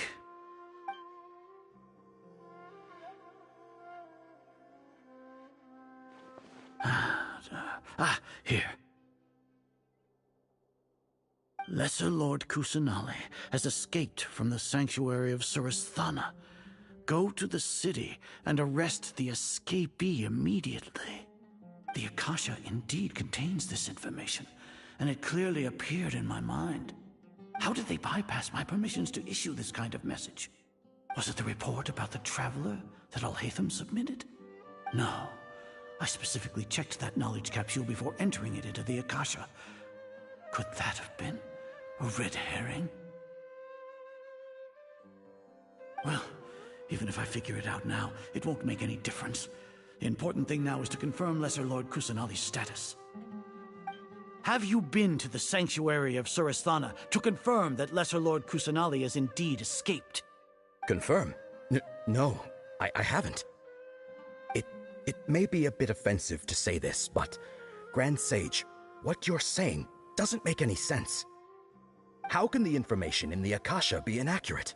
What the Akasha decrees is fact. That is common knowledge to all of us. If we have to confirm the information and knowledge from the Akasha ourselves, then how is that any different from us learning that information ourselves? Wouldn't Greater Lord Rukkhadevata's legacy lose its meaning that way? In the beginning, it was I who asked you to believe in the Akasha, to believe in the legacy left by Greater Lord Rukkhadevata. Are you trying to use my words against me? No, Grand Sage. I'm merely confused because I believe in you. I never meant to refute you. Stay here and see if there are any suspicious people around. I'll go to the sanctuary of Surasthana on my own. Yes, Grand Sage.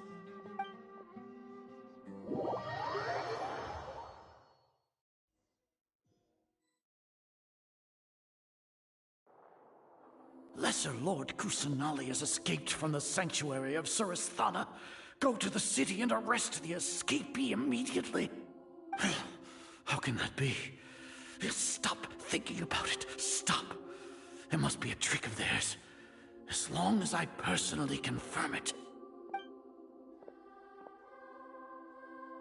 Ah! Impossible. That's impossible. There must be something wrong with my eyes.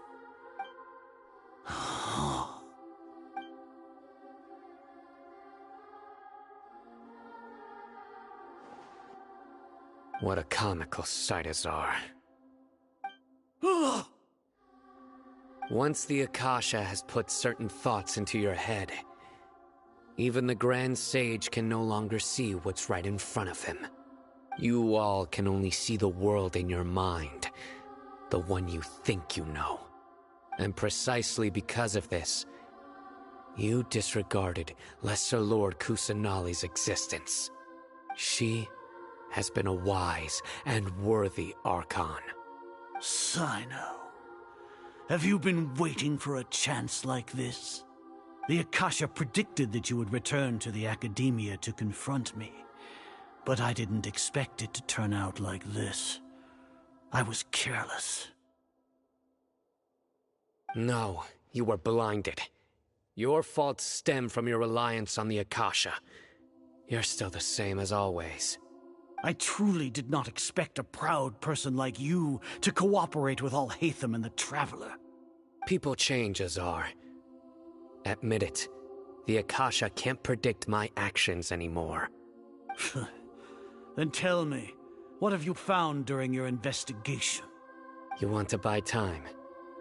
This is the sanctuary of Surasthana.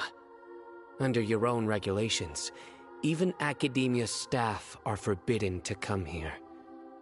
No one will come to save you. As for the investigation, I've at least confirmed that you are guilty of insurgency against the Archon. A serious crime. So what? Did you do all of this so I would plead guilty in front of you, General Mahamatra? No. I want you to plead guilty in front of the Archon herself. You once said that I had no standing to judge you. So now, how about judgment in the name of a god?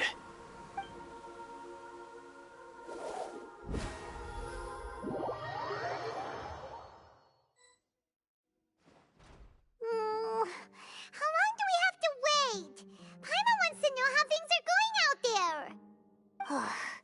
Paimon hasn't heard any sounds outside for a while. Hopefully something bad didn't happen. Yeah, but aren't Aren't you scared that we might be locked up in here for the rest of our lives? Thinking about it, at least Paimon has you. We could still chat like this. When Paimon thinks of Nahida being imprisoned alone in the sanctuary of Surasthana, Paimon can't help but feel sorry for her.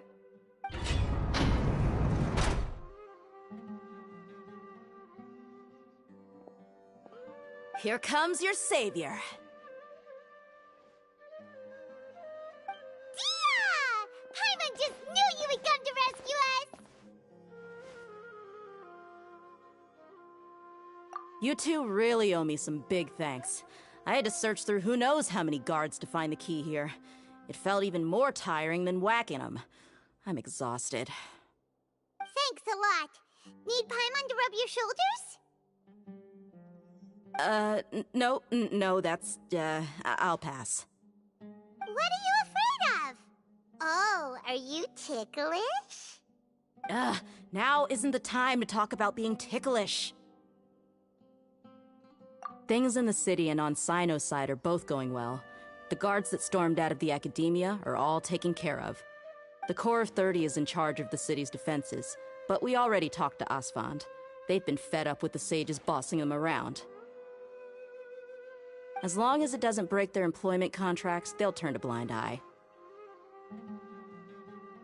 That's probably because you've been super great friends with them for a long time. So, how's Sino doing? The Grand Sage is in his custody. Even I know how terrible it is to fall into Sino's hands, so he probably does too. Sino forced him to release Lesser Lord Kusanali. He has no choice but to obey. So, hurry to the sanctuary of Surasthana. Assuming nothing weird happened, we should have already rescued our Archon. Honestly, I didn't expect our ragtag bunch to do this well. We just came together last minute to save the Archon, you know? Alright, you two better go. I still have to clean up some messes in the city. See you around.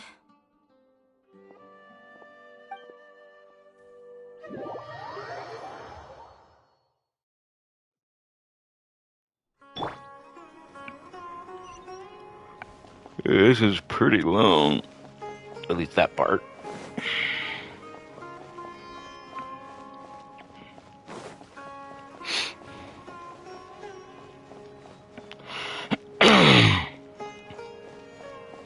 Gonna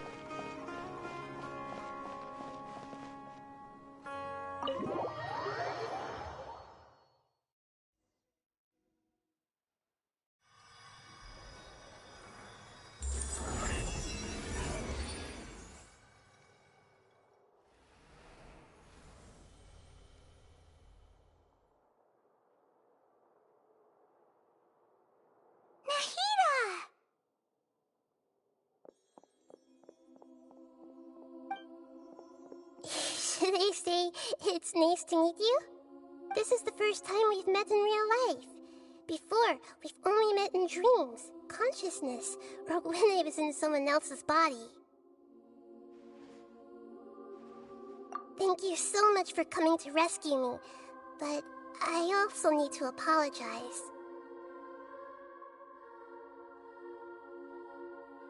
During this time, I did some self-reflection.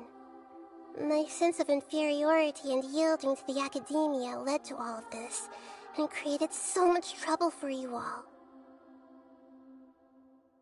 Exactly! We're here because you're a good Archon and one of our friends!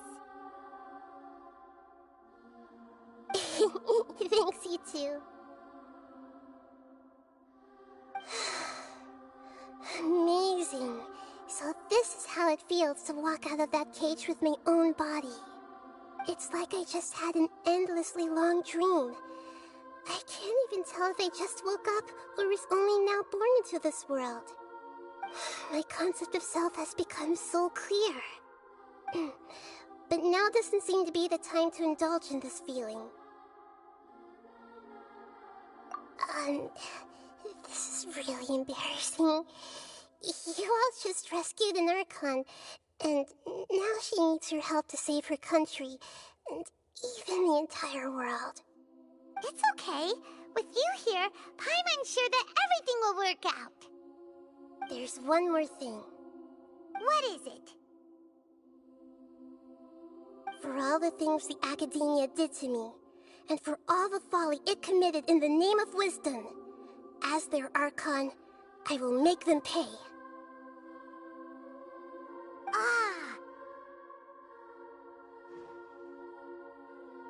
Wow!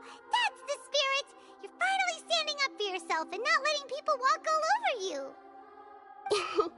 I understand now. To be a better Archon, I first need to better myself. If you haven't even figured out how to be a caterpillar, how can you be a butterfly? Yes, true. That reminds me. I wonder how far along the Academia is with their God creation plan. We need to hurry and prevent the birth of that false god. I need to make some preparations. Since I'm now free, I can establish a direct link to the Akasha and control it. First things first, I need to remove the restrictions that the doctor put on me in the Akasha. After that, I'll make some adjustments and revoke the sage's permissions. The Akasha will then be like how it originally was, only operable by the Archon. After all, the Academia betrayed Greater Lord Rukkhadevata's trust. This might take some time. In the meantime, you should also work on your own preparations. If we don't stop the God creation plan in time, we'll be in for a tough fight.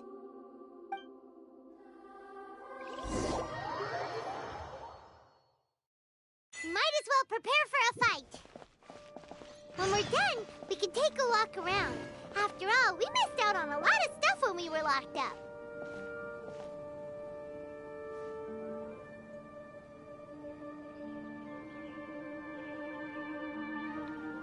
So what am I supposed to do? I don't quite get what I'm supposed to do now. Besides skip ahead, but I thought they said something else besides what they just said.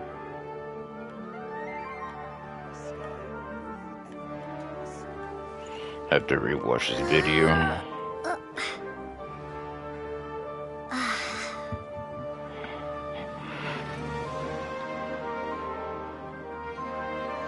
They just say prepare.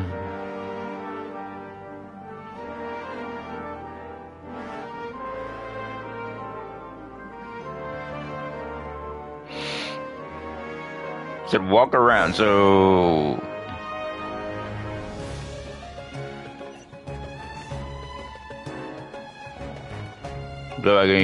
I just want to continue.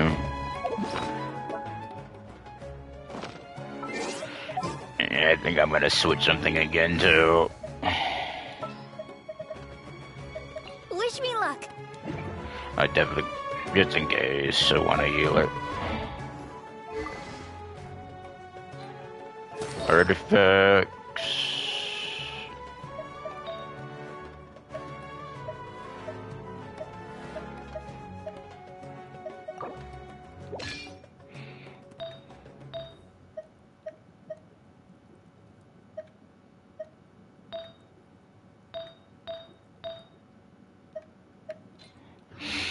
I wonder...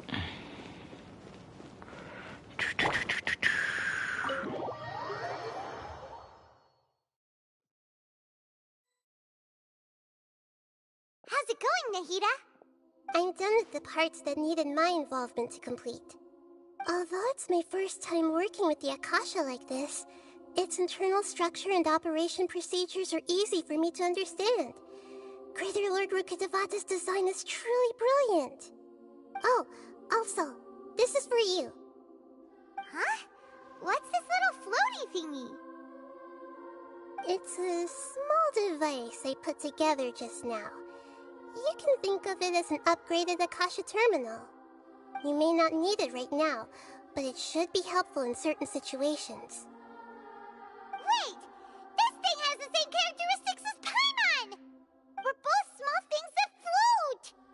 Oh, all the things that make Paimon special got copied! When Paimon appears with the Traveler from now on, people won't remember Paimon because she isn't unique anymore. It's alright, Paimon. It can't replace you. It's only a flying device, but you're the Traveler's irreplaceable friend. You're so good at comforting people, Nahida. If only the Traveler was as smart as you. I was simply telling you what I feel to be the truth. I wasn't trying to comfort you.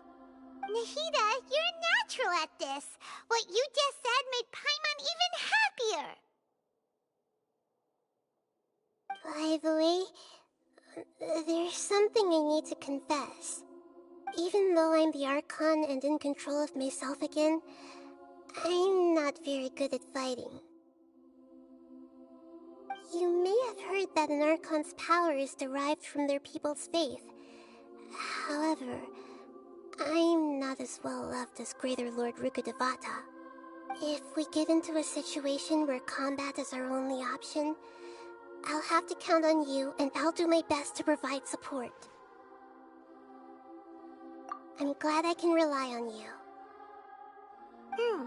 So the God of Wisdom isn't good at fighting? That actually sounds about right. I've located where the false god is. Time is of the essence, so let's skip to it.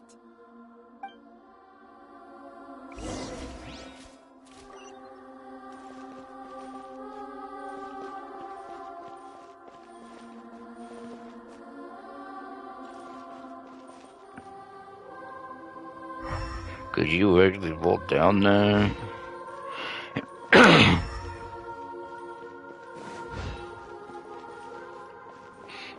I wonder anything else. I want to do one look around in case there's some type of random hidden chest. I doubt it though.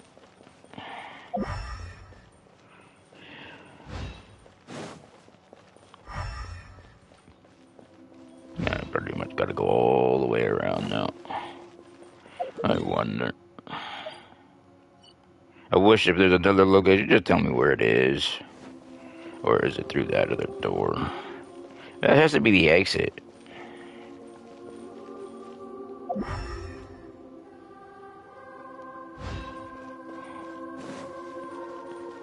So this was just a bird cage.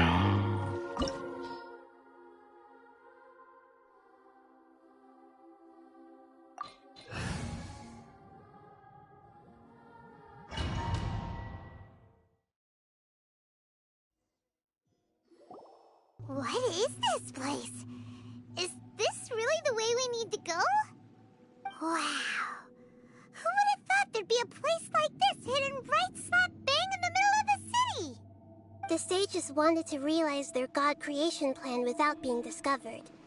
The safest and most convenient way would be to build within the academia itself. That's true. They were already hiding one god, so why not two?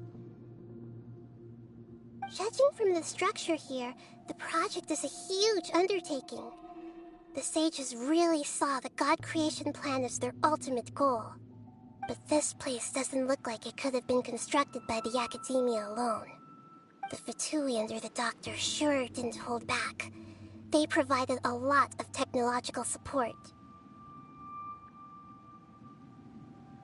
Yeah, or else they wouldn't have been that generous. Is that it, though? I've always felt that this Doctor is different from the Academia sages. He doesn't seem to share their sense of urgency. Instead of being interested in the end product, it's like he's enjoying the experimental process. The Fatui Harbingers are all such weirdos. So, the Doctor being weird is actually normal. So, this Fatui that they're trying to turn into a god is called the Balladeer?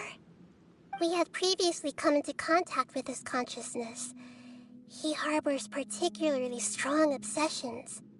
One is the desire for a gnosis, since he was created to be the vessel for one.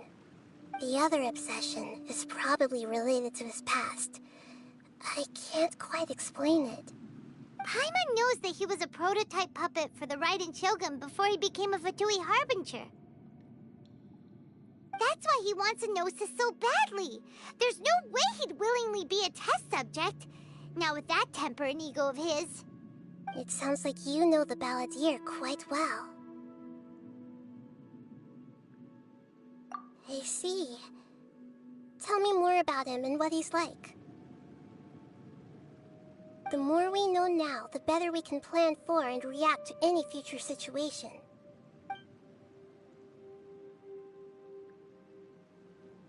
Ah, I see. How fascinating. Alright, time to go. Let's get through here and meet him in person.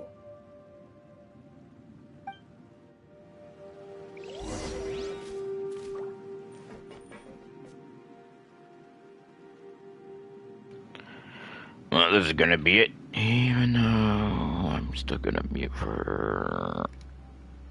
But during the fight, I don't know. Time to work. We're way behind schedule. No touching. Work on. This is order.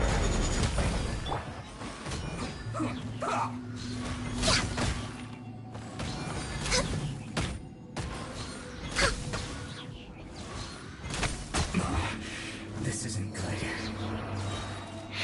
I would definitely have to say, in places like this, where you get like stuck, so you just got stuck. You almost need a stupid shield. So you can stand there and not have to worry about moving. Which is stupid.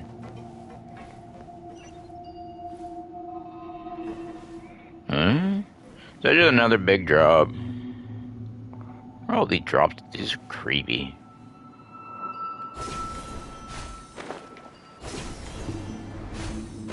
It looks like we can climb up these pipes. Really?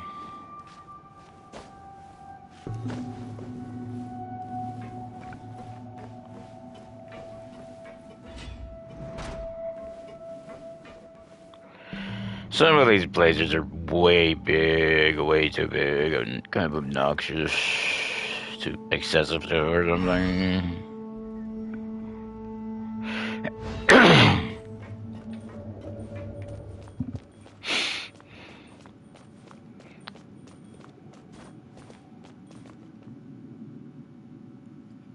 pattern on the ground seems all messed up. Let's go around and see if there's a way to fix it. Wait, what? Oh, come on, whatever. I think you're talking about the rings.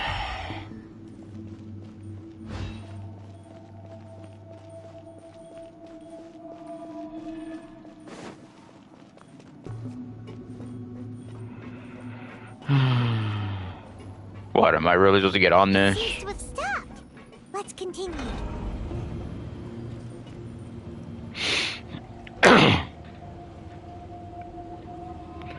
They really go out of the way sometimes.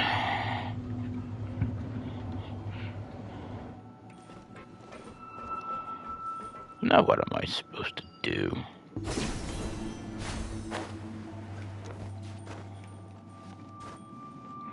I'm also wondering, is there anything over there? Because it looked like I almost got on that pipe. Oh great, more Fatui.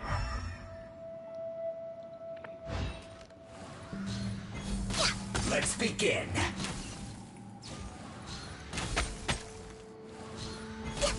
I guess this is it.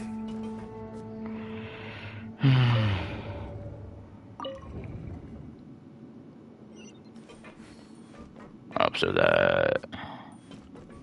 So I just gotta keep moving on.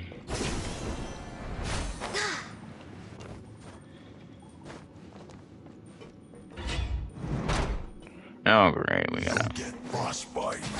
Frozen. One with nature. Solidify. It's time for a flash-free chill to the moon. Access denied. I will have order.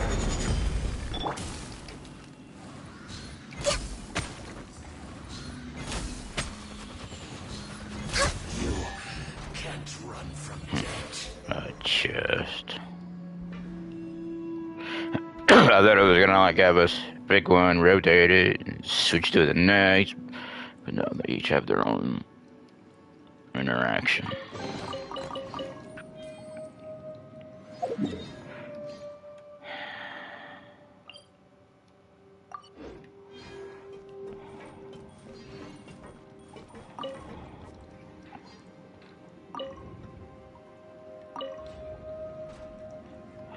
You gotta wait till they're all bluish, glowing. The cart is stuck. Maybe there's something wrong with the tracks. Let's try adjusting the direction of the device to clear the tracks.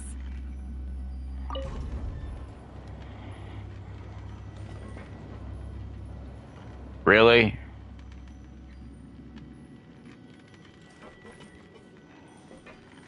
It didn't wait. I could just probably glide over there if I do it right. I don't think it's gonna wait, is it? That was annoying. Don't walk off the edge, damn it. Now, am I really supposed to try to get this chest right here? The wind knows me. I wasn't sure.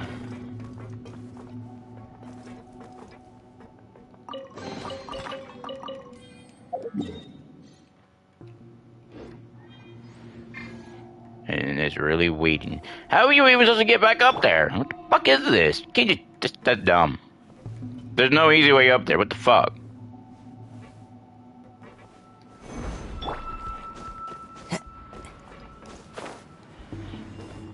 Okay, don't fall off. Wait. What? Oh, I need to go back. Need to go back that way. That's what it is. And switch it again. Oh, this is annoying.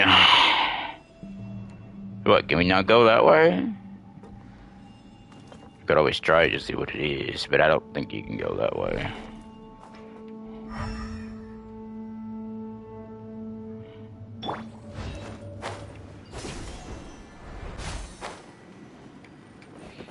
So I do need to go the other way.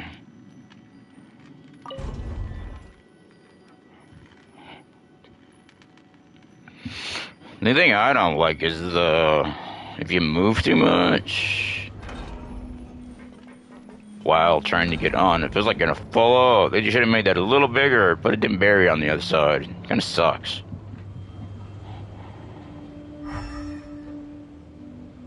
What, am I really supposed to get on that?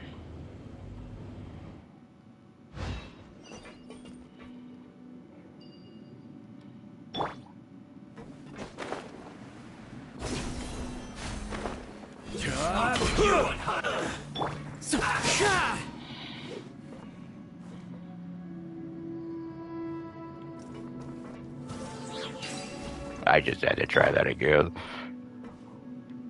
They'll knock him over the ledge.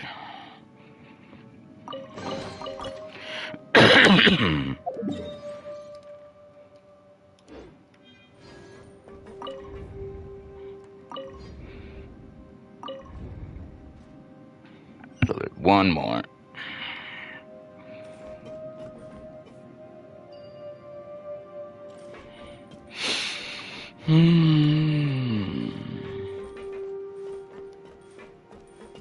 Wait, nowhere. Where do you want me to go?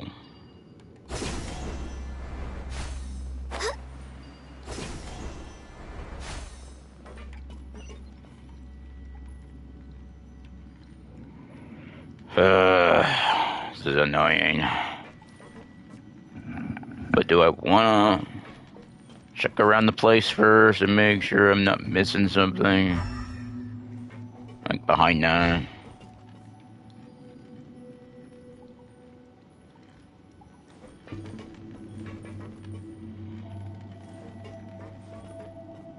See, that's already set up, so I think I will loop around at least once.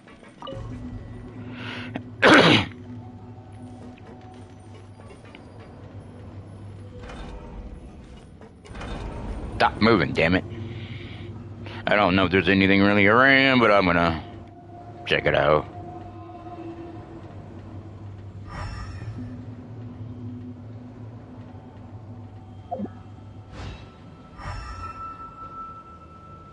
Except that it's really be off work this early? except that it's creepy. There's still a lot left to do.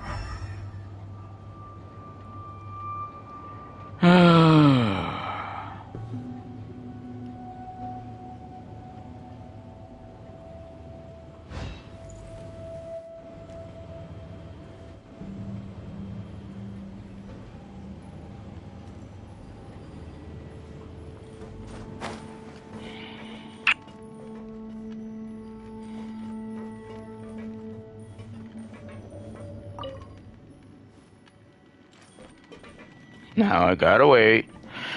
I'm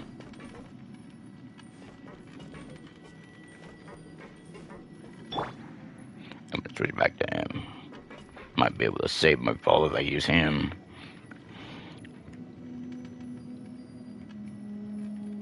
Why couldn't there be at least 2 of these stupid things instead of just 1? It's just so dumb. Is it really gonna stop again?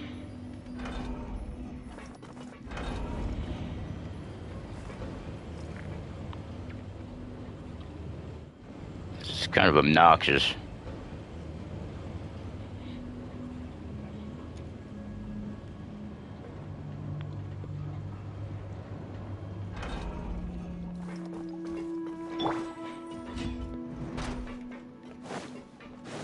Born of ice and frost. Let's begin. Into the wind. As one with wind and cloud. I'll protect. I guess this is it. Come at me. Don't be a killjoy. Stabilize. Just begun. Looks like I went too far. My pretties. Fallen leaves. Adorn. Quake.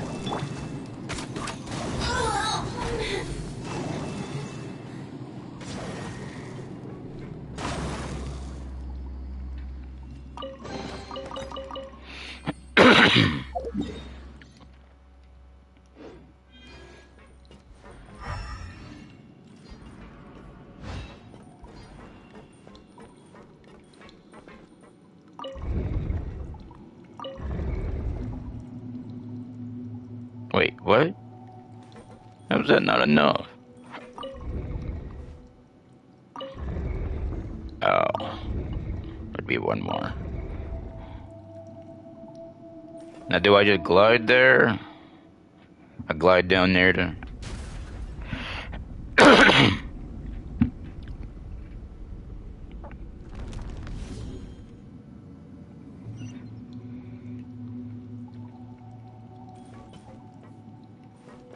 I want to double check. There's nowhere else to go here. I don't think so.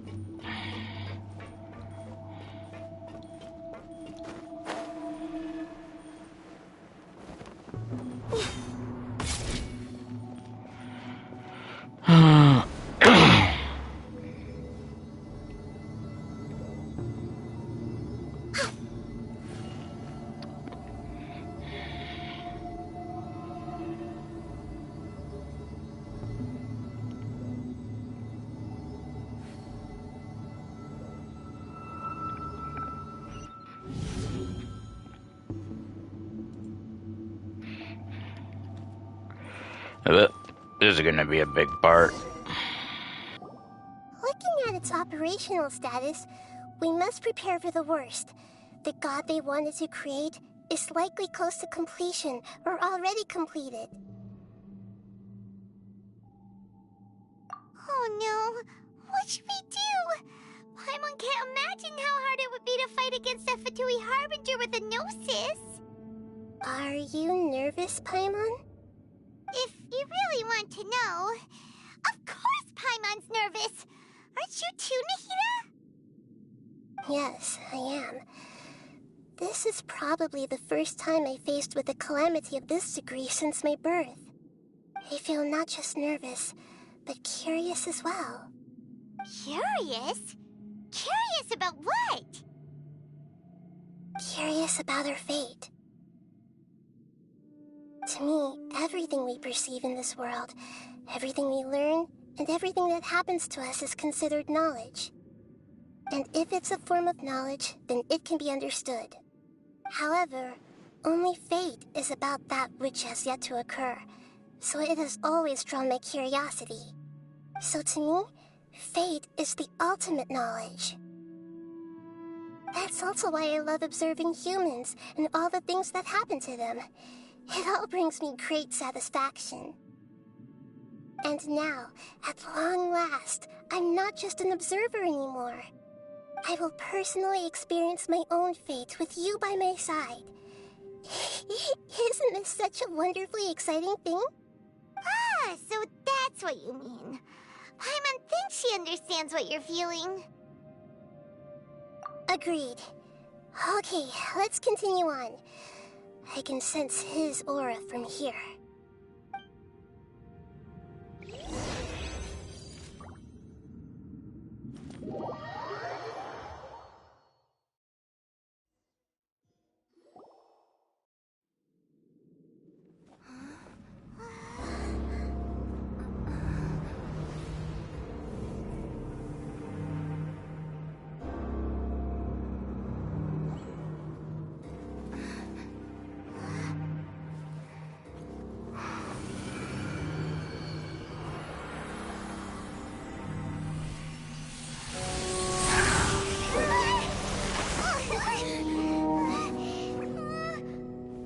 Who would have thought the world would be so eager for my birth? I remember you, Booer, the god of wisdom, and standing beside you, the traveler. Is he all-knowing and powerful now like Greater Lord Rukkhadevata? No, I can't feel the same kind of divinity I felt from the Greater Lord. It seems that the sages didn't get the chance to infuse the divine knowledge capsules into him. But even still, he has undoubtedly become a true god now. So we're too late? The Balladeer has already become a god? The Balladeer. A long bygone title. When my spirit ascended to divinity, I felt as if I had existed for the same number of epochs as heaven and earth. Looking back, the existence of what once called itself Kunikazushi appears infinitely small and ugly.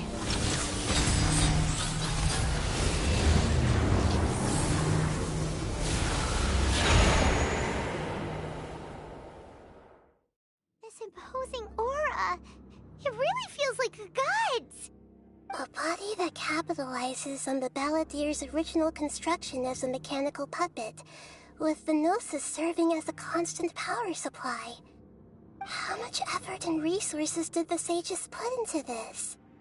From a purely technological perspective, it's a commendable achievement indeed. It's no exaggeration to say, this is the culmination of human wisdom. You sure are something! Dishing out compliments at a time like this? But I don't think he's reached the spiritual height of a god. Strife is engraved upon every god and every gnosis brought forth into this world. Can you feel it? The exhilaration of such power, and the thrill of anticipation for our contention. Nahida wouldn't feel the same things as you! Do you not realize that you are interrupting a conversation between gods? Lowly creature, know your place!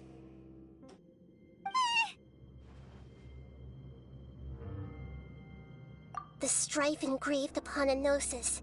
You're talking about the Archon War. Tevat's current peace was not easily won.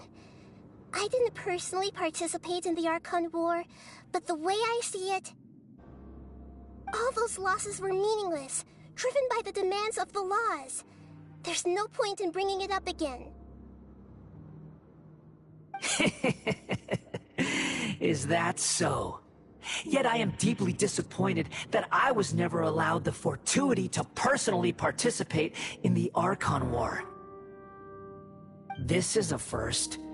Encountering a god in this world who does not crave power. No wonder your own people have abandoned you, god of wisdom.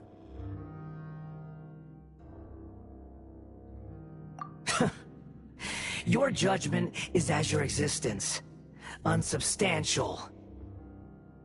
This is where everything ends, Booer. The god of wisdom. You should know that wisdom cannot solve every problem. Like now, where your only option is to face me in combat.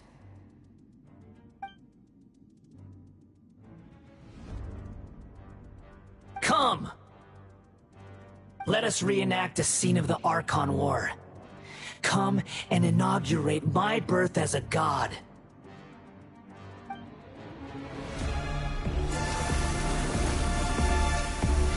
Perish! Next on the agenda. Solidify! Churn!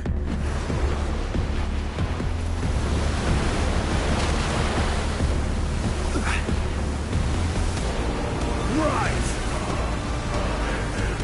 Feeble human!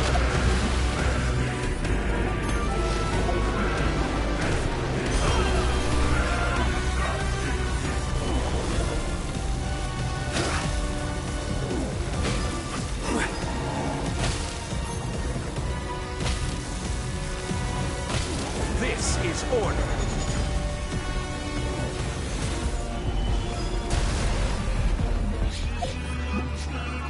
My endless cycle begins!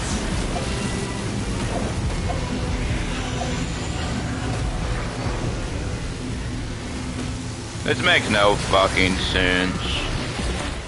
Gather. Something keeps popping up, but then I can't do anything. This is dumb. Whatever. What do you want from me? Do I need to get close to your fucking ass?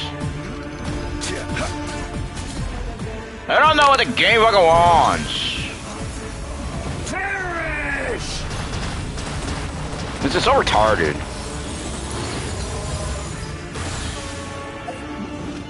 Insignificant past! I really don't know. This is so retarded.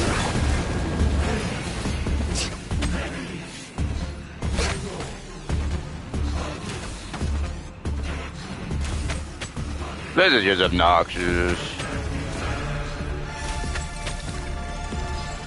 At my command, stabilize. You shall fall. So what am I? What's the point in that?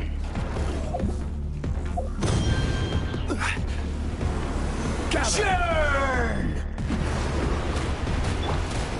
We're waiting on this. This is long overdue.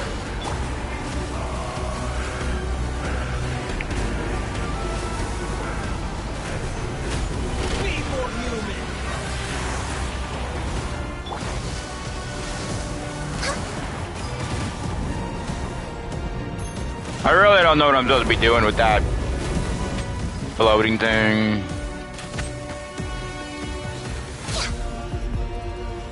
My endless cycle begins!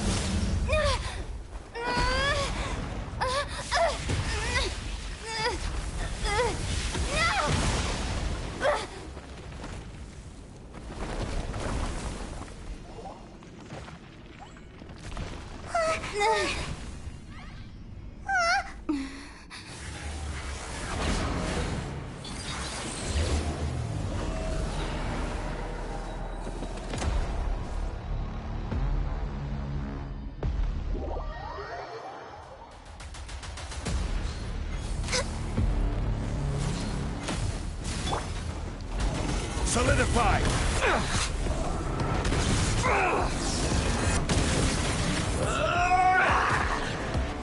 Oh yeah, we're supposed to jump that. What am I supposed to do, game? Access denied.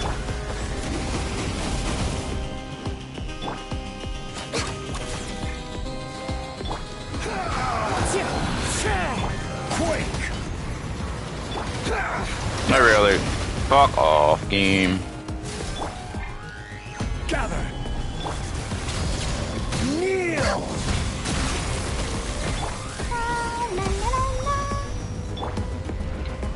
This is so annoying.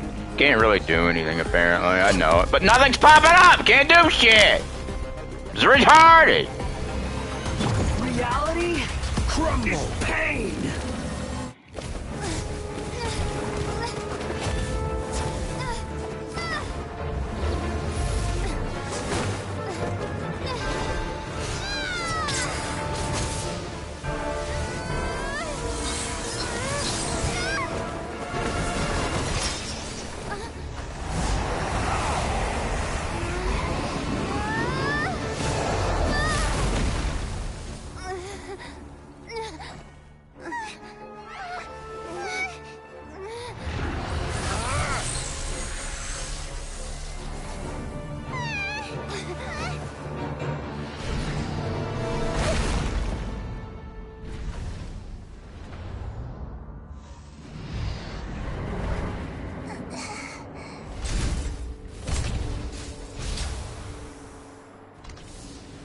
This is supposed to be a battle between gods, yet you choose to hide behind a mortal.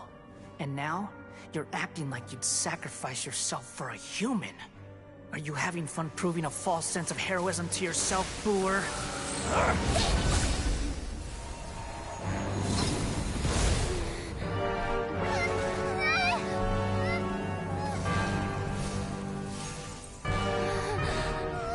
The data collection is almost complete.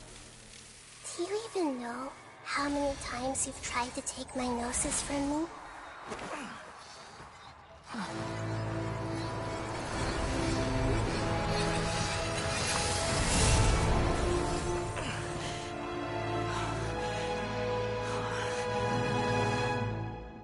We just concluded the 168th loop.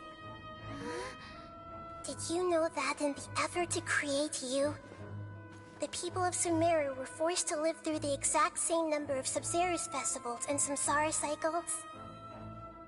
The power of dreams. When did you use it on me?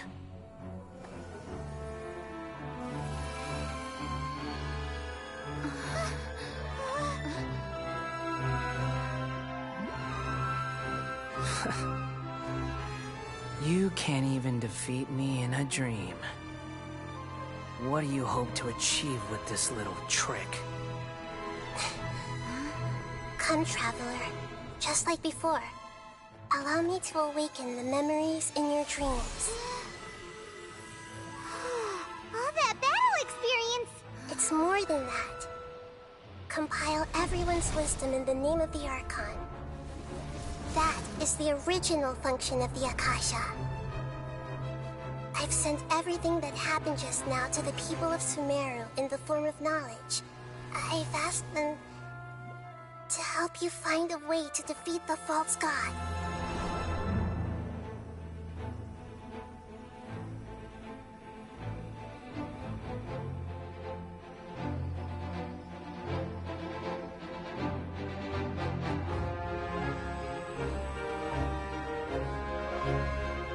Now, all of Sumeru's wisdom is at your disposal.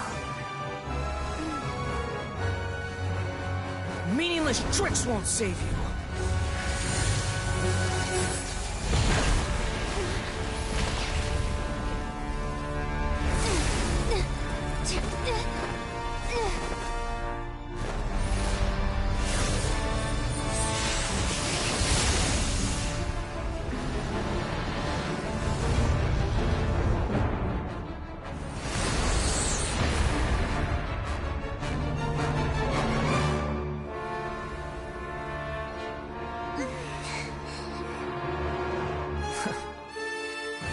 Are you done with your tricks?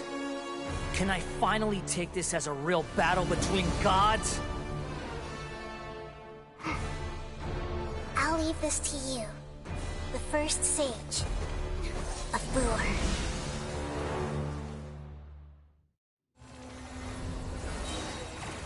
I am Wait, the what? all-knowing God.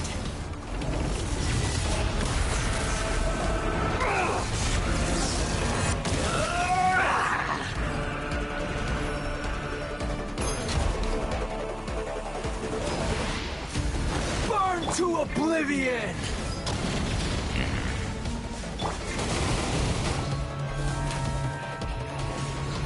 Tremble! Whatever.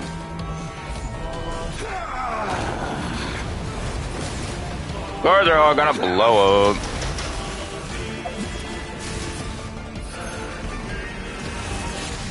Kneel!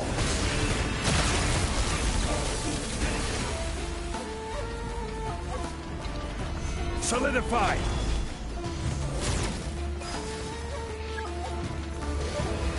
Reality is pain! Next time.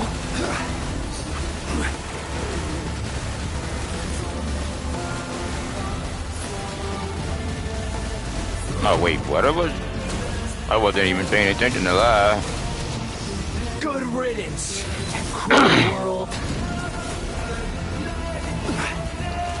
Gather! Order guide you. Born of ice and frost. Wait, what am I? So what am I supposed to do?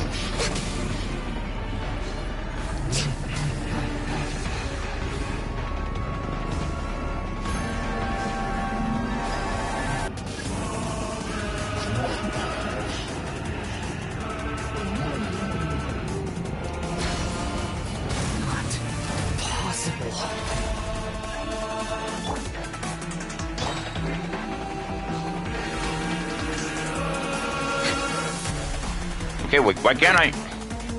You're not letting me go up! How do I go up, you dumb game? It's not letting me push the fucking button! Dumb game. Now what do you want from me?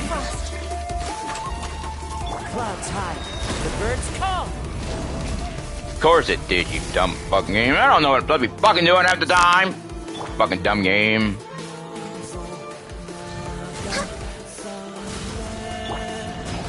Stabilize! Burn to oblivion!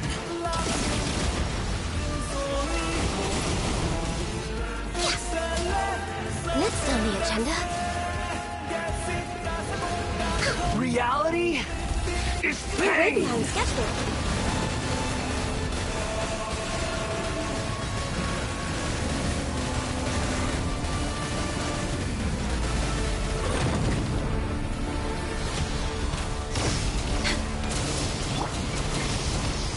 Gather!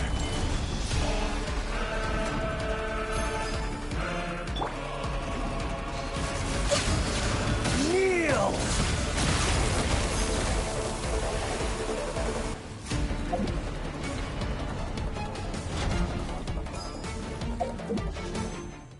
Wait, what the? Tremble! Can we? Burn to oblivion!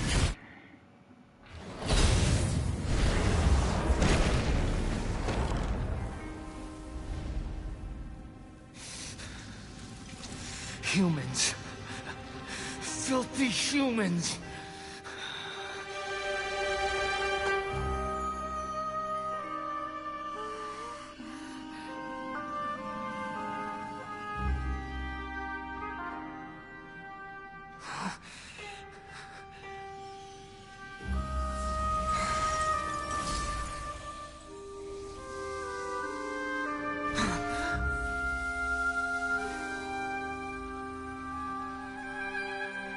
No! Wait! Please! Anything but the Gnosis!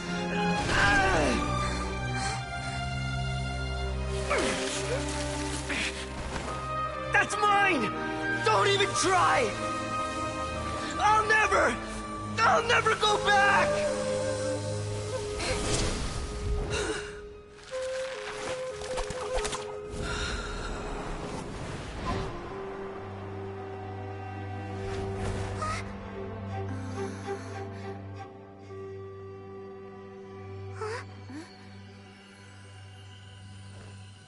We haven't yet found the answer to the most important mystery. Irminsul is still waiting to be saved. With the power of another Gnosis, we may now finally understand the last memory of Greater Lord Rukkhadevata.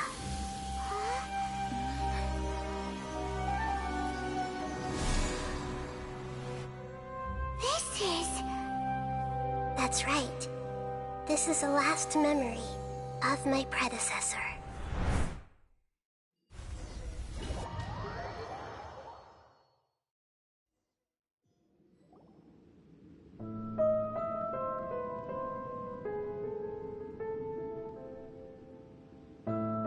Huh.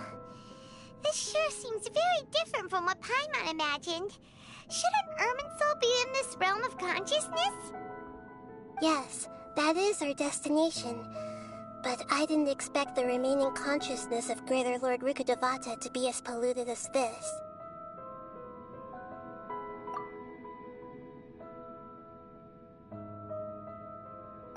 Forbidden knowledge? It seems you know about a concept that even I don't completely understand. Could you tell me what you know?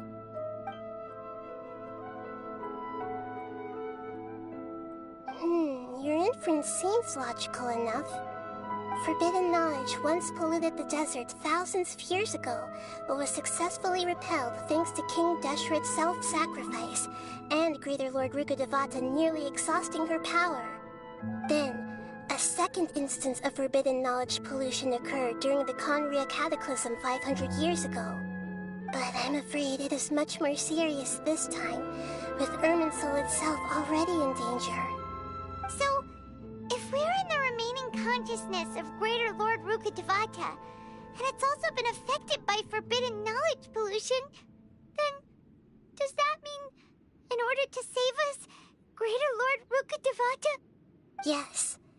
It's very possible that she sacrificed her life in the fight against forbidden knowledge. She didn't completely eradicate forbidden knowledge, but if it weren't for her actions, the pollution would have been far more rampant over these past 500 years. The way that everyone, including me, has forgotten everything about forbidden knowledge may very well be due to her restoration of Irminsul. Aww. Do you feel sad, Nahida? I'm just sharing her pain. The pollution of her consciousness here is severe. There is madness, chaos, and pain all around us. Did she fight to resist the forbidden knowledge pollution in such terrible conditions, all the way up to her last breath? She even used her last remnant of lucid consciousness to leave a clue for us to follow. Yes, her words were distorted by forbidden knowledge, so that's all we could hear. But now, we have a chance to find the answer to this mystery. We can cross the polluted consciousness until we found the right path to meet with her lucid consciousness. And then, we'll let Greater Lord Rukkhadevata tell us the truth in person. Each of us need to be mindful of the state of our own consciousness while we are here. Even with the Gnosis' protection, we must always keep a clear mind. Otherwise, we could go mad at any moment. That's so scary. Don't worry. It should be easy enough for you to keep that mind of yours clear, Paimon. Let's go.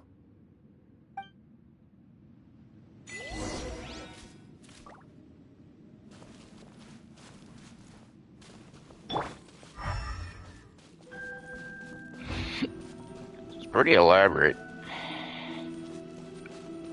Are we in the air? And why is there a huge boat? That's the boat of consciousness, which symbolizes reason here.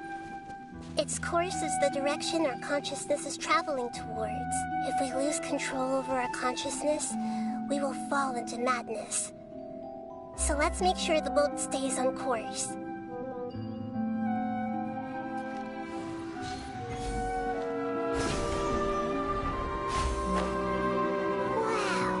What are these? The monsters seem to have been affected by them.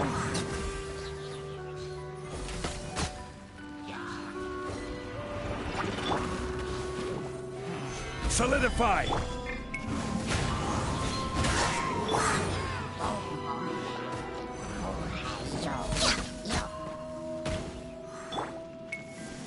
This is order.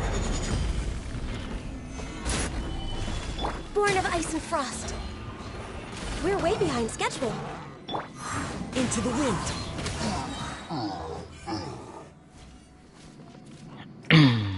Yeah, this is pretty elaborate. Oh great, we got the fucking dogs. I do not like the dogs. Well, at least I do have a healer, so that's good.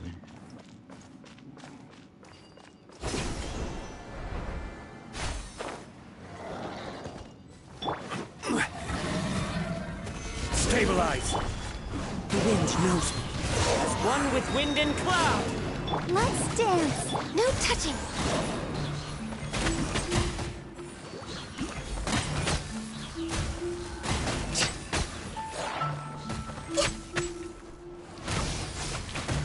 Access denied. Look! A four-leaf sigil has appeared in the sky! Now, 4 sigils? So we're supposed to be getting back on the boat. That's what it looks like.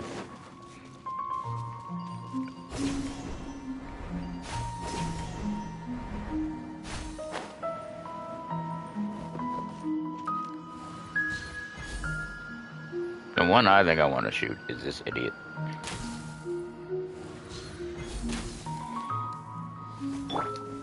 Solidify! What?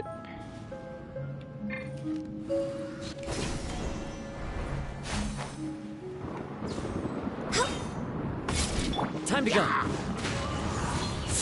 Born of ice and frost.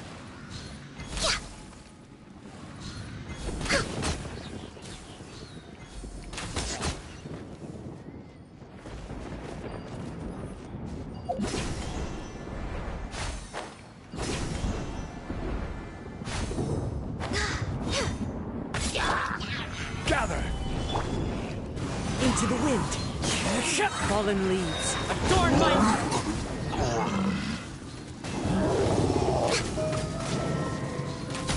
Blaze over.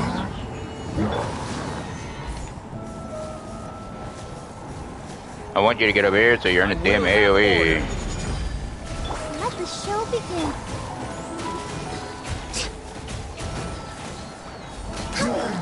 God damn, why can't I hit him? Solidify! No touching. To control the boat of consciousness, we need to find the helm first.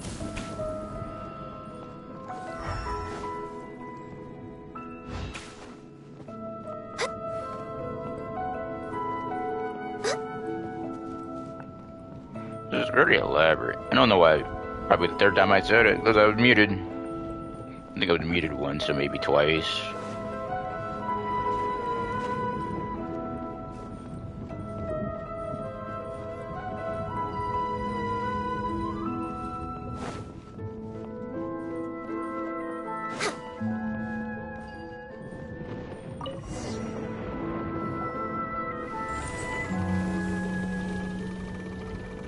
We changed direction.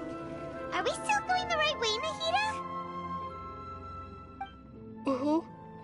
Judging from the current route, the boat of consciousness will soon take us out of here.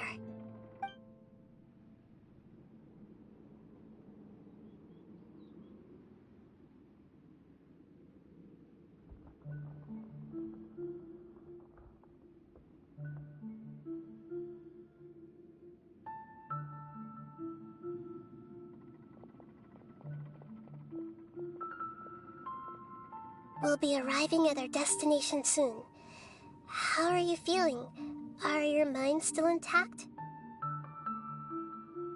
Huh? But everything's been completely normal for Paimon. Hopefully there won't be any more interruptions. This time, we should be able to meet Greater Lord Rukkhadevata. Are you saying you've never met Greater Lord Rukkhadevata before? No. It seems that my birth and her death took place at the same time. Otherwise, I think she would have given me a little more guidance, and I could have done a better job. Hey, you've done a great job, Nahida. Let's get out of this creepy place and go meet her.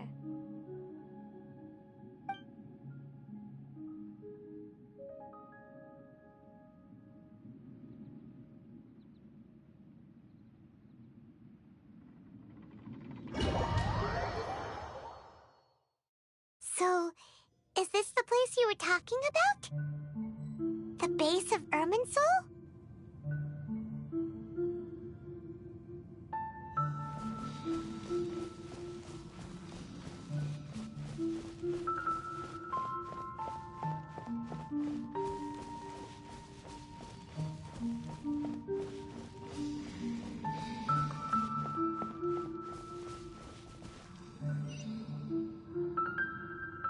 Well, this is the place.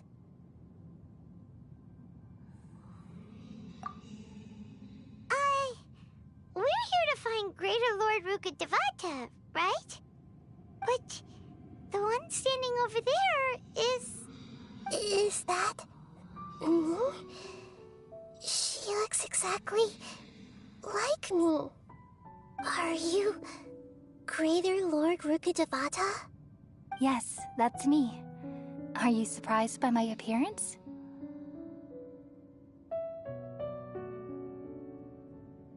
Irminsul and the surrounding lands have been reproduced here as they were years ago.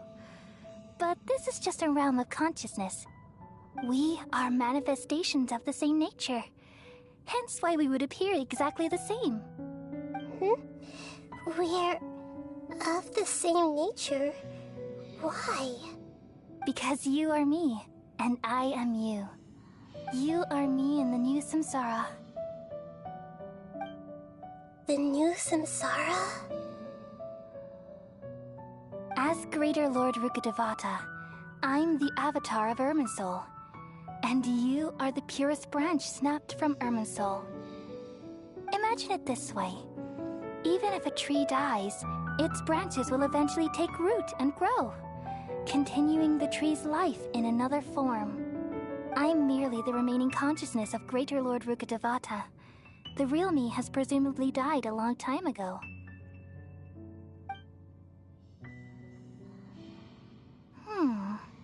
Judging from your appearance, I've probably been dead for 500 years.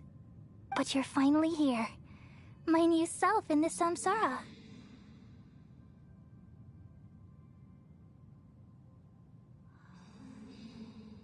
If this is true, then am I going to be a great Archon like you someday? Though we share the same nature, our fates are bound to be different. All things have their own fate. When a branch grows into a mature tree, it won't be the same as the original tree. That's why fate is the ultimate knowledge, isn't it?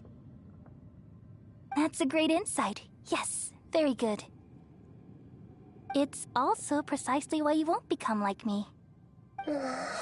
Really? But perhaps you may become an even greater Archon than I.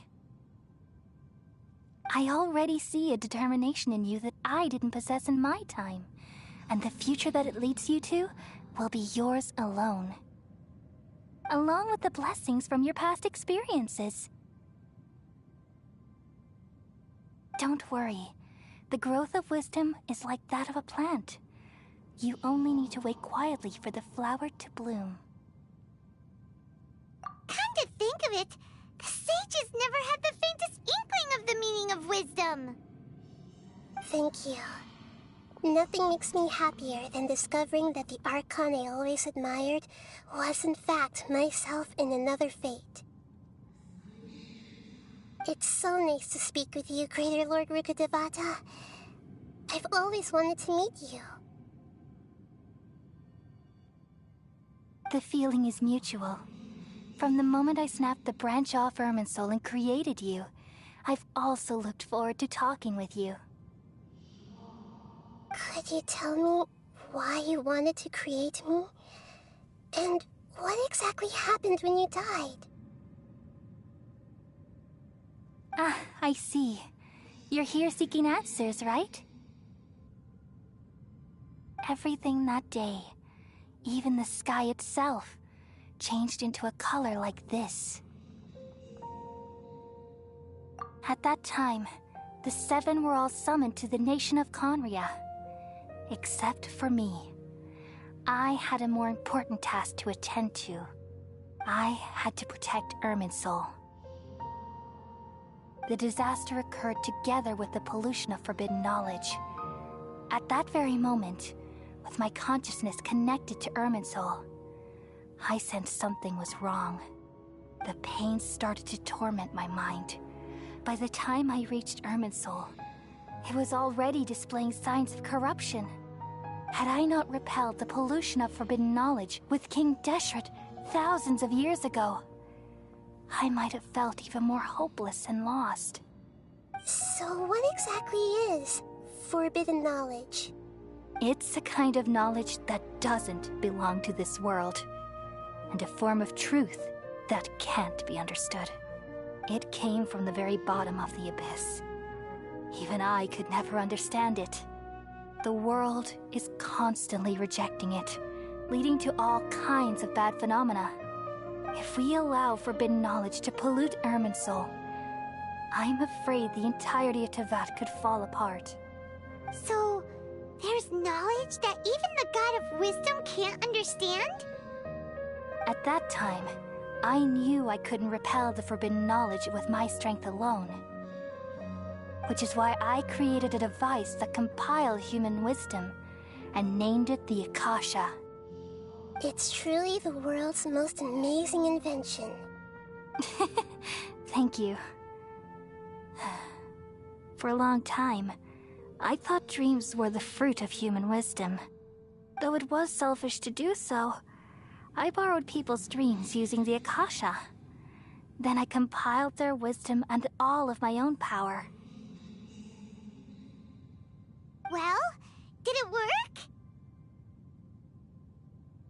Thanks to the wisdom of the people of Sumeru, almost all the forbidden knowledge was cleared from Irminsul. But things didn't go as smoothly as I thought. I had a terrible headache, which gave me an uneasy feeling. And then I remembered that my consciousness was also connected with Irminsul.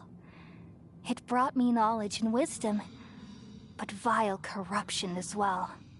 From the very beginning, my existence had been polluted by the forbidden knowledge. Oh no! How could that happen? I've experienced that pain in your consciousness. It must have been a horrible experience. Yes, but my feelings weren't important. The important thing was that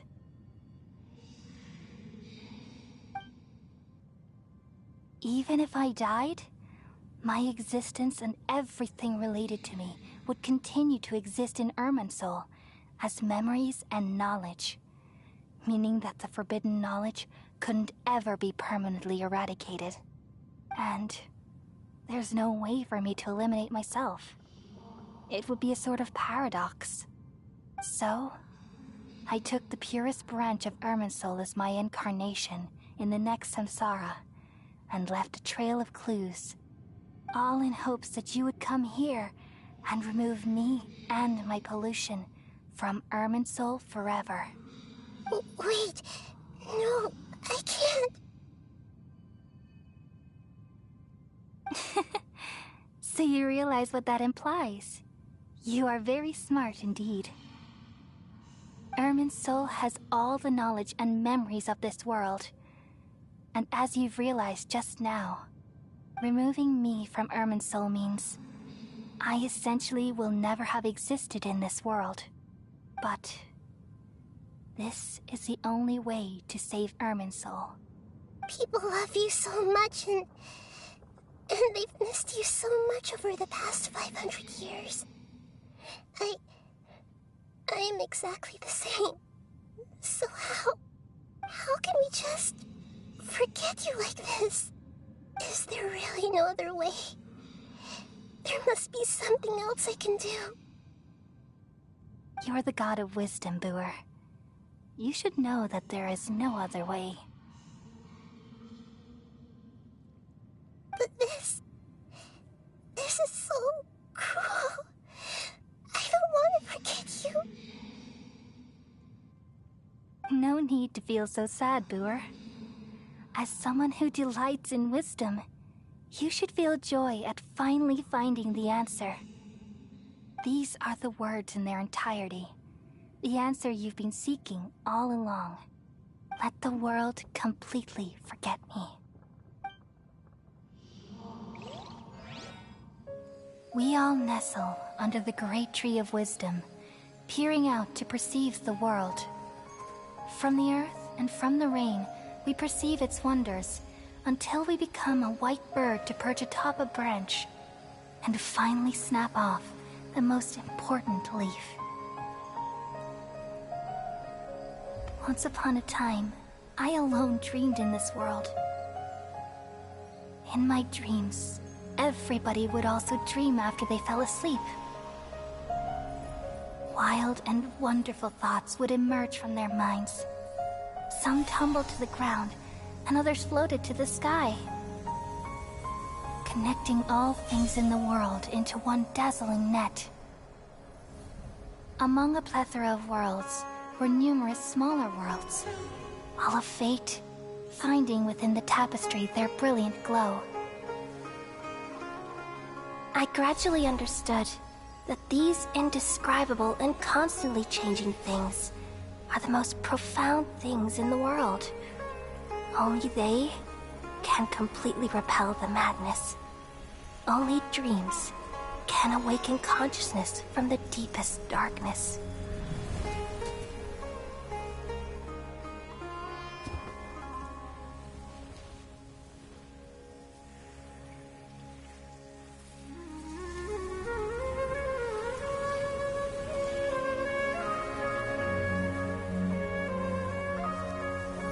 I'm the one who posed this question, yet also the one who sought a solution.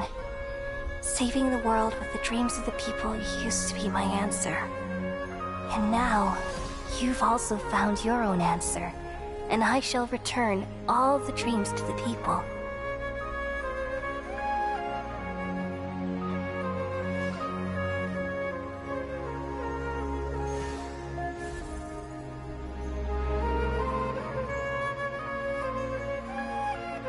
Goodbye, people of Sumeru. May you be blessed tonight with the sweetest of dreams.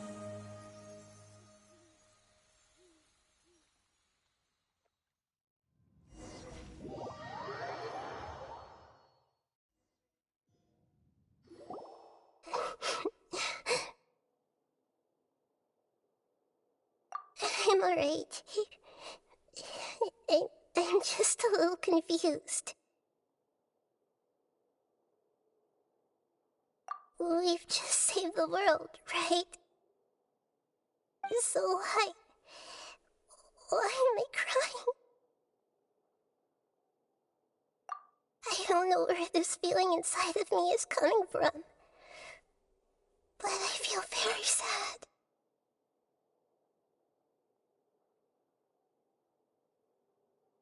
Just now, we used the power of two gnosis to successfully connect with the Ermin soul consciousness from 500 years ago. Then, we removed the remaining pollution from Merman soul.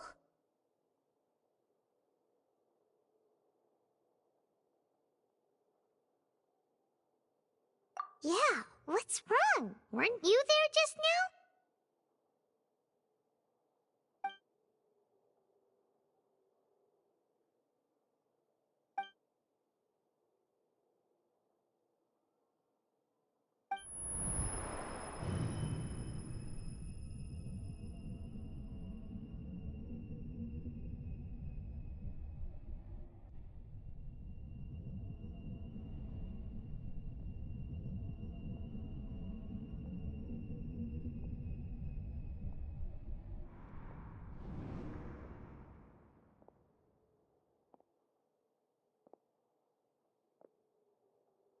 Huh? That sound. Traveler! Paimon! I've been waiting here far too long. But finally I have the chance to be alone with you. All the precious time I wasted has finally paid off. The doctor! What have you done? Just a type of sound wave that can quickly put defenseless people into a dream. As I expected, it doesn't have any effect on gods. This is the only thing of interest I found among the sage's research. I thought I'd take it for a little spin. Don't worry. I know you would never forgive me if I actually killed them. I'm here to negotiate with you. Naturally, I won't do anything dangerous that could potentially damage our relationship. Negotiate with me? I heard you had already left Sumeru. Why are you here again now? I left Sumeru, but I also stayed in Sumeru. Even the God of Wisdom is restricted by the habits of cognition. How disappointing. You mean there are many different versions of you in this world? An astute guess. Even the same individual will have different cognitions at different ages. A long time ago, I made a major decision in hopes of preserving all my perspectives of how I observed the world. Observation is the first step of any experiment, but observing the current world doesn't satisfy me. It lacks an important dimension, that of time. So I saved segments of all my ages and made them into independent individuals. That's all there is to it. Indulge me. How does the God of Wisdom find my method of seeking knowledge? It's an insult to the very concept of life. Life inherently has many rules and restrictions, each with its own significance and reason to exist. They can't be broken on a whim. Good. Amazing, even. Indeed, it's difficult for humans to make peace with themselves, not to mention oneself from a different period. Since you were in the academia, why wait until now to show up? You could very well have stopped us and helped that fake god. Simple. Let me ask you this. Would any staff member ever help the subject in the middle of an experiment? It was my experiment. So why should I interfere with the results? The academia saw the plan to create a god as their ultimate goal, yet you only saw it as an ordinary experiment. You really are crazy. If the experiment succeeded, you would have had a new god on your hands. How would you have faced your own god then? Would you still take the same stance? Would you still hold the same view of yourself? I'm first and foremost a scholar. These results should be left to the judgment of the hypothetical me confronted with that outcome. But you're right. And that's exactly why I'm disappointed with the conclusion of this experiment. As an individual, you don't have any sense of belonging. You seem to have even fewer convictions than a typical scholar. Oh no, I certainly have my own convictions. They just don't fit your standards, that's all. All right, that's enough conversation for today. The experiment is over, and it's time to tidy up the equipment and reclaim any useful materials. For example, the Gnosis. Lesser Lord Kusanali, you're an intelligent Archon. I'm sure you understand the disparity in our combat abilities at this time. Besides, you have no way to use that Electro-Gnosis in battle. Didn't you say you were here to negotiate with me? Somehow, it's starting to seem like you intend to take it by force now. I'm merely stating a fact. After all, I'm also a scholar. Naturally, I hope to show proper respect and dignity to the God of Wisdom. Your hypocrisy is built on absolute confidence. I understand your scheme, but... what if I were to destroy the Gnosis now and awaken the heavenly principles? Awaken the heavenly principles? Do you think that's really possible? The heavenly principles have been silent for many years, but the Gnosis are symbols of their control over Teyvat and all the laws. Will the destruction of a Gnosis attract the attention of the heavenly principles? And if so, how do the Fatui plan to deal with the consequences? Do you dare To gamble such a possibility with me? Gamble? How surprising. I thought you would show evidence or use rigorous reasoning to prove your point. The word gamble is the last thing I expected to hear from the god of wisdom.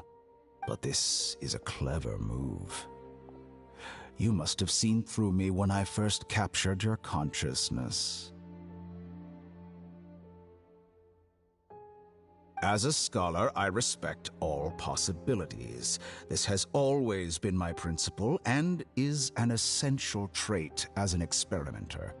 Indeed, I can't ignore this possibility. So tell me then, what are your conditions? This foreign gnosis will only lead to disaster if it stays in Sumeru. But this electro-gnosis is the prize I obtained after defeating one of your fellow harbingers. Now, as the one who initiated this cascade of events, shouldn't you pay the corresponding price? Price? Interesting. What price would you have me pay? How about erasing all your other segments? So this is how you wish to restrict me, the most threatening opponent of the Nation of Wisdom. What you request of me is like plucking out the eyes I have placed in the dimension of time. Segments are extraordinarily difficult to make. They require extremely rare resources and enormous amounts of time and effort, requiring me to destroy them all here and now. Bravo.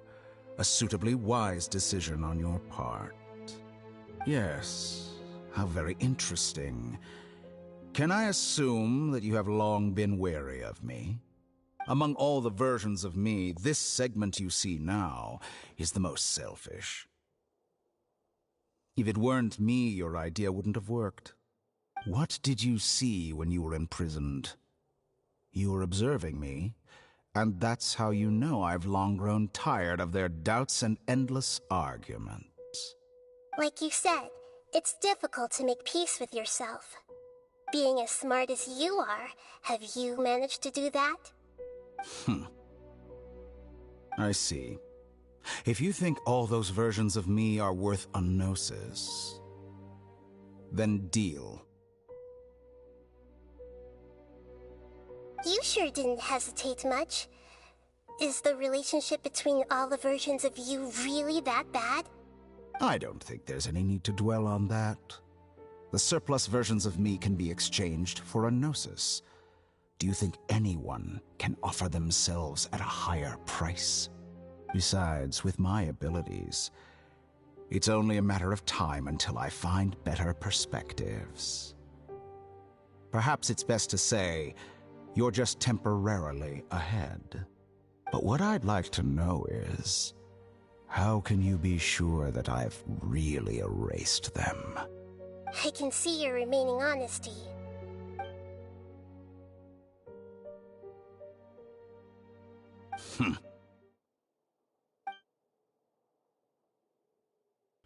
What a ridiculous decision! You can't be serious! How could I have been so short-sighted? You think this is the end? Wait, I'll have my revenge! You'll make this moment count. You will regret this! Well, have you confirmed that it's complete? Here, take it. The future of Sumeru City will be in my hands alone. I will shut down the Akasha and let curiosity and the thirst for knowledge drive the realm of academics once again. There won't be any further gaps for you to exploit. It truly pains me that my academic achievements have never been appreciated in my homeland. Of course, I have no interest in being rejected by this city for a third time. Another chess piece. And where is your dendrognosis? Don't be greedy, Harbinger of Snezhnaya. No, this is a different transaction. If you intend to turn off the Akasha anyway, then there's no further use for the Gnosis of Sumeru, is there? Besides, isn't it the Archon's duty to deliver what's desired of the Seeker? Oh, judging from your expression, you don't seem to find the idea very agreeable. Then let's think of it this way. Since you're the god of wisdom, how about I exchange some knowledge with you? People exchanging knowledge with the god of wisdom is the stuff of legends. Yet here you wish to exchange knowledge for the god of wisdom's property. Arrogant as that is, it has piqued my interest. Let me ask you, have you in all your mighty knowledge ever heard the rumor that the skies of Tevat are fake? Huh? That's the secret hidden by Ermin's soul concerning the truth of this world.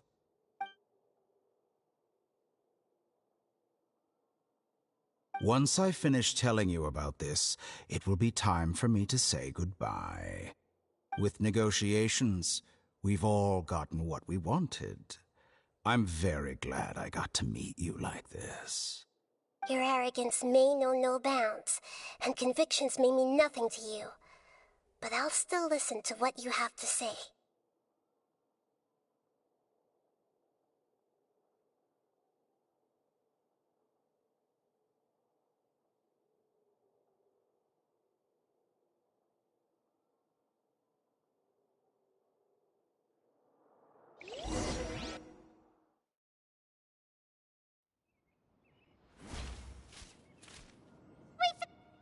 Together!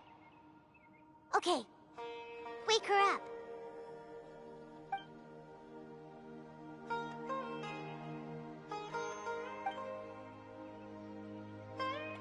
Are you awake? Kali says it's time for breakfast. Come on, get up! Good morning! How are you feeling today? Good to hear. It looks like we've recovered pretty well. Not even Tainari can stop us from going out now, right?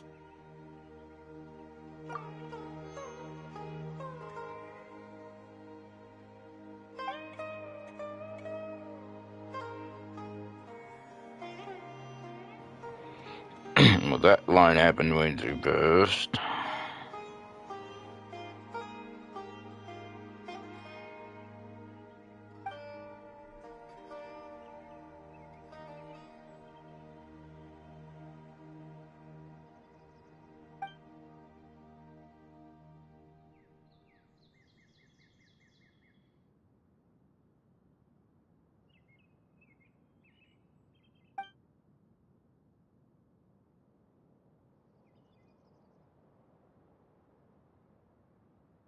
Come on, Traveler, let's go!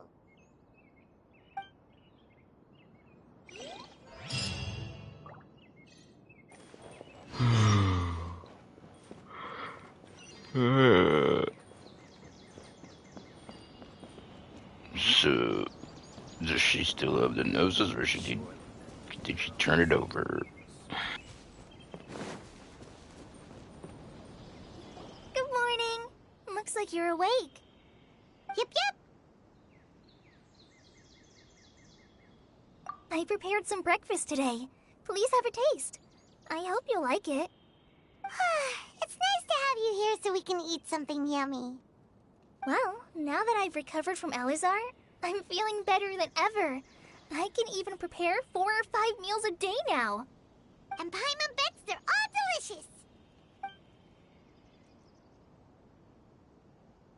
Oh, by the way, someone brought a letter for you after you went to sleep last night. Nope, Paimon wanted to read the letter with you after you woke up, so Paimon didn't open it. Alright, let's read it now. Oh, it's from Milu! Ahem. We're going to hold a feast at the Grand Bazaar and celebrate Cyano's reinstatement as the General Mahamatra.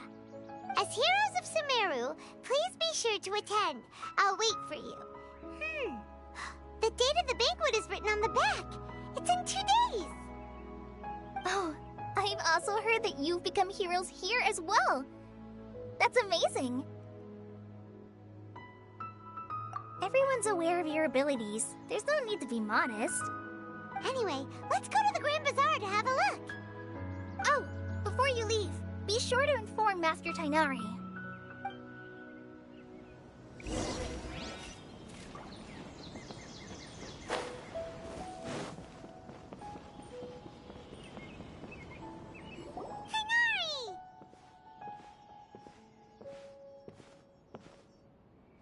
Good morning. How do you feel today?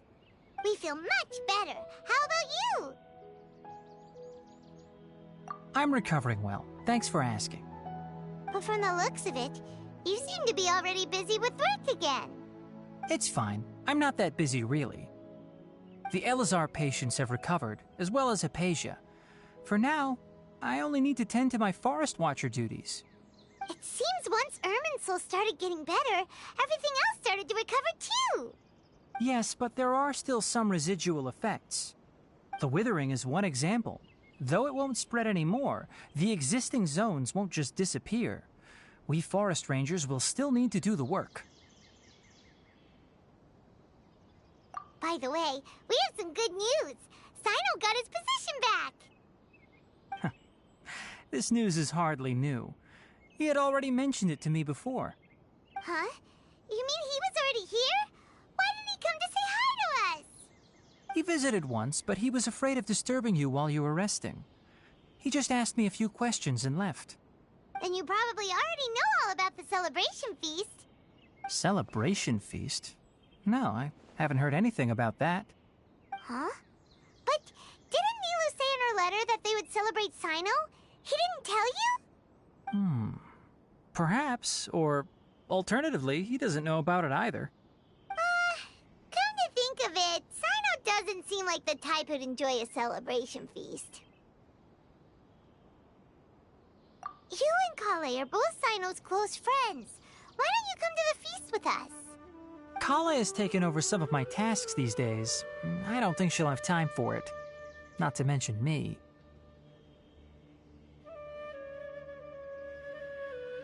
You see, some VIPs have come to the forest recently. Huh? VIPs? Very important Paimons?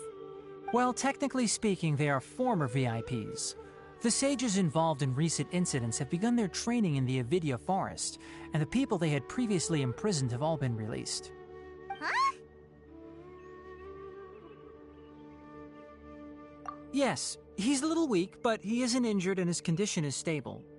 Lesser Lord Kusanali, in her boundless mercy, has decided to spare Azar and the other wrongdoers. Supposedly, they were ashamed of their shallow ideologies and have decided to dedicate the rest of their lives to cultivating wisdom in the Avidya forest. When they learned that Lesser Lord Kusanali had defeated the Balladeer and saved Irminsul, they were shocked at first, but also became happy, feeling that the sacred light guiding them on the path of discovering wisdom had begun to shine once again. As a result, work has increased for the forest rangers. That sounds really exhausting. There's nothing we can do, really. But that's another topic. Back to the matter at hand. Are you two planning to head out? Ah, right! We're here to request permission to head out. Would that be okay? You've recovered well. You may go, but be careful. Yay! Will do!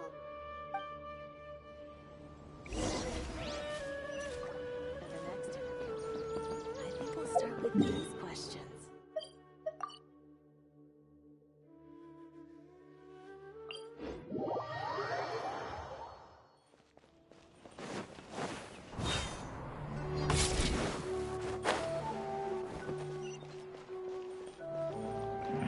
It ends up being pretty long. Even though the hour before I actually really started it now.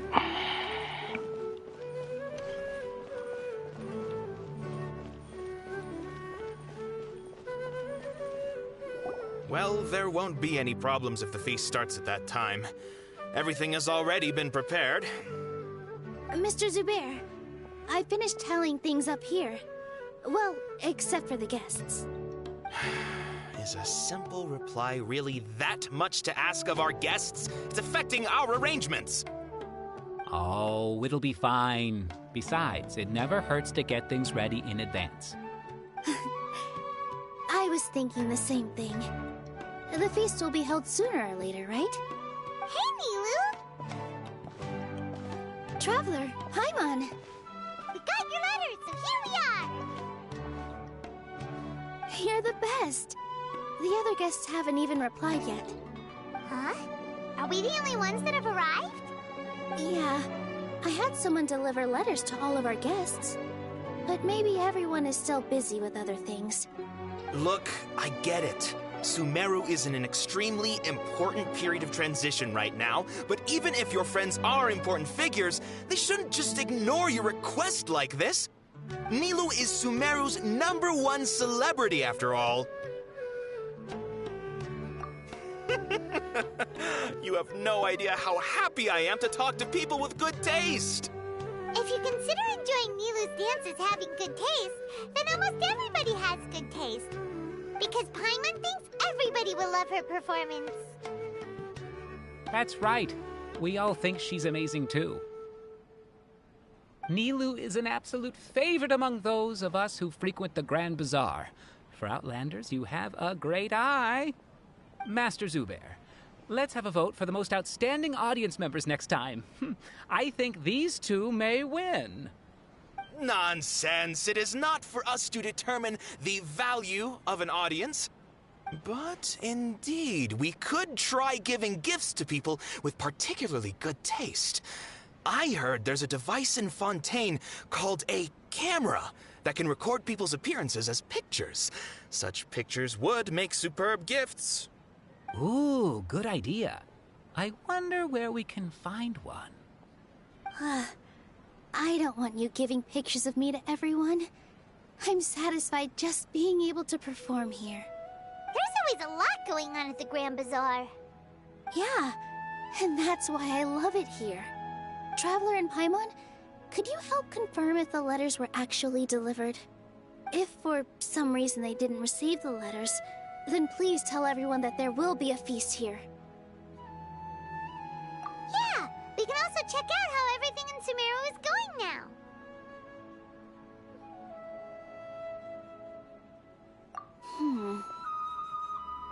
When I wrote the letters, I heard that Dia was in Port Ormos, and Alhaitham was at the Academia.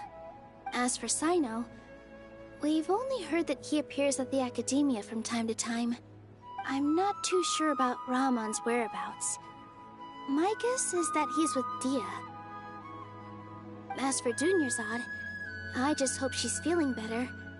I sent her a letter, but I was afraid of disturbing her. If you have time, please ask about her for me. Okay, got it.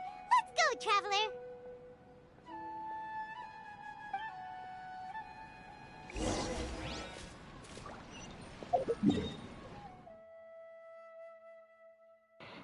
Oh, sheesh. Wait, so where are we going? No, I'm gonna... should do this, because I'm pretty sure that'll be the fastest way to do this. Next on the agenda. Got about 30 minutes until this resets. Which I think I've did everything I needed to.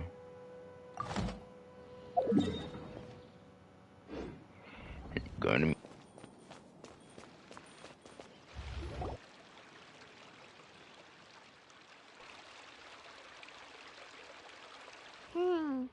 We haven't seen Alhaitham anywhere. Let's ask that person over there.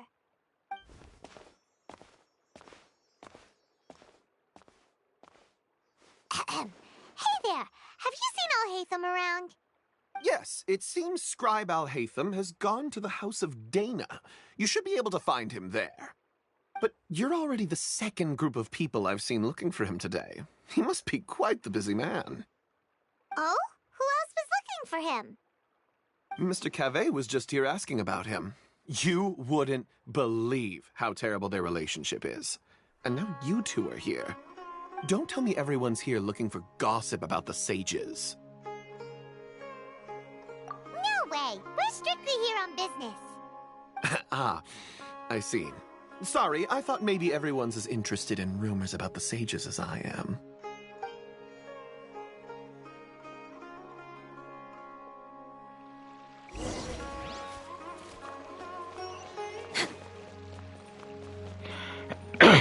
already know there's a good reason to come back to this place. You get a lot of books, but I'm not gonna do that right now.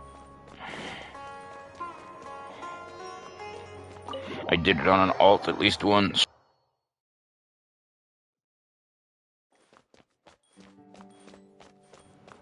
Even though you might have to come back again when you're not on a quest, so I don't know. So do I... Just trying to see if I still see any of the sparkles. Yeah, there they are. A lot of books. But I'm gonna do that later. Oh, Hatham should be around here somewhere, right? Oh, he's over there! But it looks like he might not have time for us. That seems like a new important character that's about to show up. Just put down that worthless book and tell me what happened in the academia. This is not just some worthless book. Do you have any idea how difficult it is to find a physical book like this in Sumeru? It doesn't matter. It's probably just another thing that you used your authority to get your hands on anyway. Just put it aside. Listen, I came back today only to hear that the sages have disappeared. Oh? You sound surprised. I thought you would already know the inside story. Would I be here asking you if I knew? You're the scribe, not me. So just tell me what you know already. Well, I almost became a sage. Huh? Oh, don't sound too surprised now. You're the renowned Kaveh, light of the Ksharawar. Besides, as a master builder and craftsman, chances are you'll be appointed as a sage too. Why do I feel like you don't really mean it? Huh. What makes you say that? Why would you question my heartfelt sincerity? Maybe it's because you've never said anything good about me before. Yeah, well, I share a similar sentiment, and anyone who knows you as well as I do would surely do the same. Oh, you... See? This is why I hate discussing anything with you. Your ridiculous and arrogant attitude always gets in the way. It seems that you really can't stand my personality. Ha! What was your first clue? Well, then you might as well move out of my house. Are you threatening me? Stooping to a new low, I see. Ugh, and don't change the subject. You, a sage? What a joke. The academia might as well just close tomorrow. Are they having a fight? Forget what's going on with the academia. Haven't you been busy with your construction project? Tell me, when are you going to build yourself a mansion? Don't get me started. I get angry just thinking about it.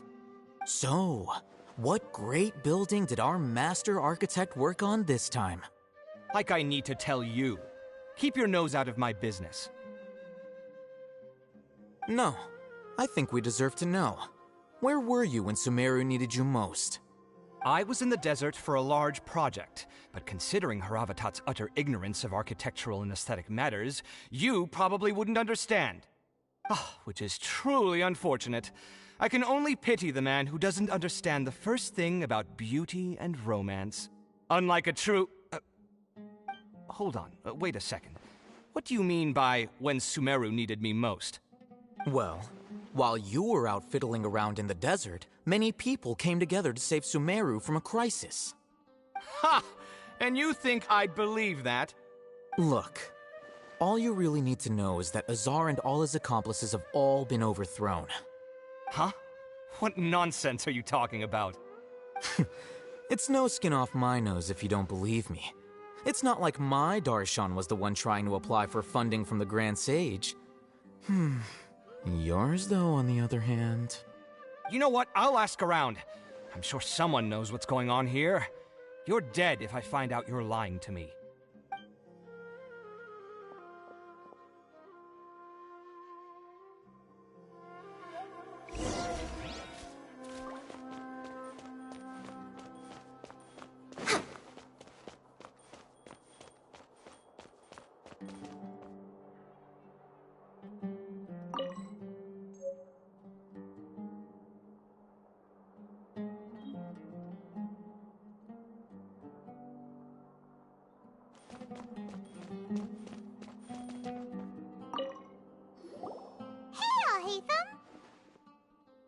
Oh, it's you two. What's the matter? We're running some errands for Nilu. Have you received her letter? Letter? Nilu said she sent out a letter inviting everyone to a celebration feast in 2 days at the Grand Bazaar. We'll also be celebrating Zaino's reinstatement as General Mahamatra. If she addressed the letter to all Hatham of the Academia, then the letter should have gone to my office.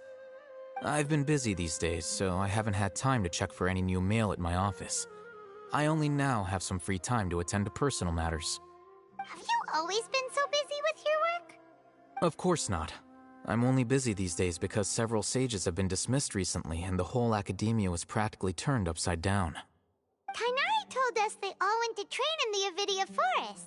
Apparently they will spend the rest of their lives there. That is already the best possible ending for the likes of them. 4 of the 6 great sages were possessed by their desire for power and attempted to create a new god. In order to pull it off, they even imprisoned the other 2 rational sages.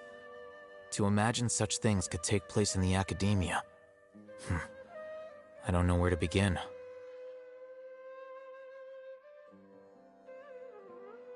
Yeah, you're right. Huh. Feels kind of strange to hear them called that after all this time. But then again, the 6 great schools sounded pretty impressive too. Yes, at least that's how they're supposed to sound. It's said that when the Academia was first founded, the Dendro Archon herself established the 6 great schools, each representing one of the 6 different types of wisdom. Numerous Darshans have sprung up and faded. Only the 6 Darshans attaching themselves to the 6 great schools have stood the test of time and obtained permanent seats in the Academia. Now, the 6 Darshans are nearly synonymous with the 6 great schools, and the leaders selected for the schools are the 6 great sages. Among the 6 great sages, there is one central leader, the Grand Sage. Unfortunately, only the sages from Vahumana and Amorta remain now. They were imprisoned for opposing Azar and were only rescued after Azar's downfall. So who's managing things in the other 4 schools now? Do they need to find someone new? Yes. Normally, new sages are selected based on a strict set of criteria. Oh, didn't you just say something about becoming a sage? If they pick you, then we'd have a huge connection in Sumeru. Yes, about that. You didn't let me finish my sentence. The person in charge of personnel affairs nominated me to be the Grand Sage in place of Azar and help Lesser Lord Kusanali manage the Academia. But I refused. Huh? But why? Ugh, can't you be a little more ambitious? I'm not even interested in being one of the 6 great sages. Like I said before, I don't like being a leader. Oh, all right. So are you busy these days trying to find others to take the job? That's not my job either. I'm only responsible for handling important affairs within the Academia before the new sages take office. And the first thing I'll do is reject Kasharawar's application for funding. By the way, who was that other person just now? Is he your friend? Do we look like friends? Paimon doesn't know. That's why Paimon's asking. His name is Kaveh, my roommate. You could say he's the representative for Ksharawar scholars. Which is exactly why he always has so many problems. So everything that's happened recently must be a huge change for the people of Sumeru. Such is the work of the Academia Scribe. Well, anyway, no matter how busy you are, since you are our planner, remember to attend the celebration feast in 2 days. All right, I'll see you there.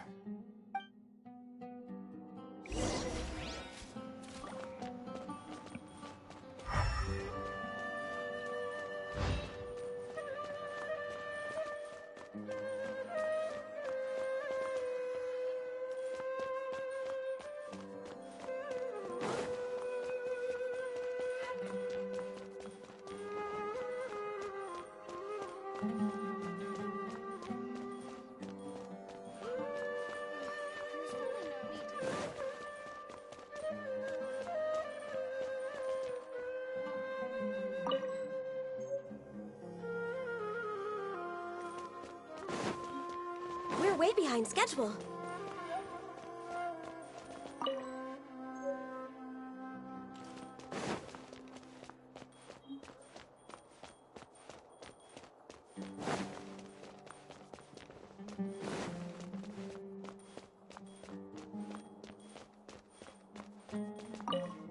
The House of Dana is the last quiet place in the whole academia now.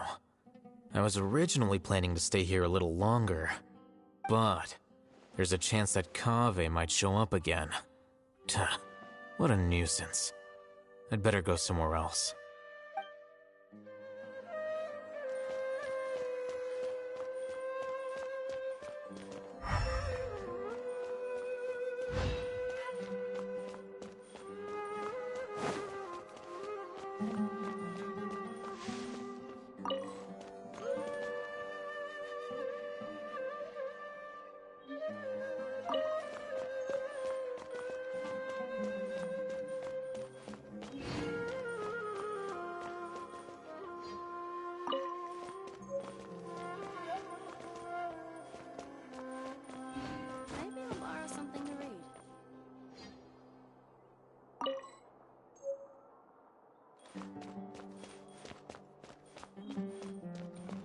And of course, I'm talking to myself again.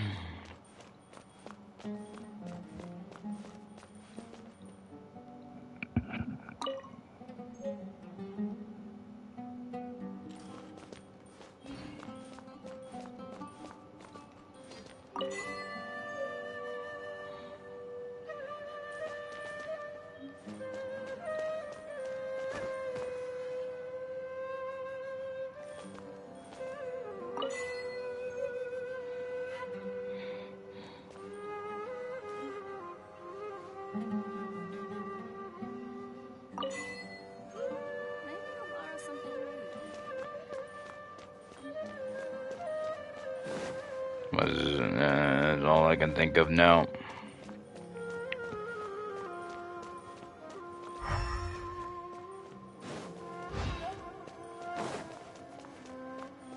Next on the agenda.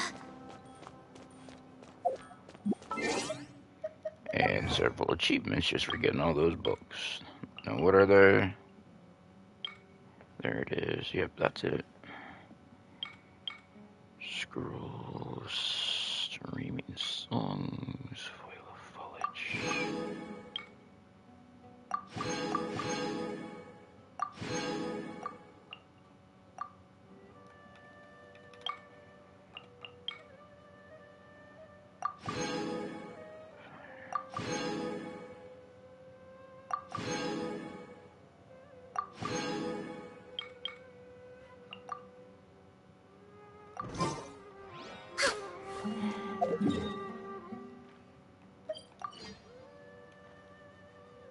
That's pretty far away.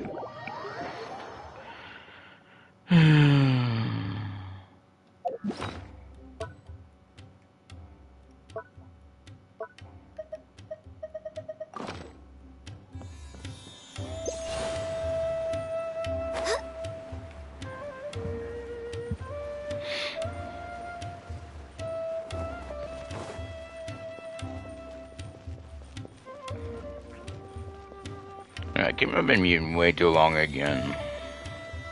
We're way behind schedule.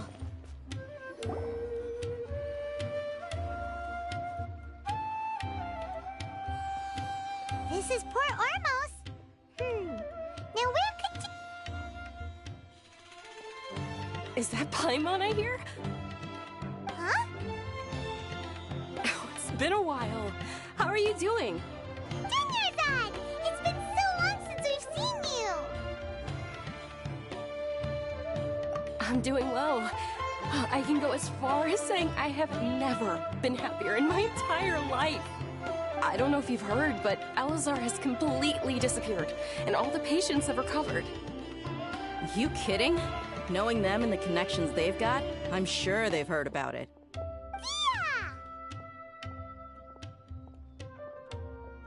That's right. My lady is feeling better now, so I'm accompanying her for a walk. Why do you still call me that, Dia? You've already informed my father of your resignation. I guess I'm just used to calling you my lady. Old habits die hard. Resignation? You mean you're quitting? Yeah, I might start losing my edge if I keep being a bodyguard for the Homayanis. You know that my parents and I are fond of you, and that we appreciate you very much. It wouldn't be a problem if you wish to continue to be our bodyguard. I'm not a woman that's easily persuaded. You should know that by now, my lady.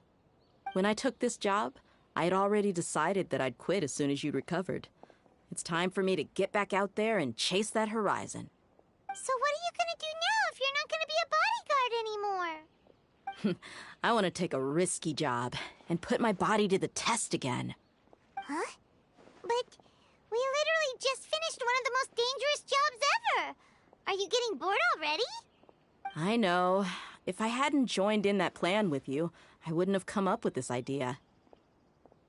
I guess I still get fired up by that feeling of going all out in a fight. It made me realize that I'm still a mercenary through and through. Life is short, and I'm happy that I got to be a part of that operation. But the whole thing also made me realize that there are still many problems in Sumeru. And as a desert dweller, I'm still not completely ready to settle down on this side of the wall. Well, I remember a friend had someone bring you a message. You mean I'll hate them? I didn't expect him to still remember that. I thought he was joking. We just came from talking with Alhaitham at the Academia. Did he tell you that he suggested that I come work at the Academia? What? I heard that Azar and his cronies fell from power, and Alhaitham told me that now was a good time to find a job in the Academia, but only if I wanted to. Whoa. Paimon can't see you being anything other than a mercenary. Me neither. But I think Dia would look great dressed up as a scholar. Ugh, forget about it. I wouldn't last 10 seconds in there. Alhaitham probably just liked the way I worked and knew I'm good in a fight. So he suggested I find some work in the Academia. But you know, if you take him up on the offer, Sino might actually agree and let you become a Matra. Because you're super amazing! The Matra have all the talent they need as long as they have Sino. I prefer to be free to live however I choose. In fact, I chose this job from the very start because I knew it'd be right up my alley. Even if being a mercenary means facing all kinds of danger. A lion has to return to the wild sooner or later. If anything, being your bodyguard has been unfamiliar territory for me. I don't want to see you go, but I'll respect your decision. I'm glad to hear you say that. Come on, no need for the sad face. It's not like we'll never meet again.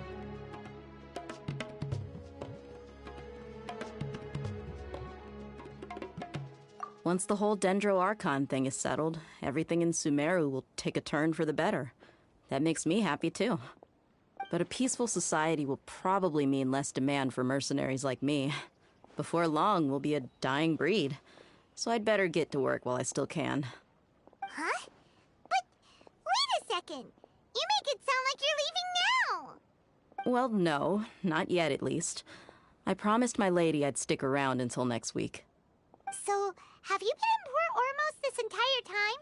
We were wondering if you had received a letter from Nilu. Oh, did Nilu write to us? She heard that you were seen in Port Ormos, so she sent the letter here. Huh. It was probably sent to the inn that we're staying at. My lady has been very energetic lately and keeps taking me on hikes, staying out even into the night. By the time we get back, the receptionist is usually off napping on the job. Right, and we tend to leave quite early in the morning, so the old man on duty is also usually dozing off. So what it really sounds like is that the person on duty is always asleep. I bet the letter's at the reception desk. I'll go check later. No wonder there wasn't a reply. You never received the letter. Good thing Nilu asked us to come and check on that. Sorry to make you two come all the way out here. It must be something important for Nilu to specifically write to us like that. Yes, she said they were preparing a victory feast in the Grand Bazaar, and will also be celebrating Sino's reinstatement as with General Mahamatra. She was hoping you could come. Great! I'll be sure to attend. Count me in too. But is there some sort of dress code or anything for the feast? Can I just show up looking like this? Since it's being organized by Nilu, I don't think she'll be too picky about that. If anything, I think she wants to see us as our most natural selves. All right, then this is how I'll show up. The feast will be held in 2 days, so don't forget. Sure. Thank you so much for letting us know. We'll see you there. Oh, by the way, do you happen to know where Sino and Raman are? The General Mahamatra always comes and goes without a trace. Normally no one knows his whereabouts. Oh. But last time we met, he mentioned that he had something to do in Aru village. You can try your luck there. As for Raman, your guess is as good as mine. I only remember he said that he had something to discuss with Sino. You can ask Sino when you meet him. Don't mention it. You better get going. All right, on to our next stop.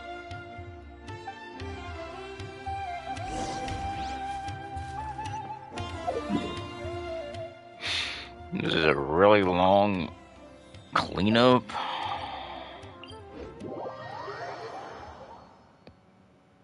And while I'm at it, I should also find something else. 'Cause there's...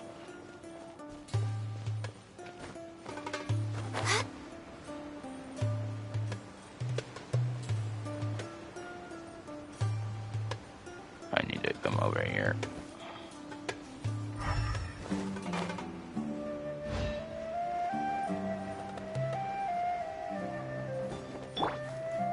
The wind knows me.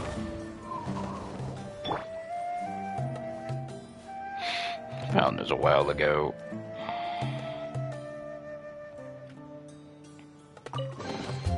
Beautiful treasures are a cause for great happiness.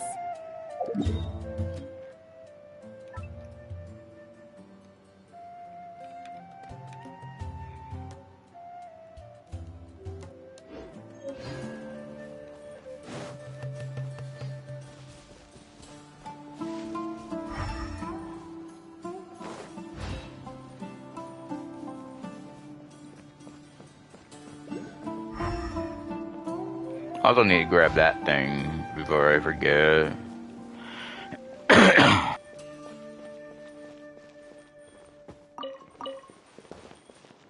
It's been a while since we last visited Aru village. Ah, there's Sino.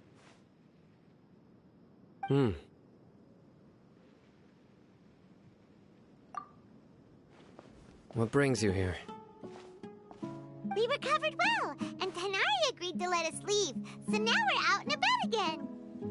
It seems Gandharvaville's medical treatment is still as good as ever. And Tanari is recovering well, too. That's good to hear. Yeah, you're the one who brought us to him when we lost consciousness, right? Thanks for that. You're welcome. Tainari has excellent medical skills, and Kale is quite attentive. It was the best place for you. But why are you just standing here like a dead tree? I'm meeting some people. Oh, you mean Candace? I've already talked with Candace and the village chief. They're still at the usual place. You can go there if you'd like to see them. But you know one of the people I'm meeting as well. Oh, by King Deshret's blessing, my friend suddenly appears in the desert. Don't tell me you've run into trouble and need us to help now. Roman! And... huh? Sitaria?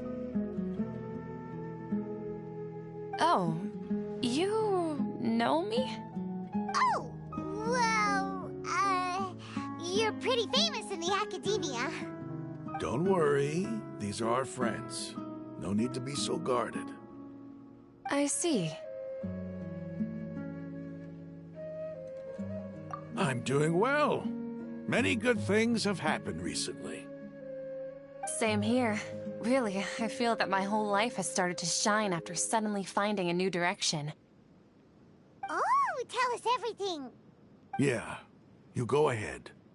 Alright, well, I suppose I should start by saying I've decided to leave the academia. What? It's not that I've given up on being a scholar. Instead, you could say I've found a new identity. I will no longer pursue research like a typical scholar, but I have not completely given up on my relationship to knowledge either. I can see what you're saying now. What do you mean? I plan to leave the academia and return to teach here in the desert. Wow, so you want to become a teacher? Sataria will return to support education here and teach people from the desert. She can't teach everyone on her own, but there are many of us Eremites all over Sumeru. She came to discuss a collaboration with me and hoped that I could bring her ideas to the Eremites. Yes, it's my hope that the Eremites can help me select a group of smart people with the best aptitude for teaching. I'll teach them, and after they've finished learning from me, they can go educate more people. That is the true meaning of education and the spreading of knowledge. The people of King Deshret suffer from sandstorms, exile, and ignorance. Miss Ataria is more than welcome to come teach here. Her arrival is like a star shining in the desert night. The stars have always guided caravans, thieves, soldiers, and travelers who get lost in the night. They lead those in the dark out of trouble and back to safety. Oh, please. Where's all of this coming from? I'm starting to feel a little embarrassed.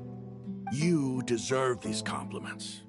Mercenaries are accustomed to danger and don't fear death, which is why we recognize extraordinary actions that common people would easily overlook.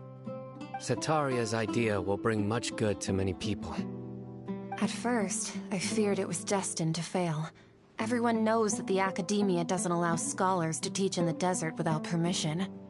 As you know, all knowledge is under their surveillance and control, and very few desert dwellers are as lucky as me. But what I heard at that time has been haunting my heart, as if there were lightning bolts constantly bombarding my soul. Sataria, you tread a treacherous path, and the longer you ignore it, the tighter the academia's grasp on you will become. Sataria, why haven't you gone home? Never forget that the desert that belongs to you lies elsewhere. Miss. These words sparked something in me, and I knew that I had to bring something back to my people after going home. I gathered up the courage to approach the Grand Sage, only to find that he was no longer at the academia. Lord Sino told me that Azar didn't belong there anymore. Azar has received much-needed punishment. Though, if you ask me, it may have been too light. You probably have already heard. Lord Sino helped me obtain permission to leave the academia for the desert, and accompanied me here to discuss collaboration with members of the Eremites. My plan was able to go smoothly thanks to him and Rahman. You're all doing so much for the desert. Aside from that, I also have some other business to discuss with Sino. Lesser Lord Kusanali has allocated many resources to support and develop the desert. I've done some business for her, and part of it required the assistance of the Eremites. I applied for a few batches of educational materials from the academia, and sent them to several groups in the desert, as instructed by Lesser Lord Kusanali. I believe the people will make good use of them. That's exactly what the people here need. Physical books and other related items. If it weren't for Sino and Lesser Lord Kusanali, I'm afraid we'd never be able to get our hands on them. Apart from this, the academia is also recruiting scholars that are willing to teach in the desert. I'll let you and Sataria know as soon as I have any more news. We must be persistent about this, and maintain these resources to ensure long-term effectiveness. This is the first time in hundreds of years we've had a glimmer of hope. I think this may be the turning point for the desert. Remember these words. Here lies our faithful priest, Kasala. His wisdom is a miracle among the people, deserving of high praise and admiration. I hope people with wisdom like that priest will rise again among the desert dwellers. Then we'll once again see the wisdom and glory that once shook the world. Enough about us. Are you here to discuss some business too?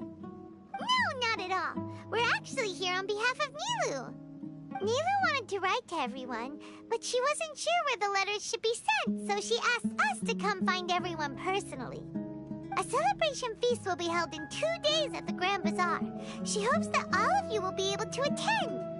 At the feast, we'll also be celebrating Sino's reinstatement as General Mahamatra. Although, judging from your appearance, it seems you've already been reinstated. Paimon thought you would only start working for the Academia after the feast. Celebration? Feast? It's the first I've heard of it. Tighnari was right. He really didn't know. This feast is for you, Sino. Sounds to me like you'll have to be there.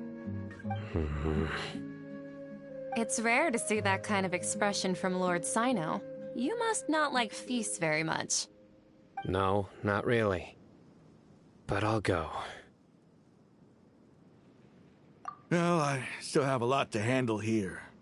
Besides, I need to look after Miss Sataria in the desert, so I'll have to pass. I'm afraid I won't be able to join you. Although, if you'd be so kind, please give a message to Miss Nilu for me. The message is, I'm sorry for how I treated you before, but now I understand the beauty of your dance. It's like a light shining in the sky.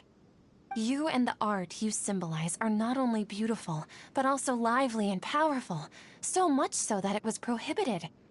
Please keep dancing, and someday, I'll be able to appreciate your art in person. Okay, we've got all that down. Our job here is complete as well.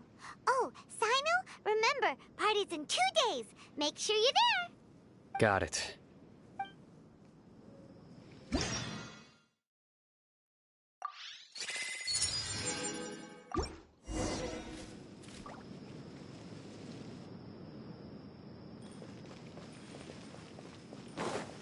The numbers are correct.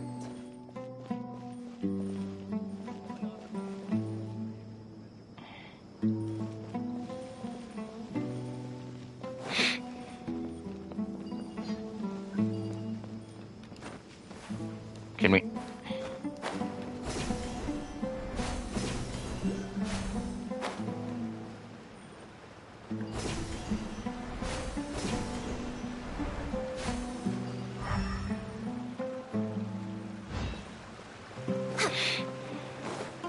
We're way behind schedule.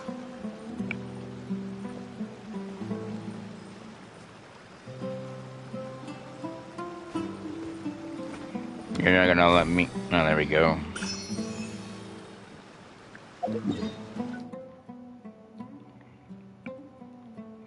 I don't know why I waited so long to grab that one.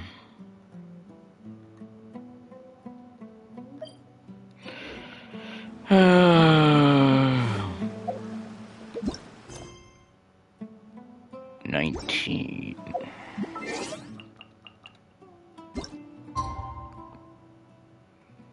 So it'll be the day after tomorrow.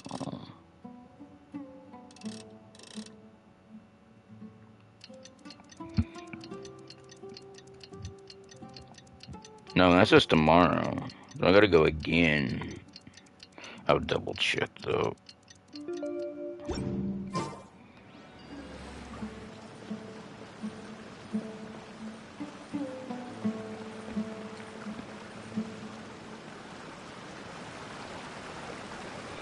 Yep. So one more.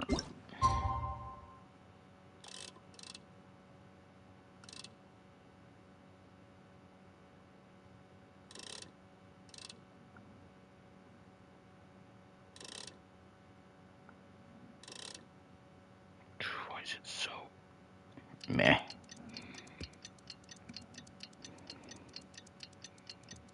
It would just make it easier if they just put an auto advance setting that you go ahead and push square. It just takes you to the needed time.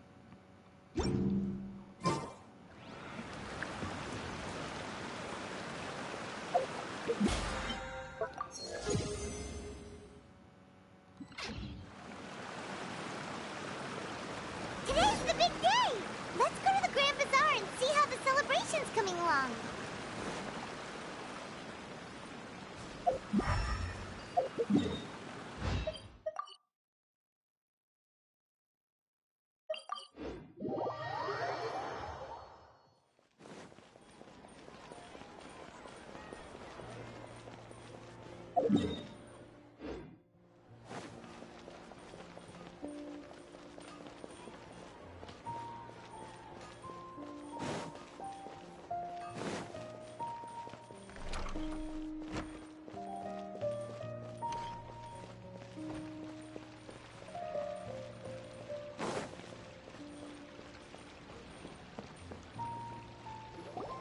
Everybody's already here.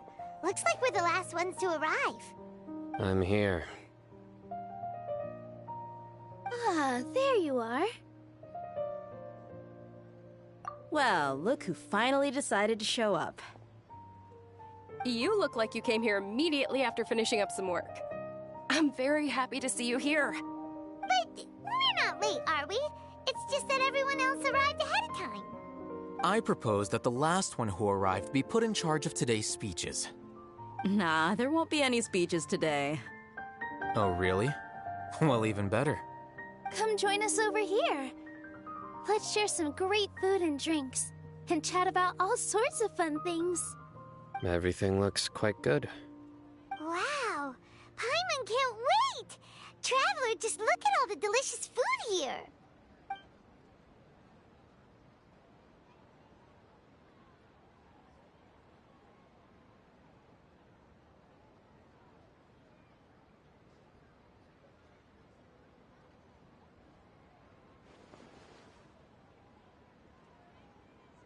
Whoa! It's so delicious! Oh, this grilled meat tastes amazing! The food was specially prepared for you by everyone in the Grand Bazaar. And we have gifts that were sent by the residents of Sumeru City when they heard we were holding a feast. Everyone that came said that you saved Sumeru, and wanted me to thank you all on their behalf. Ah, feels kinda nice to be seen as a hero. I could get used to this. Being a bodyguard is also a hero's job. You've always been amazing, Dia. My lady sure has a way with words. Thanks. I'm glad to hear it. And I'm happy to meet everyone that participated in the great plan. Don't mention it. Come to think of it, we've really done something impressive together. It's unbelievable. We owe it to our abilities. And luck. Really? Why do I remember everybody thinking that luck was against us and feeling like we hardly had a chance of succeeding? That's how I remember it too. It's luck that brought us together, and it was luck that let us form a team. Then, it took even more luck for us to formulate a plan and implement it successfully. Moreover, judging from the results, everything worked out well.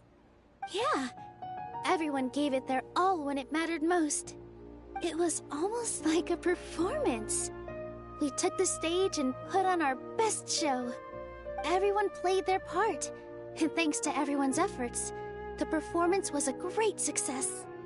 So, would you say we're good actors too?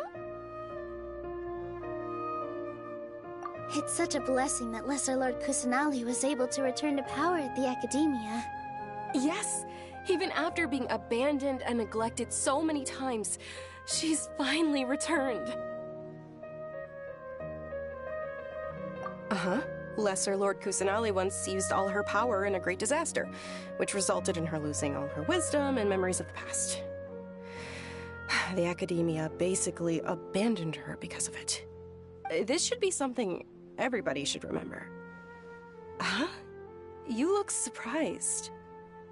I didn't say anything wrong, did I? No, everything you said is correct.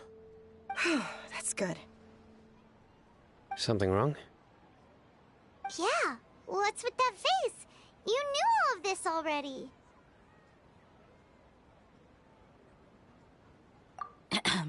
Even if those two giants of the Academia are here, I still have to say it. Those sages really have some nerve. 500 years ago, Lesser Lord Kusanali used all her power for the people of Sumeru, and what did they do in return?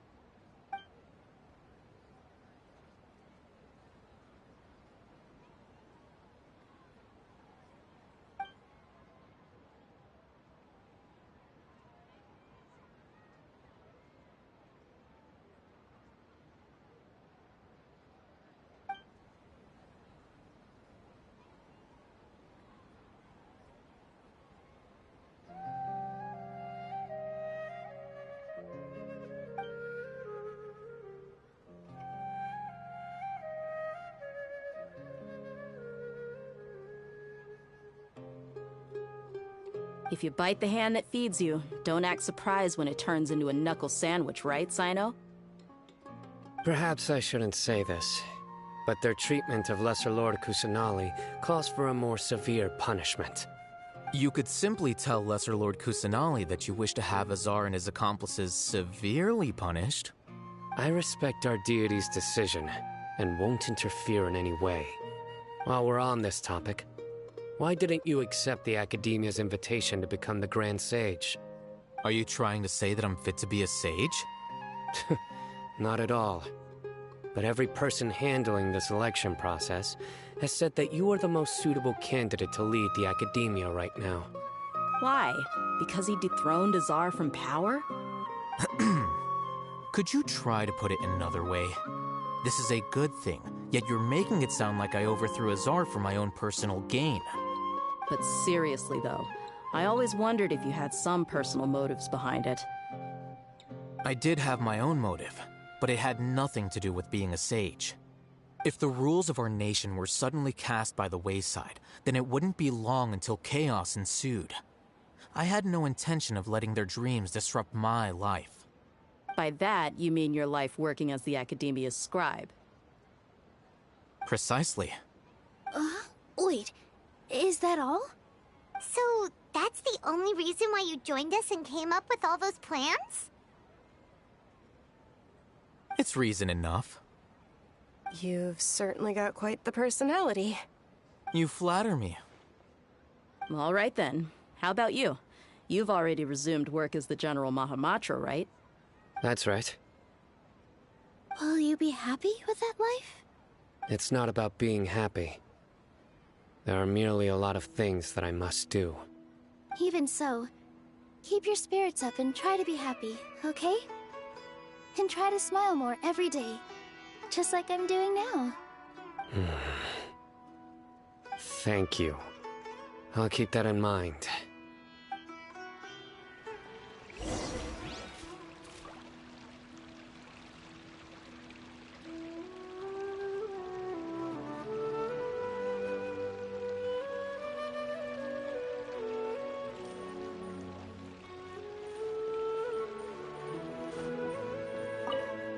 The atmosphere here is good, and everything is delicious. Yeah. I don't often come to such places, but it feels quite good. I have a lot to handle these days. Otherwise, I could show you around.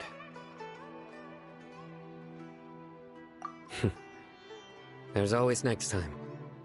We're friends after all. This feast is pretty good. I like it.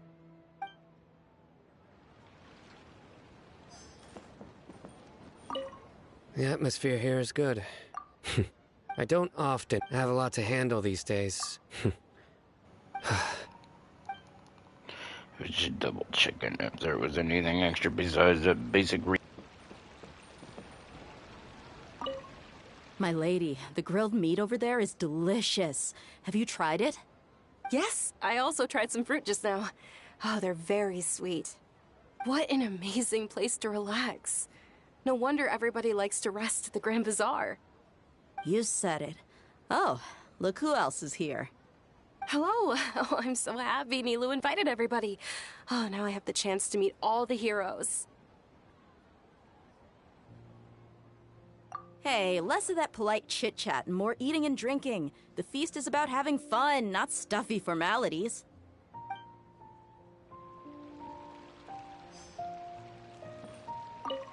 My lady, the grilled meat over there? Yes, I also... What an amazing... You said it. Oh, look who else is... Hello. Oh, I'm so happy Nilu. Hey, less of that polite chit-chat and more eating and drinking. The feast is about having fun, not stuffy formalities.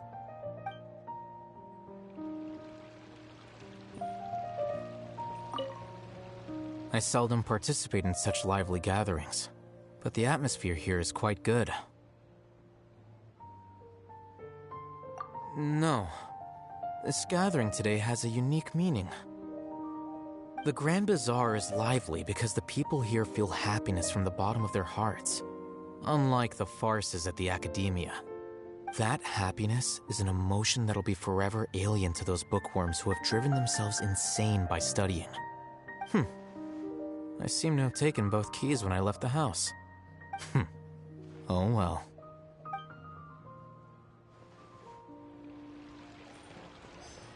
Ah, there you are, traveler. Well, how is it? Are you enjoying the feast today? If there's anything you're unhappy with, just let me know. I'll be sure to take note of it. That's good. It's the first time I've ever invited so many exceptional people to one place. I was a little nervous myself. You see, every guest here is quite extraordinary. It's unbelievable that we've got everyone together here. Almost like a fairy tale. Make sure you live it up tonight. I'll be happy as long as you're enjoying yourselves.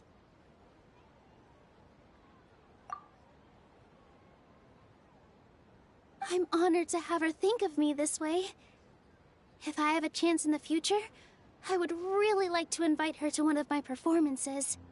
I can't explain why, but I just feel elated right now. Thank you.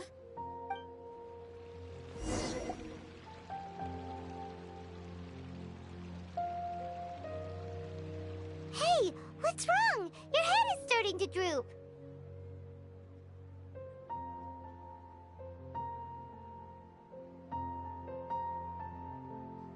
Hey, you can't just fall asleep here.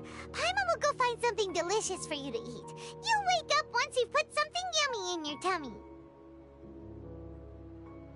Of course, just wait here for Paimon.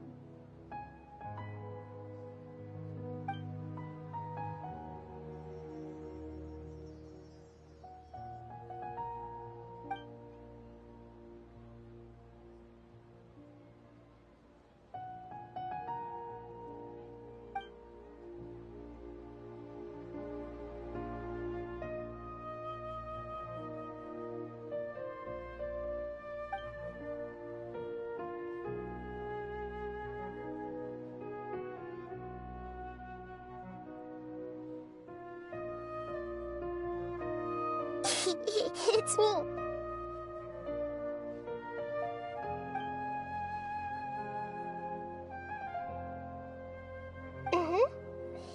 You may blame me for being a bit too self-indulgent.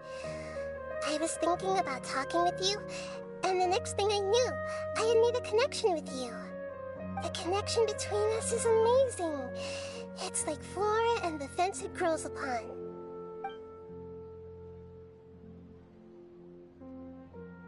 I heard there's an amazing celebration feast today at the Grand Bazaar. I wanted to have a look for myself, so I snuck in. Lately, I've been so busy dealing with all the fallout from recent events, so I really haven't had any free time. Although you've already helped me with a lot, there's still one more thing I hope you can help me with.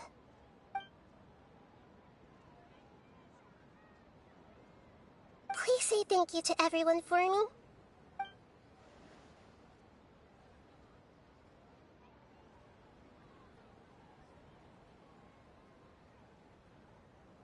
Oh, is it not convenient for you to do that for me?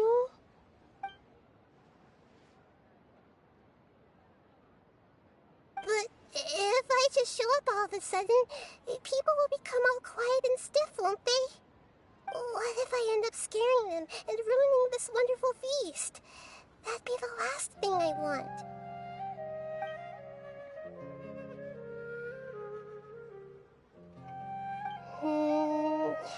Let me think about it. Okay.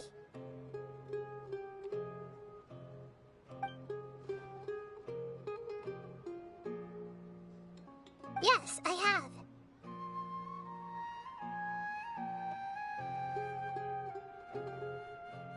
You said I should go thank everyone as myself, right? So, I've decided to borrow your body for the time being. Please don't blame me.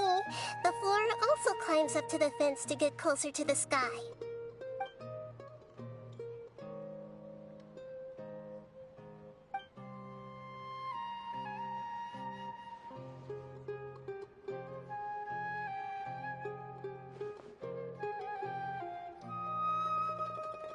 everyone. Are you awake now? Paimon was just about to bring you the food. It's me. Huh? That voice. Nahida? Hold up. What's going on? I didn't expect to have a conversation with the consciousness of Lesser Lord Kusanali in the Grand Bazaar. Interesting. Is this also a part of the feast? No, of course not. Are you Lesser Lord Kusanali? Hello, Nilu. You know who I am? Yes, I already know every one of you. Nilu, Alhaitham, Sino, Dia, Paimon, and Dunyarzad.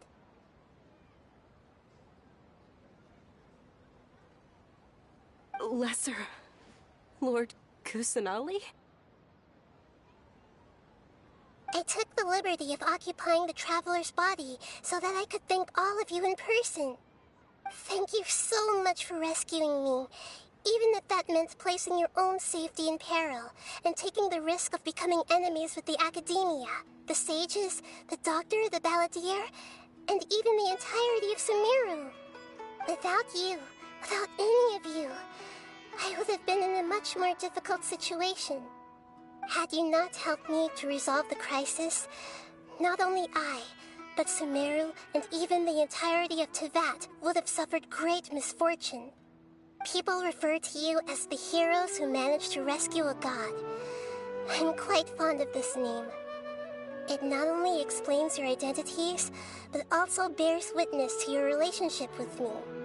Please, allow me to present to you my most sincere gratitude. Lesser Lord Kusanali, you have done so much for Sumeru, and I didn't even have a chance to do anything for you. You don't have to do this. Dunyarzad, the suffering you endured during your illness is also proof of you being with me and praying for me. Thank you. You don't need to be so ceremonious. It's always been my duty to protect you. This is how the relationship between the Academia and Dendro Archon should be. We just did what was necessary and set things back on the right path. You're an Archon, but you act so humble. You really don't need to be so polite with us. I'm honored to have been able to take part in this plan. I hoped you liked the dance I dedicated to you. Thank you, all of you. Thank you so much.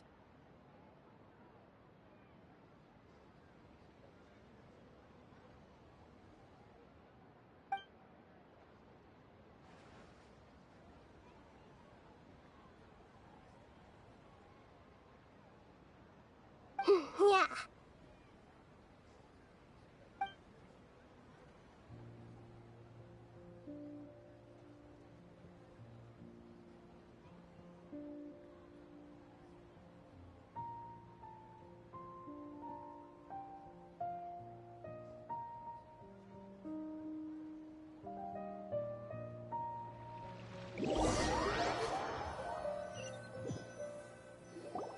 Are you awake? Did you rest well?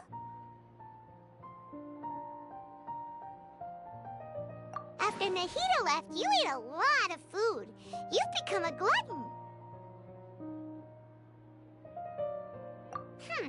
That just means you still have a lot to learn from Master Paimon, the Sage of Gluttony.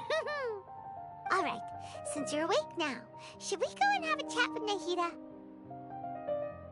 She should be in the Academia right about now.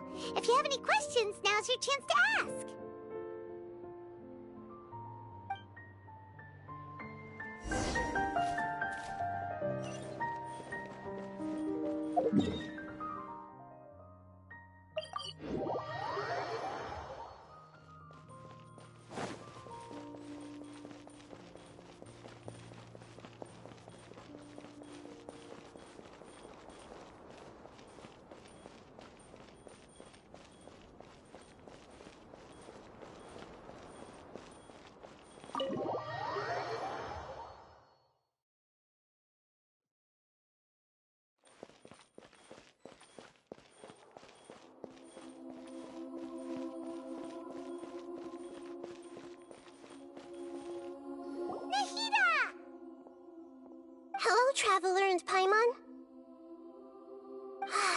fantastic night.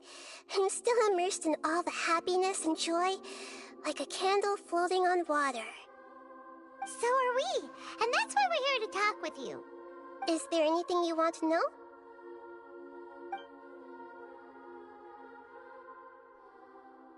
After recent events, the Akasha can no longer function as it used to. I've given it some thought, and have decided to shut it down permanently. But this is definitely not a bad thing. Even from the beginning, I've been planning to shut it down. The Akasha's centralized administration of knowledge has always restrained people's curiosity and curtailed the number of paths available to them. I don't think this is good for Sumeru. Although people may initially feel a little uncomfortable with the loss of the Akasha, they will soon understand that this life is more suitable for them. And as for the future of Sumeru, I'm preparing to regain control of the academia. The former sages have received their punishment, but the new sages have yet to be selected. I will oversee the process personally. I hope that the new 6 great sages will be more focused on academics.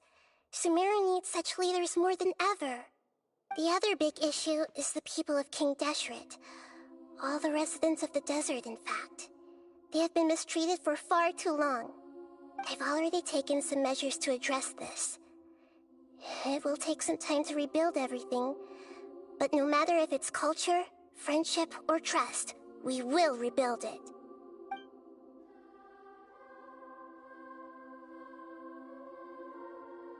You mean, what happened after the doctor put you to sleep?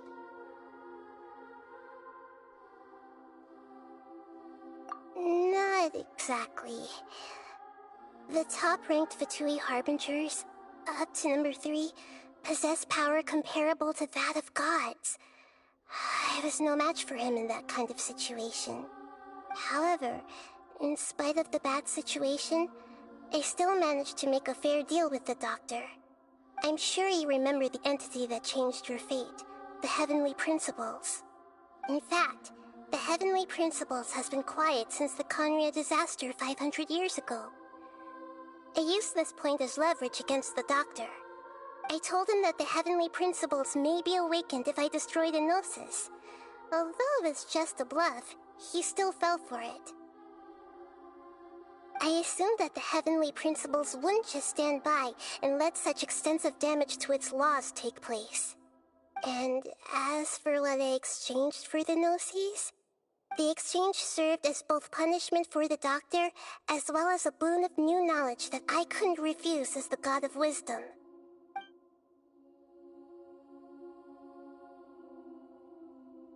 He's still in a coma.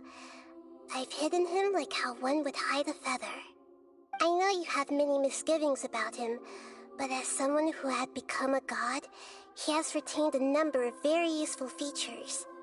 Don't worry, I'll keep an eye on him and make sure he doesn't do any evil. In addition, there are still some mysteries left in him. Some things may be very clear from my perspective, but he is still yet to understand them himself. His future will be determined by fate.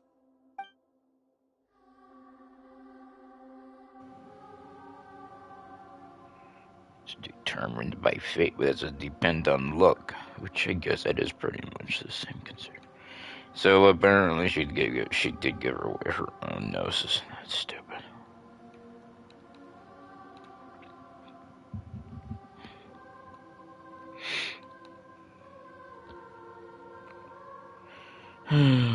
That's still gonna have to be a year away for that part.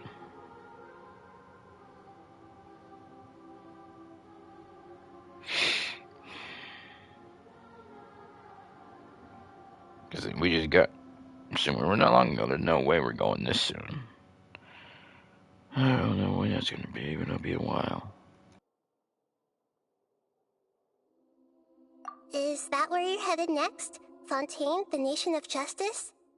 As far as I know, that nation operates in a judicial system. Does their Archon personally judge people?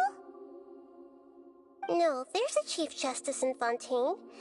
Generally speaking, the Hydra Archon, Focalor, won't preside over individual trials. However, even then, Focalor will still make herself present at just about every trial. It seems that she just likes to immerse herself in that sort of atmosphere. As Archon, she still reserves the right to influence the final verdict. Anyway, let's just say she's got, a very unique personality.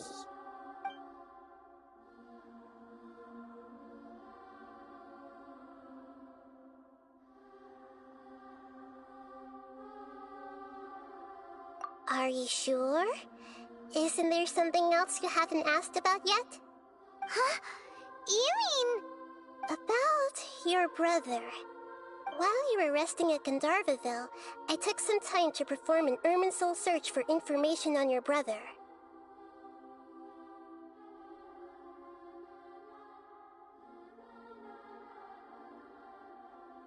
Yeah! Isn't Irminsul a repository for all the information and memories of Teyvat? So there shouldn't be anything on her or her brother. This is true in your case. Irminsul indeed does not have any information on you. However, there must be something different about your brother.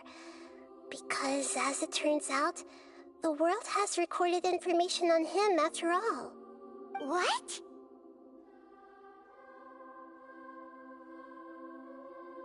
There's only one possible explanation.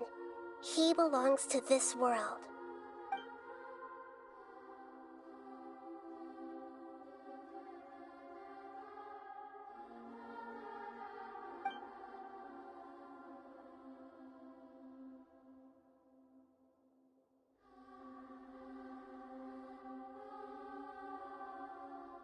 But nothing about this makes any sense! Wasn't this your first trip to Teyvat?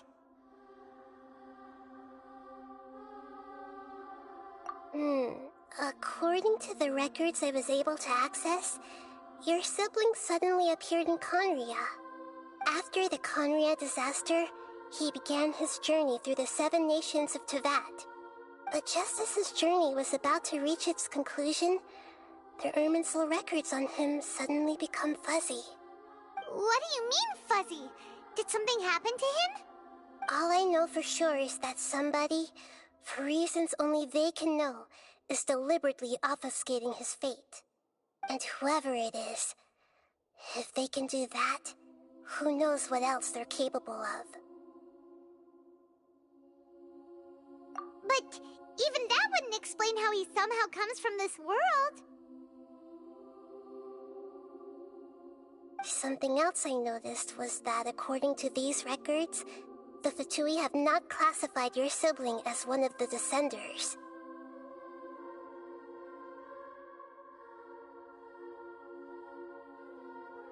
What's a Descender? Paimon's never heard of it. Look, I'm sure you must be curious about the information I received from the Fatui in return for my gnosis, right? A very important part of the intel was about this world's Descenders.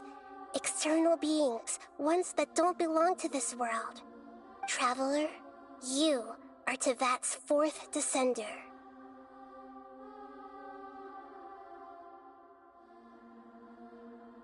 Huh? So the Fatui count 3 other Descenders before the Traveler, and her brother isn't even one of them? That's right. My current hypothesis is that the first Descender was likely what we now call the Heavenly Principles. As for the other Descenders, I still need to verify their existence. It could take me some time. Paimon's head's about to burst from all this crazy new information. And yet, even knowing all this, I'm sure you must still have a lot of unanswered questions. I must say, I truly regret that I can't help you more as the God of Wisdom. There are many questions in my heart as well. I will need some time to go through each one of them.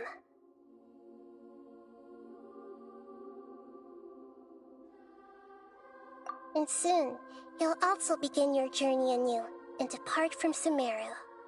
I'm very interested in your future. It's a journey that can't be observed or recorded by this world. If fate is the ultimate knowledge, then your future will be the ultimate fate.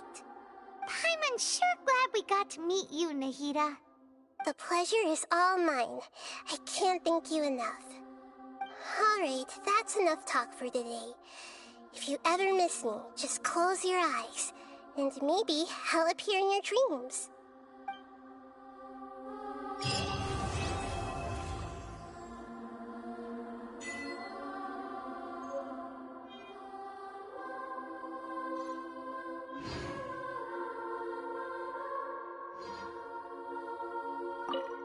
Is there anything you want to know?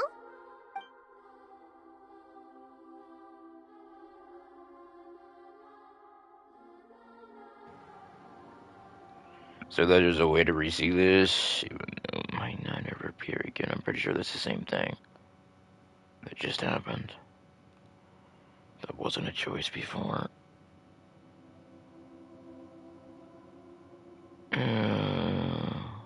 And soon, you'll also begin your journey anew and depart from Sumeru.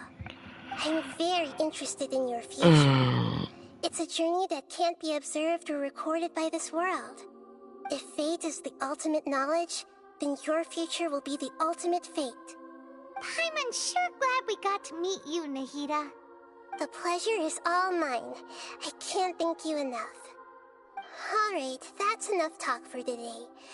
If you ever miss me, just close your eyes, and maybe I'll appear in your dreams.